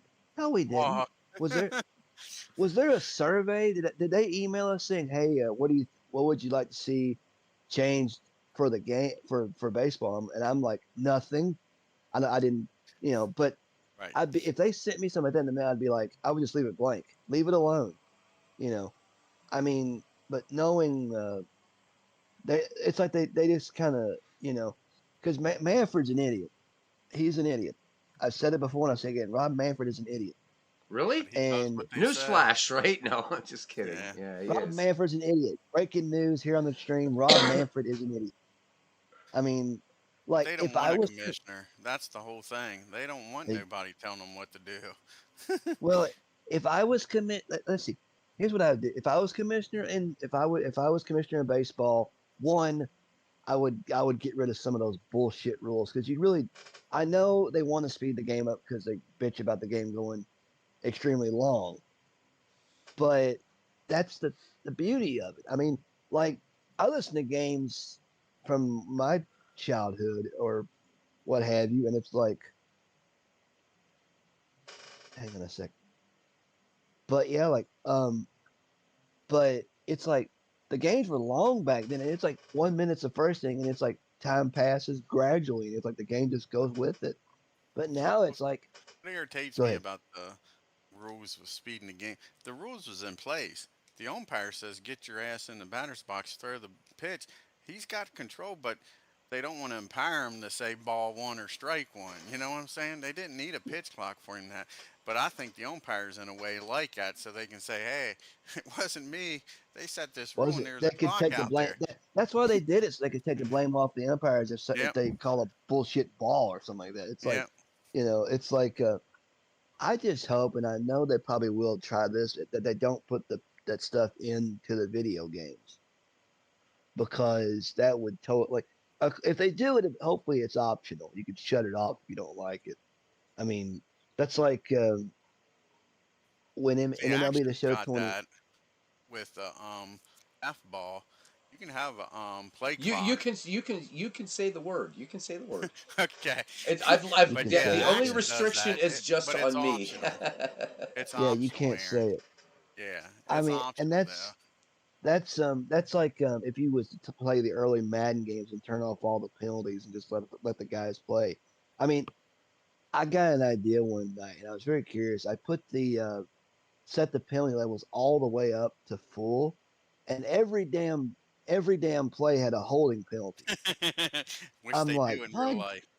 Well, holding you could call it almost every play if you absolutely really Yes, if wanted you to, but wanted then to. again, There's holding on every play. Yes. yeah, I mean, and it just it's like I'm like I should just set this back to the middle of the screen. That way it does, you know, it's not called all the time because even my brother got it knows like, damn it, a touchdown goes to the damn penalty around here. So The Dwayne, craziest what do thing you? I ever seen called was on state championship game here in Maryland. They was working on Bird Stadium, so that year the highest seed hosted the championship game instead of going to Bird Stadium. Now they go down to Baltimore and play the state championship down there. But like I say, it was fourth quarter. The two local teams, so I didn't have no rooting interest in either one. Didn't bother me who won, but it was like third down or second down. Boy goes back, throws a touchdown pass, and there's a flag on the play, and everybody's sitting around me. He's like, "What happened?" I said, "He's going to get a 15-yard penalty for equipment violation that brings this ball Oh back." God. And then he's like, "What?" I said, "He had one of them big ass pieces hanging down from his face mask. And Oh, in high Wait, school, wait, you wait, have wait, to have wait. the mouthpiece in. There's a such thing as and I didn't know this. So I'm not being like mean or facetious. There's a such thing as an equipment violation. Yeah, in high school, I mean, it's for safety. They want them to wear their mouthpiece. Okay, So like it's do they called have that in the equipment NFL violation. as well though? Is there a such thing? No, Oh, Yeah. okay, okay. I'm like, I Yeah. never heard of that. So okay. Yeah. Yeah, So, there's an illegal formation penalty. I wonder what kind of illegal formation that would be, like a one looks like a giant middle finger or something like that. There's yeah, the FU he formation. called back the Penalty touchdown, and they 5 yards. lost the damn championship game because of equipment violation with not having his mouthpiece in. Yeah. Oh, Yeah. So that's a Dwayne, what do And you travesty. I got? talked to guys at work that officiate and umpire and all. Uniform I'm like, violation. would you have called it? He says, I gotta call it, Dwayne. He says, it's a rule. I let that go. He says, man, that. He says, if the other side seen that, they're going to be just as mad as the team that screwed up if I don't call it. So Now here's a team I'm showing on here that broke my heart. The 2001 Seattle Mariners. 116 and Ah, 42. yes. Oh my God, I was pulling for them so hard. I think most of the country was. And man, oh man, what happened to them against the Yankees?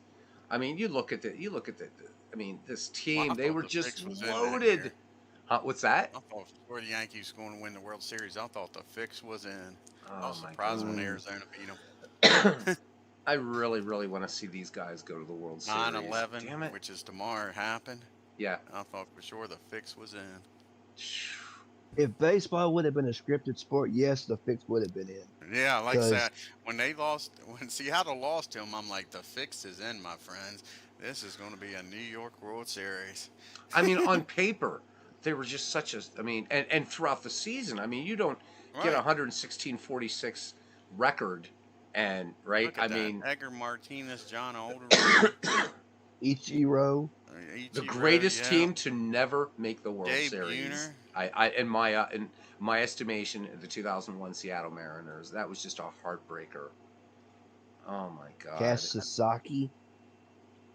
Oh. I mean, I Steve still Tate says say, similar to the downfall of Clue in Kentucky, talking about the Shanks League. Oh, oh. Yeah. oh, zing. I See, tell you Steve one that Tate. Yeah, really, if Steve Tate was a fencer, he wouldn't be messing around. He would just be bam, going right for the heart. That's it. bam, Just don't bam, bam. mess. You Oh yeah. know, you Who's on mentioned that the pitching 0-1 staff Mariners. at Beatles? What's that? Did you They had Felix, right? Who else was on that pitching staff?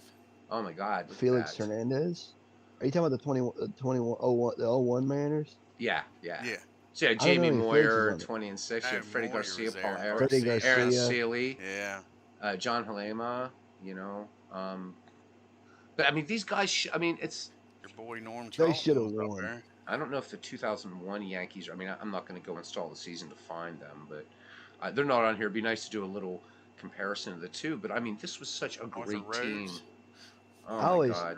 I still remember that game. It was the Indians and the Mariners. It was like August of 2001. Mariners scored 12 friggin' runs like the first 3 or 4 innings, and the Indians just gradually chipped away, and then by the ninth inning they came all the way back. I'm like, holy shit! You know, I watched. It was on ESPN. I don't know if it was a Sunday night game, but it was on ESPN, and I'm like, there is no like we were watching it going, you might want to. I told my brother, I said, you might want to cash in the chips for the night because the Indians are losing. And then, okay, they score one. They score another. Okay, fine. Inning's over. Next inning, they score. They were down by 10 at that point. They score another run.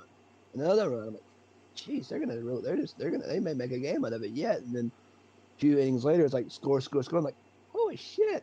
And then they friggin' tied the game. And I'm like, you know, holy shit. And it was like, I'm like, don't count out the tribesmen yet.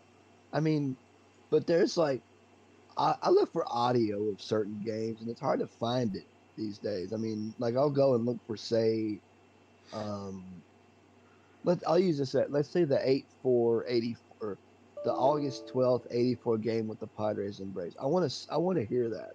I want to hear that because it's the game that had all those fights and ejections and things Oh, like I that. just watched it the other day when it actually happened. It was in July, and it came up on my Facebook. That was the Mm. that was the best brawl I ever seen. That was a real Wait, brawl. They were was trying to that hurt the each full other. game or was that the just the That was the fights?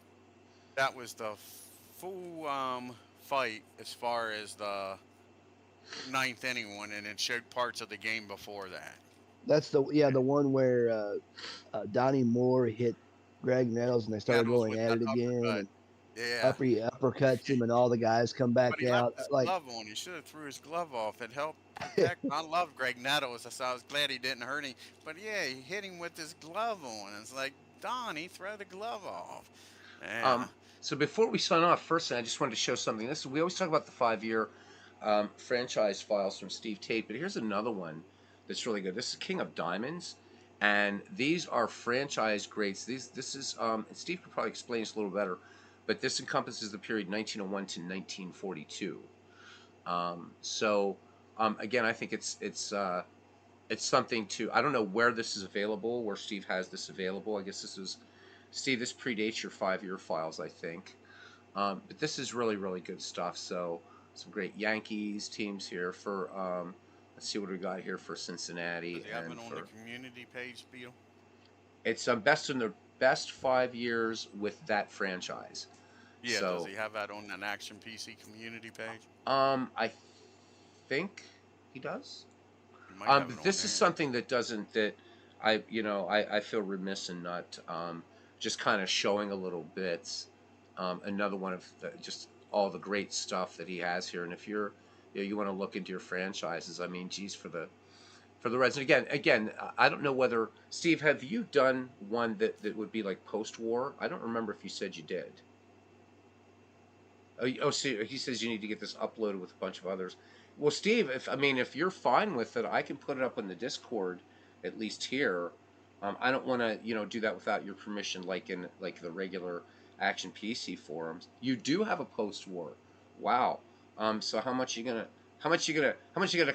charge me for the post war version? But okay, so guys, with Steve's permission, I'll put this both in the Shanks League. I think there's a yeah. I don't know if there's one in the Shanks Discord, but certainly in the Ned McGreevy Discord. I'll put this King of Diamonds up there for you. It's good stuff. 2 bits, you got it. I'll PayPal that to you, Steve. 2 bits. I mean, my God, this is just absolutely. This is really really great stuff here. And again, this is Steve's own work. This isn't like something that he just pulled out of Dave Cook's massive database, but um, this is this is almost like having an all-time greats franchise, but definitely with a different spin on it here. I mean, looking at the Pirates here, I mean, oh my God, you have to make the choice between Hannes Wagner, right, and Archie Vaughan at short. I don't even know how Hmm. you do that, you know, um, and Max Carey, Ginger Beaumont, whatever. And all the teams are. It's just done so. Well, there are some doppelgangers, obviously, because baseball players have long careers. But for the most part, I mean, this is just a fantastic set covering 42 years and 5 years. So the research in this just incredible, incredible. So just another great gift from Steve Tate to the community. I'll get this zipped up for you guys tomorrow, and it'll be KOD 1901 to 1942, crediting Steve, of course. Download it and install it into Action PC, guys. It's really, really, really, really good. Um, there's the Boston Braves. It's really, really yeah. How about it, Tex? This is pick a team. Text. Who's your team, Tex? I forget. You Yankee. Who's your team again? Can't remember. Can't remember. But this is good stuff. And I mean, you could play it as a league. I mean, if you don't mind doppelgangers or anything like that. Chicago Cubs. Let's look at the Cubbies. So look at this, man. You got Hack Wilson and Gabby Hartnett, Frank Wildfire Schulte, Kai Kyler, Riggs Stevenson, Cliff Heathcote, Heine Zimmerman, Stan Hack, Billy Herman, Charlie Grimm, Bob O'Fair, Woody English, Frank Chance, Joe Tinker, Johnny Kling, Charlie Holliker, Sully Hoffman, Claude Hendricks, Johnny Evers. Um, for your pitchers, Three Finger Brown, Hippo Vaughn, Lon Warnicki, Bill Lee, Ed Rulbach, Pete Alexander. So we'll see Alexander also on the Phillies. So there are a few doppelgangers. Charlie Root, Orville Overall, Larry French, Carl Lundgren, Feaster. Now there's not so many that if you wanted to, obviously, you guys know how easy it is to do things at the player level in whatever Action PC. If you wanted to take guys like Alexander, for instance, because you'll also see him in the Phillies. You could decide maybe I want to release him from the Cubs, and you can just as easily do that. So there's a lot. It's a big playground just by itself. So guys, pick it up. Dwayne, I wanted to ask you and Aaron both, what do you guys have coming up on Sure. your channels and when? I'll probably Well, do some games tomorrow. I'm off. I gotta do some lab work tomorrow, but I'll do something tomorrow morning, probably after lab work. Okay, sounds good, man. And you, I Aaron, I think It's know in the the you've been. Braves and evening. the Reds. What's that? I think it's the Braves and the Reds. I think it's Joey Jay going up against Warren Spahn. Should be a good matchup. Oh, absolutely. Ooh, Spawn and Sane and pray for rain, man. But Yes. Johnny Spawn and Sane still Sang and playing pray in for what? 1961 for the Braves? Is he No, still pitching? it's Okay. Spahn and nobody. But Spawn and Carl nobody. Wiley is pitching a hell of a year right now. Like I say, your Pirates beat the crap out of him today. But yeah, Wow. Oh, so stand by for the download link for the I'm falling in 1947 love and with Lou 93 Burdett file. this year too. No, I'm not going to get any sleep tonight because I'm going to be staring at this. So with the Steve Tate projects, again, I haven't done anything with them except just play a bunch of exhibition games. That's all I've done. Because it's like, what do I want to do? It's mind-boggling with these things. Thank you so much, Steve. Guys, there's the download link for the successor to this one. So you might want to pick it up. You just might want to pick it up. Bam! I just click save. Happily so. McAfee, you don't have to scan it. It's from Steve Tate. Even though MV thinks he's the evil overlord. And Aaron, you've been doing baseball for Windows. Cool. Yes, I have. I'm hoping they can tomorrow afternoon or evening, continuing the 1990 playoffs. All right. The Reds are down 2-0 to the Pirates in the NLCS. Okay. We have to I figure think out OBS for you sometime soon here. yes, I want to So, stream this. I do. I want to stream it okay. because like the fact that there's. I mean, you do it almost when it like once in a while, but it's like I play AP Action PC and Apple. It's like, but everything is what is it? I'm trying to think because um when I load Hmm. the thing again because the last one I did was a double header. Right. Um, Now, 1 second Ernie text, and will I'll answer that for you. There's just one thing you got to remember to do. In fact, I'll do it now for Ernie you. Go ahead, Aaron. I'm gonna show text how to Ernie do will this. tell me how they did as far as a previous game is concerned, and it's like he. I mean, I noticed something too, like when I run a league, like a league simulation or whatever it is, and I let it play all the way through. When the Hmm. teams are like sorted by alphabetical and all that, they get jumbled. Apparently, I think it goes from leader to the bottom. Like it's So sorted you out can by. sort and baseball for Windows the same way as Action PC and Out of the Park Baseball. You have to find those head for you. Again, hopefully your the software that works with your applications will show because you can sort by stats and everything in baseball for Windows the same as you can in this and Out of the Park. I want to answer something That's for what I Tex like Ags about it. really quickly. Okay, so Tex, I just downloaded this to my desktop, so I'm gonna actually cut and paste it. Okay. There's only just one thing you have to remember to do with Action PC Baseball. All right. So we'll go here, and sorry, my computer's like really pissed off at me right now. So let's just go up one and go up one. Let's keep going up. Where is it? Where is it? You son of a bitch! Oh my You son God. of a bit. Yeah, I can always tell when it's like, okay, you've done because like the stuff that I do on here. There we go. Doing crazy stuff. So then all you do, Tex, is just drop it in your DK Sports Data baseball seasons, right? So I'm just going to paste this right into seasons. So move it into that. And bada boom, bada bing. It's a small file. All right. Now, when you're in here, what's really, really important, because you'll miss it, and actually, this was one of the very few things I got to show, because I was yelling at months ago, and Steve and I were. I still laugh about it. He was trying to get one of his seasons and show it, and he couldn't find it. Where is it? I know it's here. I made it. Blah blah blah blah. So when you go to install seasons, what you want to do, Tex, is make sure that you click down I here. knew that's what you was going to say. I've done it many a time. Yep, display all zip files, because if you don't, the only Spend thing that 5 or shows 10 up minutes here. looking for something. Exactly, because if you don't select this box, the only thing that will display are Dave Cook products. So you got to do this, and then I always put everything on my seasons folder. These guys, I don't know how they ended up there, but um, I don't use them anyhow Probably too when you much. downloaded the game. Probably, because I've never I like how they came with it. It's like Oh yeah, 3 man. seasons. So that I'm You gonna get go this. here, and I'm gonna find it, and of course I have to go back and see what the hell it's called, of course, because I'm like, oh, I just cut and paste it. But anyhow, you'll find it Tell in you in a here. second here. Click, yeah, thank you. I know it's, You're welcome. yeah, man. KCID KO. Sorry. KOD, Yeah. yeah, King of Diamonds.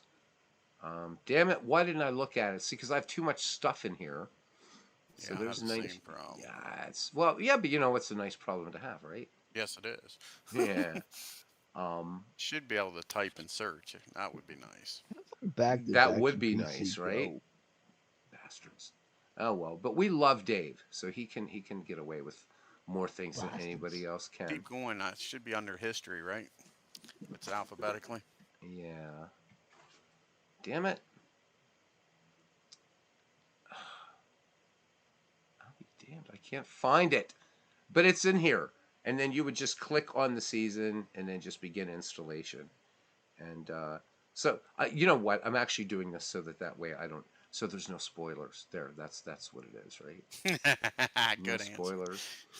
Also, in the baseball history collection, there's why I'm always pushing this thing. There's debut. You can do leagues based on a player's year of debut, going from the 19th century to 2010. Well, I can't think of any players that debuted in the 2010s. I mean, it'd be early 2010s, right? Like 2010, 2011, 2012. I don't think there's going to be Now too that's many guys. new, right? Yeah, this is in the newest. Oh, actually, this was in the 2022 edition. It's also in the Yeah. See, I 2023 got the edition. 2017 one, Beetle. Okay, yeah. Yeah. So that's a really nice one. And then again, the country of origin. That one's a bit of a pain in the ass to work with, though, because of the sheer numbers.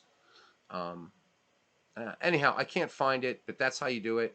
Just make sure, text, that you have this clicked, and then you'll it just installs automatically. Um, yeah, I wanted to look at it tonight and not get Keep any scrolling sleep. down. I'll help you. Oh, son of a bitch! Because I don't want to put it in there again. It's got to be here, right? You're a witness. You saw that. I mean, we're already past the point of no return now. We're at 3 hours and 52 minutes.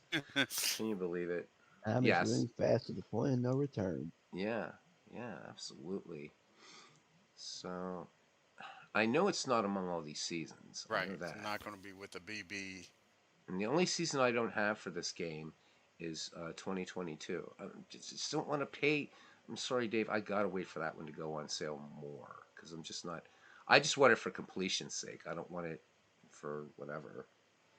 Yeah, it starts as KOD. I know, but I don't know what it put in here. But I definitely put it in here. Well, I don't know.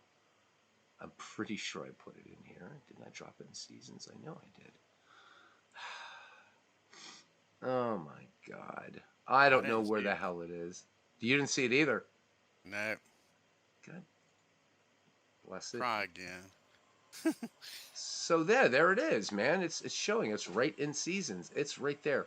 KOD 1947 to 1993. So it's there. It's there, man. You know what it Maybe you have is? to refresh the game. Oh, maybe I have to exit the game and go back. Yeah, you know what? Let's Yes. try that. Yep. All right, so boom. Oh, Set so a that confinement in the doesn't help. folder. So there you go. I had three, four. I had four instances of it running. No wonder I couldn't Yeet! find it. Well, that was dumb. That Uh, was That stupid. I forgot. I have to do that most of the time is exit out a game. Oh my Yeah, God. Yeah. app is the same way. It doesn't realize you have something new until you Yes. exit out and start it again. All I right. mean, it's like, oh shit, there it is. There it is. There There it it is. is. Yeah. Oh, Eureka! oh, and there's even there's an update. So what 17 2011, and this is 131. So I'm guessing it's this one. 131.11. Yep. Yeah, let's install this bad boy. Now there is going to be spoilers. How did I have 4 instances of that running? God only Of the knows. game? I'm not sure what you Yeah, were I trying had to do with four that. instances of Action PC running. I don't even Yeah, remember. Okay, so Chicago Cubs. Who do we got here, man? Billy Williams, Don Kessinger, Hank Sauer, Ron Santo, Ernie Banks. Let's play two. Mark Grace, Glenn Becker, Dwight Sandberg, Keith Moreland, Andre Dawson, Bill Buckner, Jose Jody. Cardinal, Rick I Monday, love me Jody Jody Davis Davis. from Georgia. There you go. Leon Georgia. Durham, Randy Hundley, Georgia. Phil When she Cavaretta, played for the Braves. and Mm-hmm. Dick Bertel, Fergie He was a Jenkins, of great course, killer. Greg Maddox, Rick Russell. So Rick Russell, who Chris Slovic knows, Bill Hands, Dick Ellsworth, Ken Holtzman, Rick Sutcliffe. Boy, hell of a team here for these Yes, it Cubbies. is. Damn. Damn, what about those Cincinnati Reds? Pretty much we know who's going to be on this team. Yeah. Wouldn't be Rose, Just surprised about. Red Pinson, Machine. Bell, Temple, Tony Perez, Johnny Bench, Concepcion. There's Ted Klozewski, Lee May, Frank Robinson, George Foster, Griffey, Morgan, Larkin, Davis, Edwards, Dreesen, Bailey. Um, Edwards and Billy gets a lot of playing time. yeah, so good stuff. I know it'll be on the Pirates, so let's look at Atlanta. Starting with Ralph Garr. There's a player I don't even hear you Braves fans talk a lot about A Ralph Garr. face in Why the is that? crowd, Ralph Garr. Why not? Why don't you guys talk about Ralph Garr too much? Same thing with Johnny Logan. Yeah, right, exactly. But you got Eddie Matthews, second greatest third baseman of all time. Bob Elliott, he was a good player. Del Crandall, another Tommy good old time. Holmes. There's Bob Horner, of course, in the Murph. Captain Horner. Yeah, Felix Milan. There's Bruce Bennett. There's Joe Adcock. There's a good Yep. player. See who you got in your Oh. pitching staff. Eddie. Oh man, you got Warren Spahn, Lou Burdette, Tom Glavine, Phil Johnny Negro, Sane. Johnny Saint. Your pitching staff's ridiculous. Steve says Yeah, you don't need a that this was bullpen, a do you? community effort No. with Zepp, who's another great roster maker, by the way, for Action PC Baseball. And he said that Zepp and he and a few others had in 2010 and 2011. So this is brilliant. This is brilliant, guys. So if the download link for that one, I'll put the other one in the Discord, and this one as well, so people can get them. So guys, make sure to please thank Steve in the Discord when you do download them. Let him know, appreciate it, because this is a lot of work. Rick Who else? Camp can come in and hit a home run in the bottom of the 13th inning to keep the game going for you. Even though Todd B's not here, we'll have a look at the Indians really quickly. So Joe Carter, Julio Franco, Brooke Jacoby, Dale Mitchell, Al Rosen, Bobby Avila, Tito Francona, Toby Hara, Larry Doby, Andy Thornton, Dwayne Kuiper, Woody Held, Jim Hagan, Johnny Romano, Albert Bell, Rocky Colavito, Luke Easter, Ron Hasse, and Bob Lemon. And then pitching, got also Bob Lemon, so he can pitch and play. Early Win, Mike Garcia, Bob Feller, Sam McDowell, Luis Tiant. Ooh, Pretty Tiant. nasty. And lastly, and then we're going to start shutting it down, the Boston Red Sox, because almost every other person in this community is a Red Sox fan.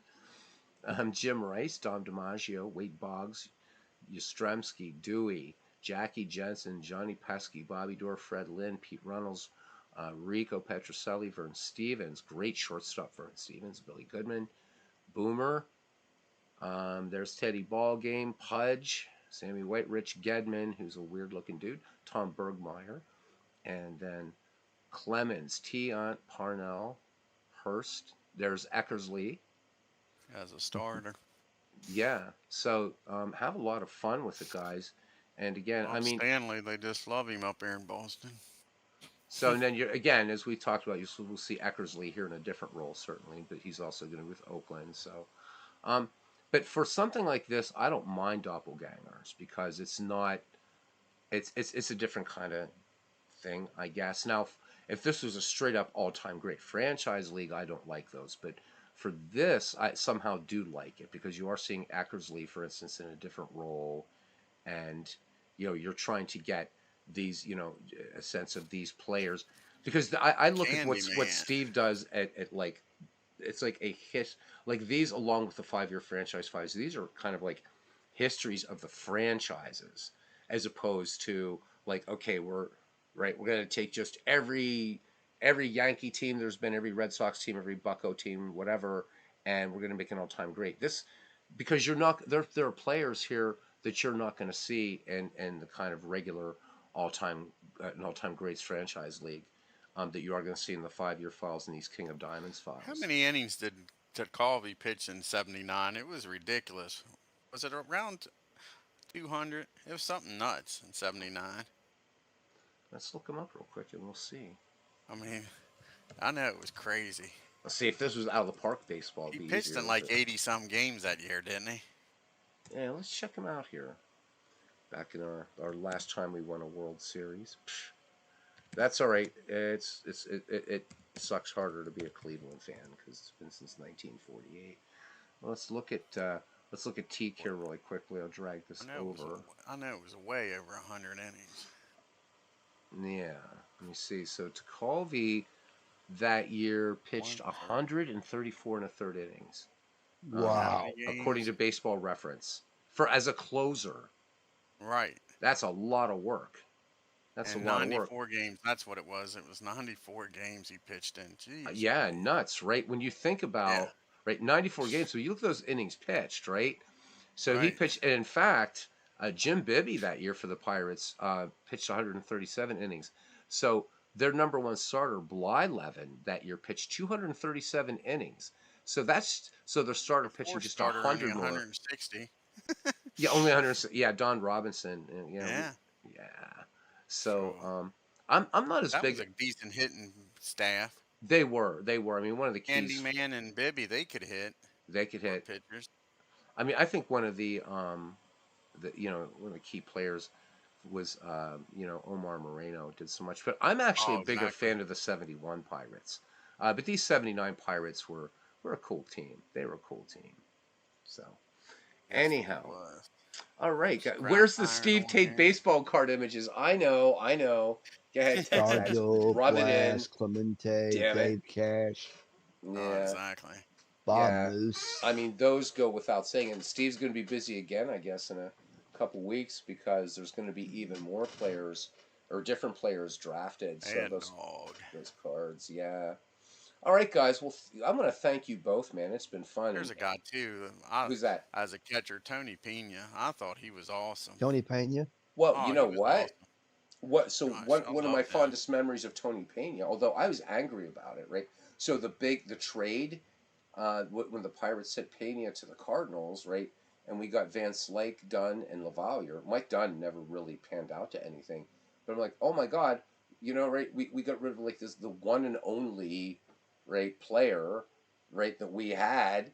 And that really the Pena trade set the stage for us for 90, 91, and 92. So but Pena was a good I catcher. mean, Oh my it gosh. was. I And mean, he could Sid. throw from his ass. I Mm-hmm. mean, he didn't stand up. He threw from his ass. That impressed the hell out of me back in the How day. long did Leland manage in Pittsburgh? I know he was there till about what Leyland was there 96. from the mid '80s to mid '90s, I think. I mean, because Because I know 93 or he went to 94, wasn't it? what's that? because he went to Yeah, 93 or Florida after he 94. yeah, he got went done to in Florida and Pittsburgh. they bought him a World Series. Yeah, I remember that. Yeah, Let's see see, here. I think Jim was, and resident of Perrysburg, Ohio. But yeah, so he's, I think it was 10 years with the Pirates, which is a long stretch because, like Chuck Tanner, Danny Murtaugh. 96. What was it, '96 that he went? Okay, Yeah, he went to the Marlins in for the Marlins, 97. right, and got Won a that, World Series with them. got the World People say Series. the Marlins had no business winning the World Series that year. I Yeah, mean, I'm glad Jim got one. I mean, yeah, it's me good. too. Barry Bonds choked in the postseason all the Oh time, man, with the I Pirates. still remember that video of him Leland just cussing out Barry. It was like he's like, I'm the effing manager. If you want to be here, well, you could be here, but you Oh better play yeah. the game." So he was just swearing up and down with Oh, him. Jim Leyland's old school baseball, man. He's Yes, old school. He never spent a day in the majors, but tough manager and a good manager. I used to laugh. He used to sneak cigarettes when they weren't allowed to smoke, and he'd be there in the dugout. Yeah. But yeah, I love that. He was in a bond slut. He was all that, and man, Leyland just Leland kind of. yep. Then he goes to San Francisco, and you know, Who Barry? he, Yeah, yeah. I yeah. mean, because I saw that there was a clip of it was during the '92 NLCS. It was Game 7. The game was over, Mhm. and I don't know if they caught it or not on TV, but Bonds flipped off Andy Van Slyke. He told him to go play in, and he stayed where he was, and that's why he didn't. His throw was Yeah. off. You It had was like a last minute you fu really had to to. bring that up again, Well, I'm sorry. He again. flipped off Andy Van Slyke. I know, man. I'm just saying that. I know, and Remember, the crazy thing is, Look, do I always talk about Dwayne. Johnny Cueto dropping the damn ball and the I mean, come on, dude. Give us a break. You guys won, all right? That's like, and Sid Bream still has the gall to live in Pittsburgh. Sid, I yeah, but mean, you know what? He does so much for the community. He really does. But I mean, because that just hurt. It was that, pain, man. It was pain. I mean, if like if the you know, I always like to see what it would happen if the Pirates won the NLCS in '92. They would have Mhm. probably beaten the Blue Jays. I mean, I they had it. I got to be honest with you. I don't know.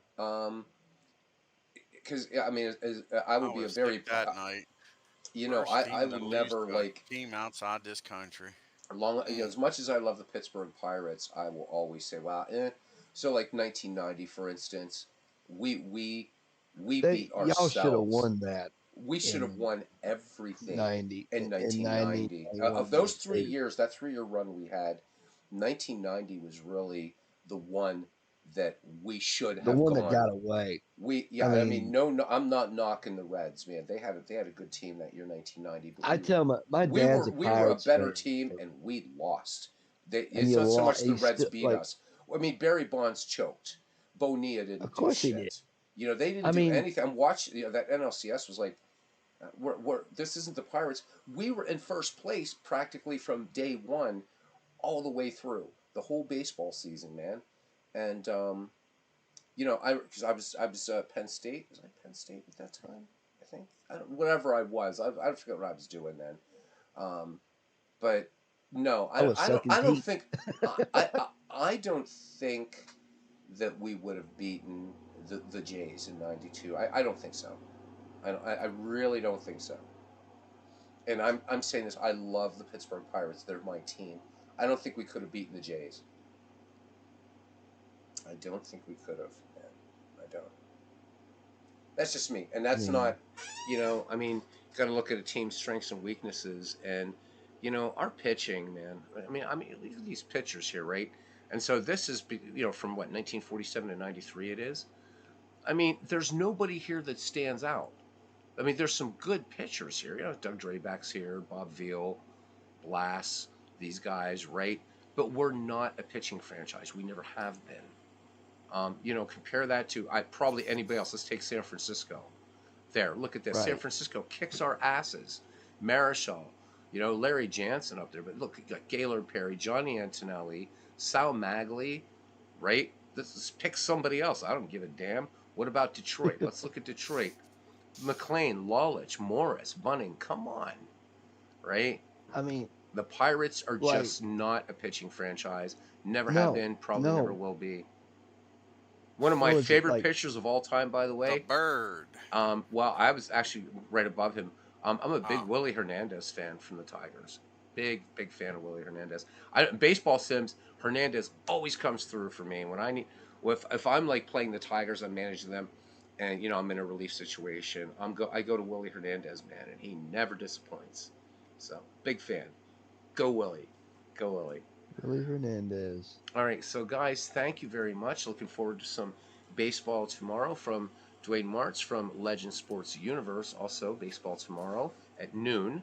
Aaron, I assume there's going to be some Yes. baseball from you as well. RJL Network. Holy shit, everybody's doing all kinds of baseball. Probably Christopher Slovic. So I want to thank both of you guys. This was really, Oh really no, fun. thank you. I enjoyed it. Good. We'll do it again. It Um, was a blast. Yes, it glad you guys was. had it. Maybe some night Oh, just yeah. just bullshit some baseball. Don't even have or just bullshit anything. Don't even worry about having a game up here. Just have some fun. Yeah, I And bet you probably been playing Diamond by this whole time, just watching that thing spin yeah. around and simulate. Thank you, cousin. Next time when we do 19th century, we're not going to make it part of a doubleheader though. We'll do 19th century and then come back and do another game later because I did not do a good job on that stream tonight. So I really really want to do that one up right. Not only for you and other, but I need to really buckle down and brush up on my 19th century game, and I just yeah. So that's what we'll do. It was fun. All right, first to Dwayne Martz and to Aaron Reed, guys. Thank you so much. You You be know, welcome, here we are, 4 Exactly. hours in, and people are brother. still hanging out. Yeah, and to Randy and Hulk Harry and Carey, yeah, I mean that was and I loved Denny it. Matthews. Thank you for doing the I Hank Aaron call. That was told you I'd do it next time I came on the stream. dude, that was brilliant. That was I brilliant. said I'm So gonna give the Macho Man and Harry Carey the duet honors, and they oh man, put that to an organ. so that was when you did take me out to the ball game. You didn't miss a beat between Randy Savage and Harry Randy Carey. Savage and Harry That was Carey. brilliant. Aaron, You can't really say buy you're me some good. You're peanuts and good. Cracker Jack and a Slim Jim in the same sentence without the how fast the song was going. But then again, a But you know beer what's just really sounds more cool though is you perfect. stuck in and a beer, right? So you're singing And as a Harry beer. Carey, and then right, Randy Savage comes in with and a beer. That's I lost it. That was brilliant. Aaron, you're really That's talented. You're I gotta really, watch really that good. again later and try to find a way to fit that to an organ Yeah, or something. you're really, really talented in that, man. You got to really Oh, thank you. kind of. I mean, it's a show business is a tough business, but there's people looking for voiceover work, and you're really, really good. And you know what? You could just do just. Oh my God, I don't know if there's any sort of comedians out there doing broadcasters, man. I mean, I think if you Well, I mean, I think it would just be fun. I mean, because you've got these guys, you've got all these characters. Aaron, you could create.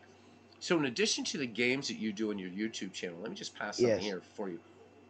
You could also create some crazy funny things on your YouTube channel and have all these quote unquote That would famous be something. guests, man. Like I'm telling Harry you. Carey calling a wrestling match and or but do something. this but not just YouTube, right? So you do this, but right, but get it out there, right? Advertise, like pimp your. I'll help you out, man, if you want, right? We'll Shit. do up a I mean, website, whatever. But I'm saying, I mean, advertise on Instagram, all the stuff. Throw up some little shorts and stuff like that on TikTok.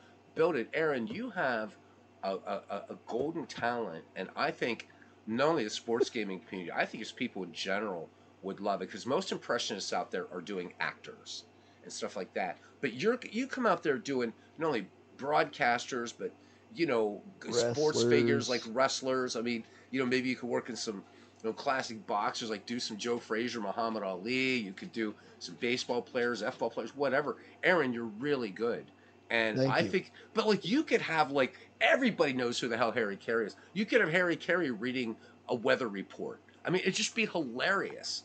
Like, remember the night I Thought had you about on that here, once. and Or I had you try to say Mark Gubaza's name as Harry Mark Carey. Mark Gul Mark Gul Gul Gul. No, it was Greslanic. Mark Gruzzelonic. It was Gru, Gruzzelonic. That's right. Mark Gruz. Uh, Mark Gruz Yes. Gruzl. That's Mark Greslanic here. And he got Steve Stone's not that Oh my nasally. I don't God. know why I do that. Ken Castro says to first to Aaron, he says you were super entertaining tonight. Thank you. And he says to you, Dwayne, Thank you. he says keep the games coming. Great job. And Oh, not a that problem, is again, that buddy. is high praise coming from Ken Castro because he's pretty picky about the channels that he goes to. And this is a Yeah, guy like who's like, man, his journalism's brilliant. So take that as high praise. So I'm going to thank the guys in the chat too. you're So welcome. heart and soul of this, for coming from Dwayne and also from Aaron. Yeah. So to the heart and soul of this channel, cousin Kenny Castro, to Tex Ags, to Steve Tate, the Mad Wizard. Thank you, man. So happy when you come in here. Todd B was in here with us tonight at the ballpark during the chaos. Christopher Slovak was here. Put a link into something you guys might want to check out if you want to scroll back a little bit of the chat. One of the greatest games he's ever broadcast. It's in there. Bernie Strom, hopefully he gets over his cold and gets back soon to broadcasting. This thing's a bitch. It's like been a week and it's finally sort of going away. Legend Sports Universe, great guy. Good, strong opinions, but love him. Another great creator we had in here tonight, Michael Silva. Thank you, Michael, for coming in. Robert, RGO Network. He'll have a game on tomorrow night. I don't remember if he said what it would be. John DFW, who I missed. I'm sorry, John. So I'll say thank you twice to you, John. He ninja'd in and out again. Head up, Heads up Tennessee or Heads up Tune, whatever. Anyhow, thank you, man. Good talking It's in here. Upton. Heads Yeah. Upton. Wonder if Yeah. it's BJ and Yep. Justin's All thing right, that a man. lot of people didn't Hopefully know you'll about. come back. It was good to have you here. Big Clue, of course, always like a treat. MV, I'd like to say it was a treat, but it wasn't. But thank you anyhow, MV. Yeah, wanker. Anyhow, and Wank thank you it. to Aaron Yo, Reed. bloody wank Aaron it. Reed was here, and so is Dwayne Mart Sports YouTube Network. Get him on there. I wonder what an AI Clinton Parks. generated version of my voice would sound like. And then it goes back further, and I don't know what else except that Big Clue said Luther can suck it, and yes, he can. Anyhow, Loser can suck it. Luther can Suck it. It's the only YouTube channel in here where you'll get theological discussions. Anyhow, guys, thank you very much. Right. It's always a joy. It's all about the community. I don't give a damn about the numbers. I give a damn about the community. So be The hell tuning with in. analytics. A lot of baseball. I don't know. I'll do something tomorrow, maybe, but it's going to depend on what everybody else does because I like watching everybody else. So Right. do what they do. I hope you get to feeling better than you are. I mean, I know you Yeah, I'm listening to you still yesterday feeling was like kinda like shite, absolute shite. But you were yeah, packing the cold. I mean, it oh was my like god, yeah. just I think everybody's coming down with something these days, Everybody's got this right now. Yeah, whether it's the cold, the flu, hmm COVID, No, it's not. allergies. I know it's not COVID, but it Right. still Allergies sucks. are everywhere. I was blowing Yeah. my nose on Monday for crying out loud. Oh my god. All right, well, guys, thank you very much, and catch you around the batting cage. I'm going to go ahead and just kill the Discord with a click of the mouse. Y'all And take care, All man. right. all right, See ya. everybody, be good and see you around the batting cage. All right, good night, everybody.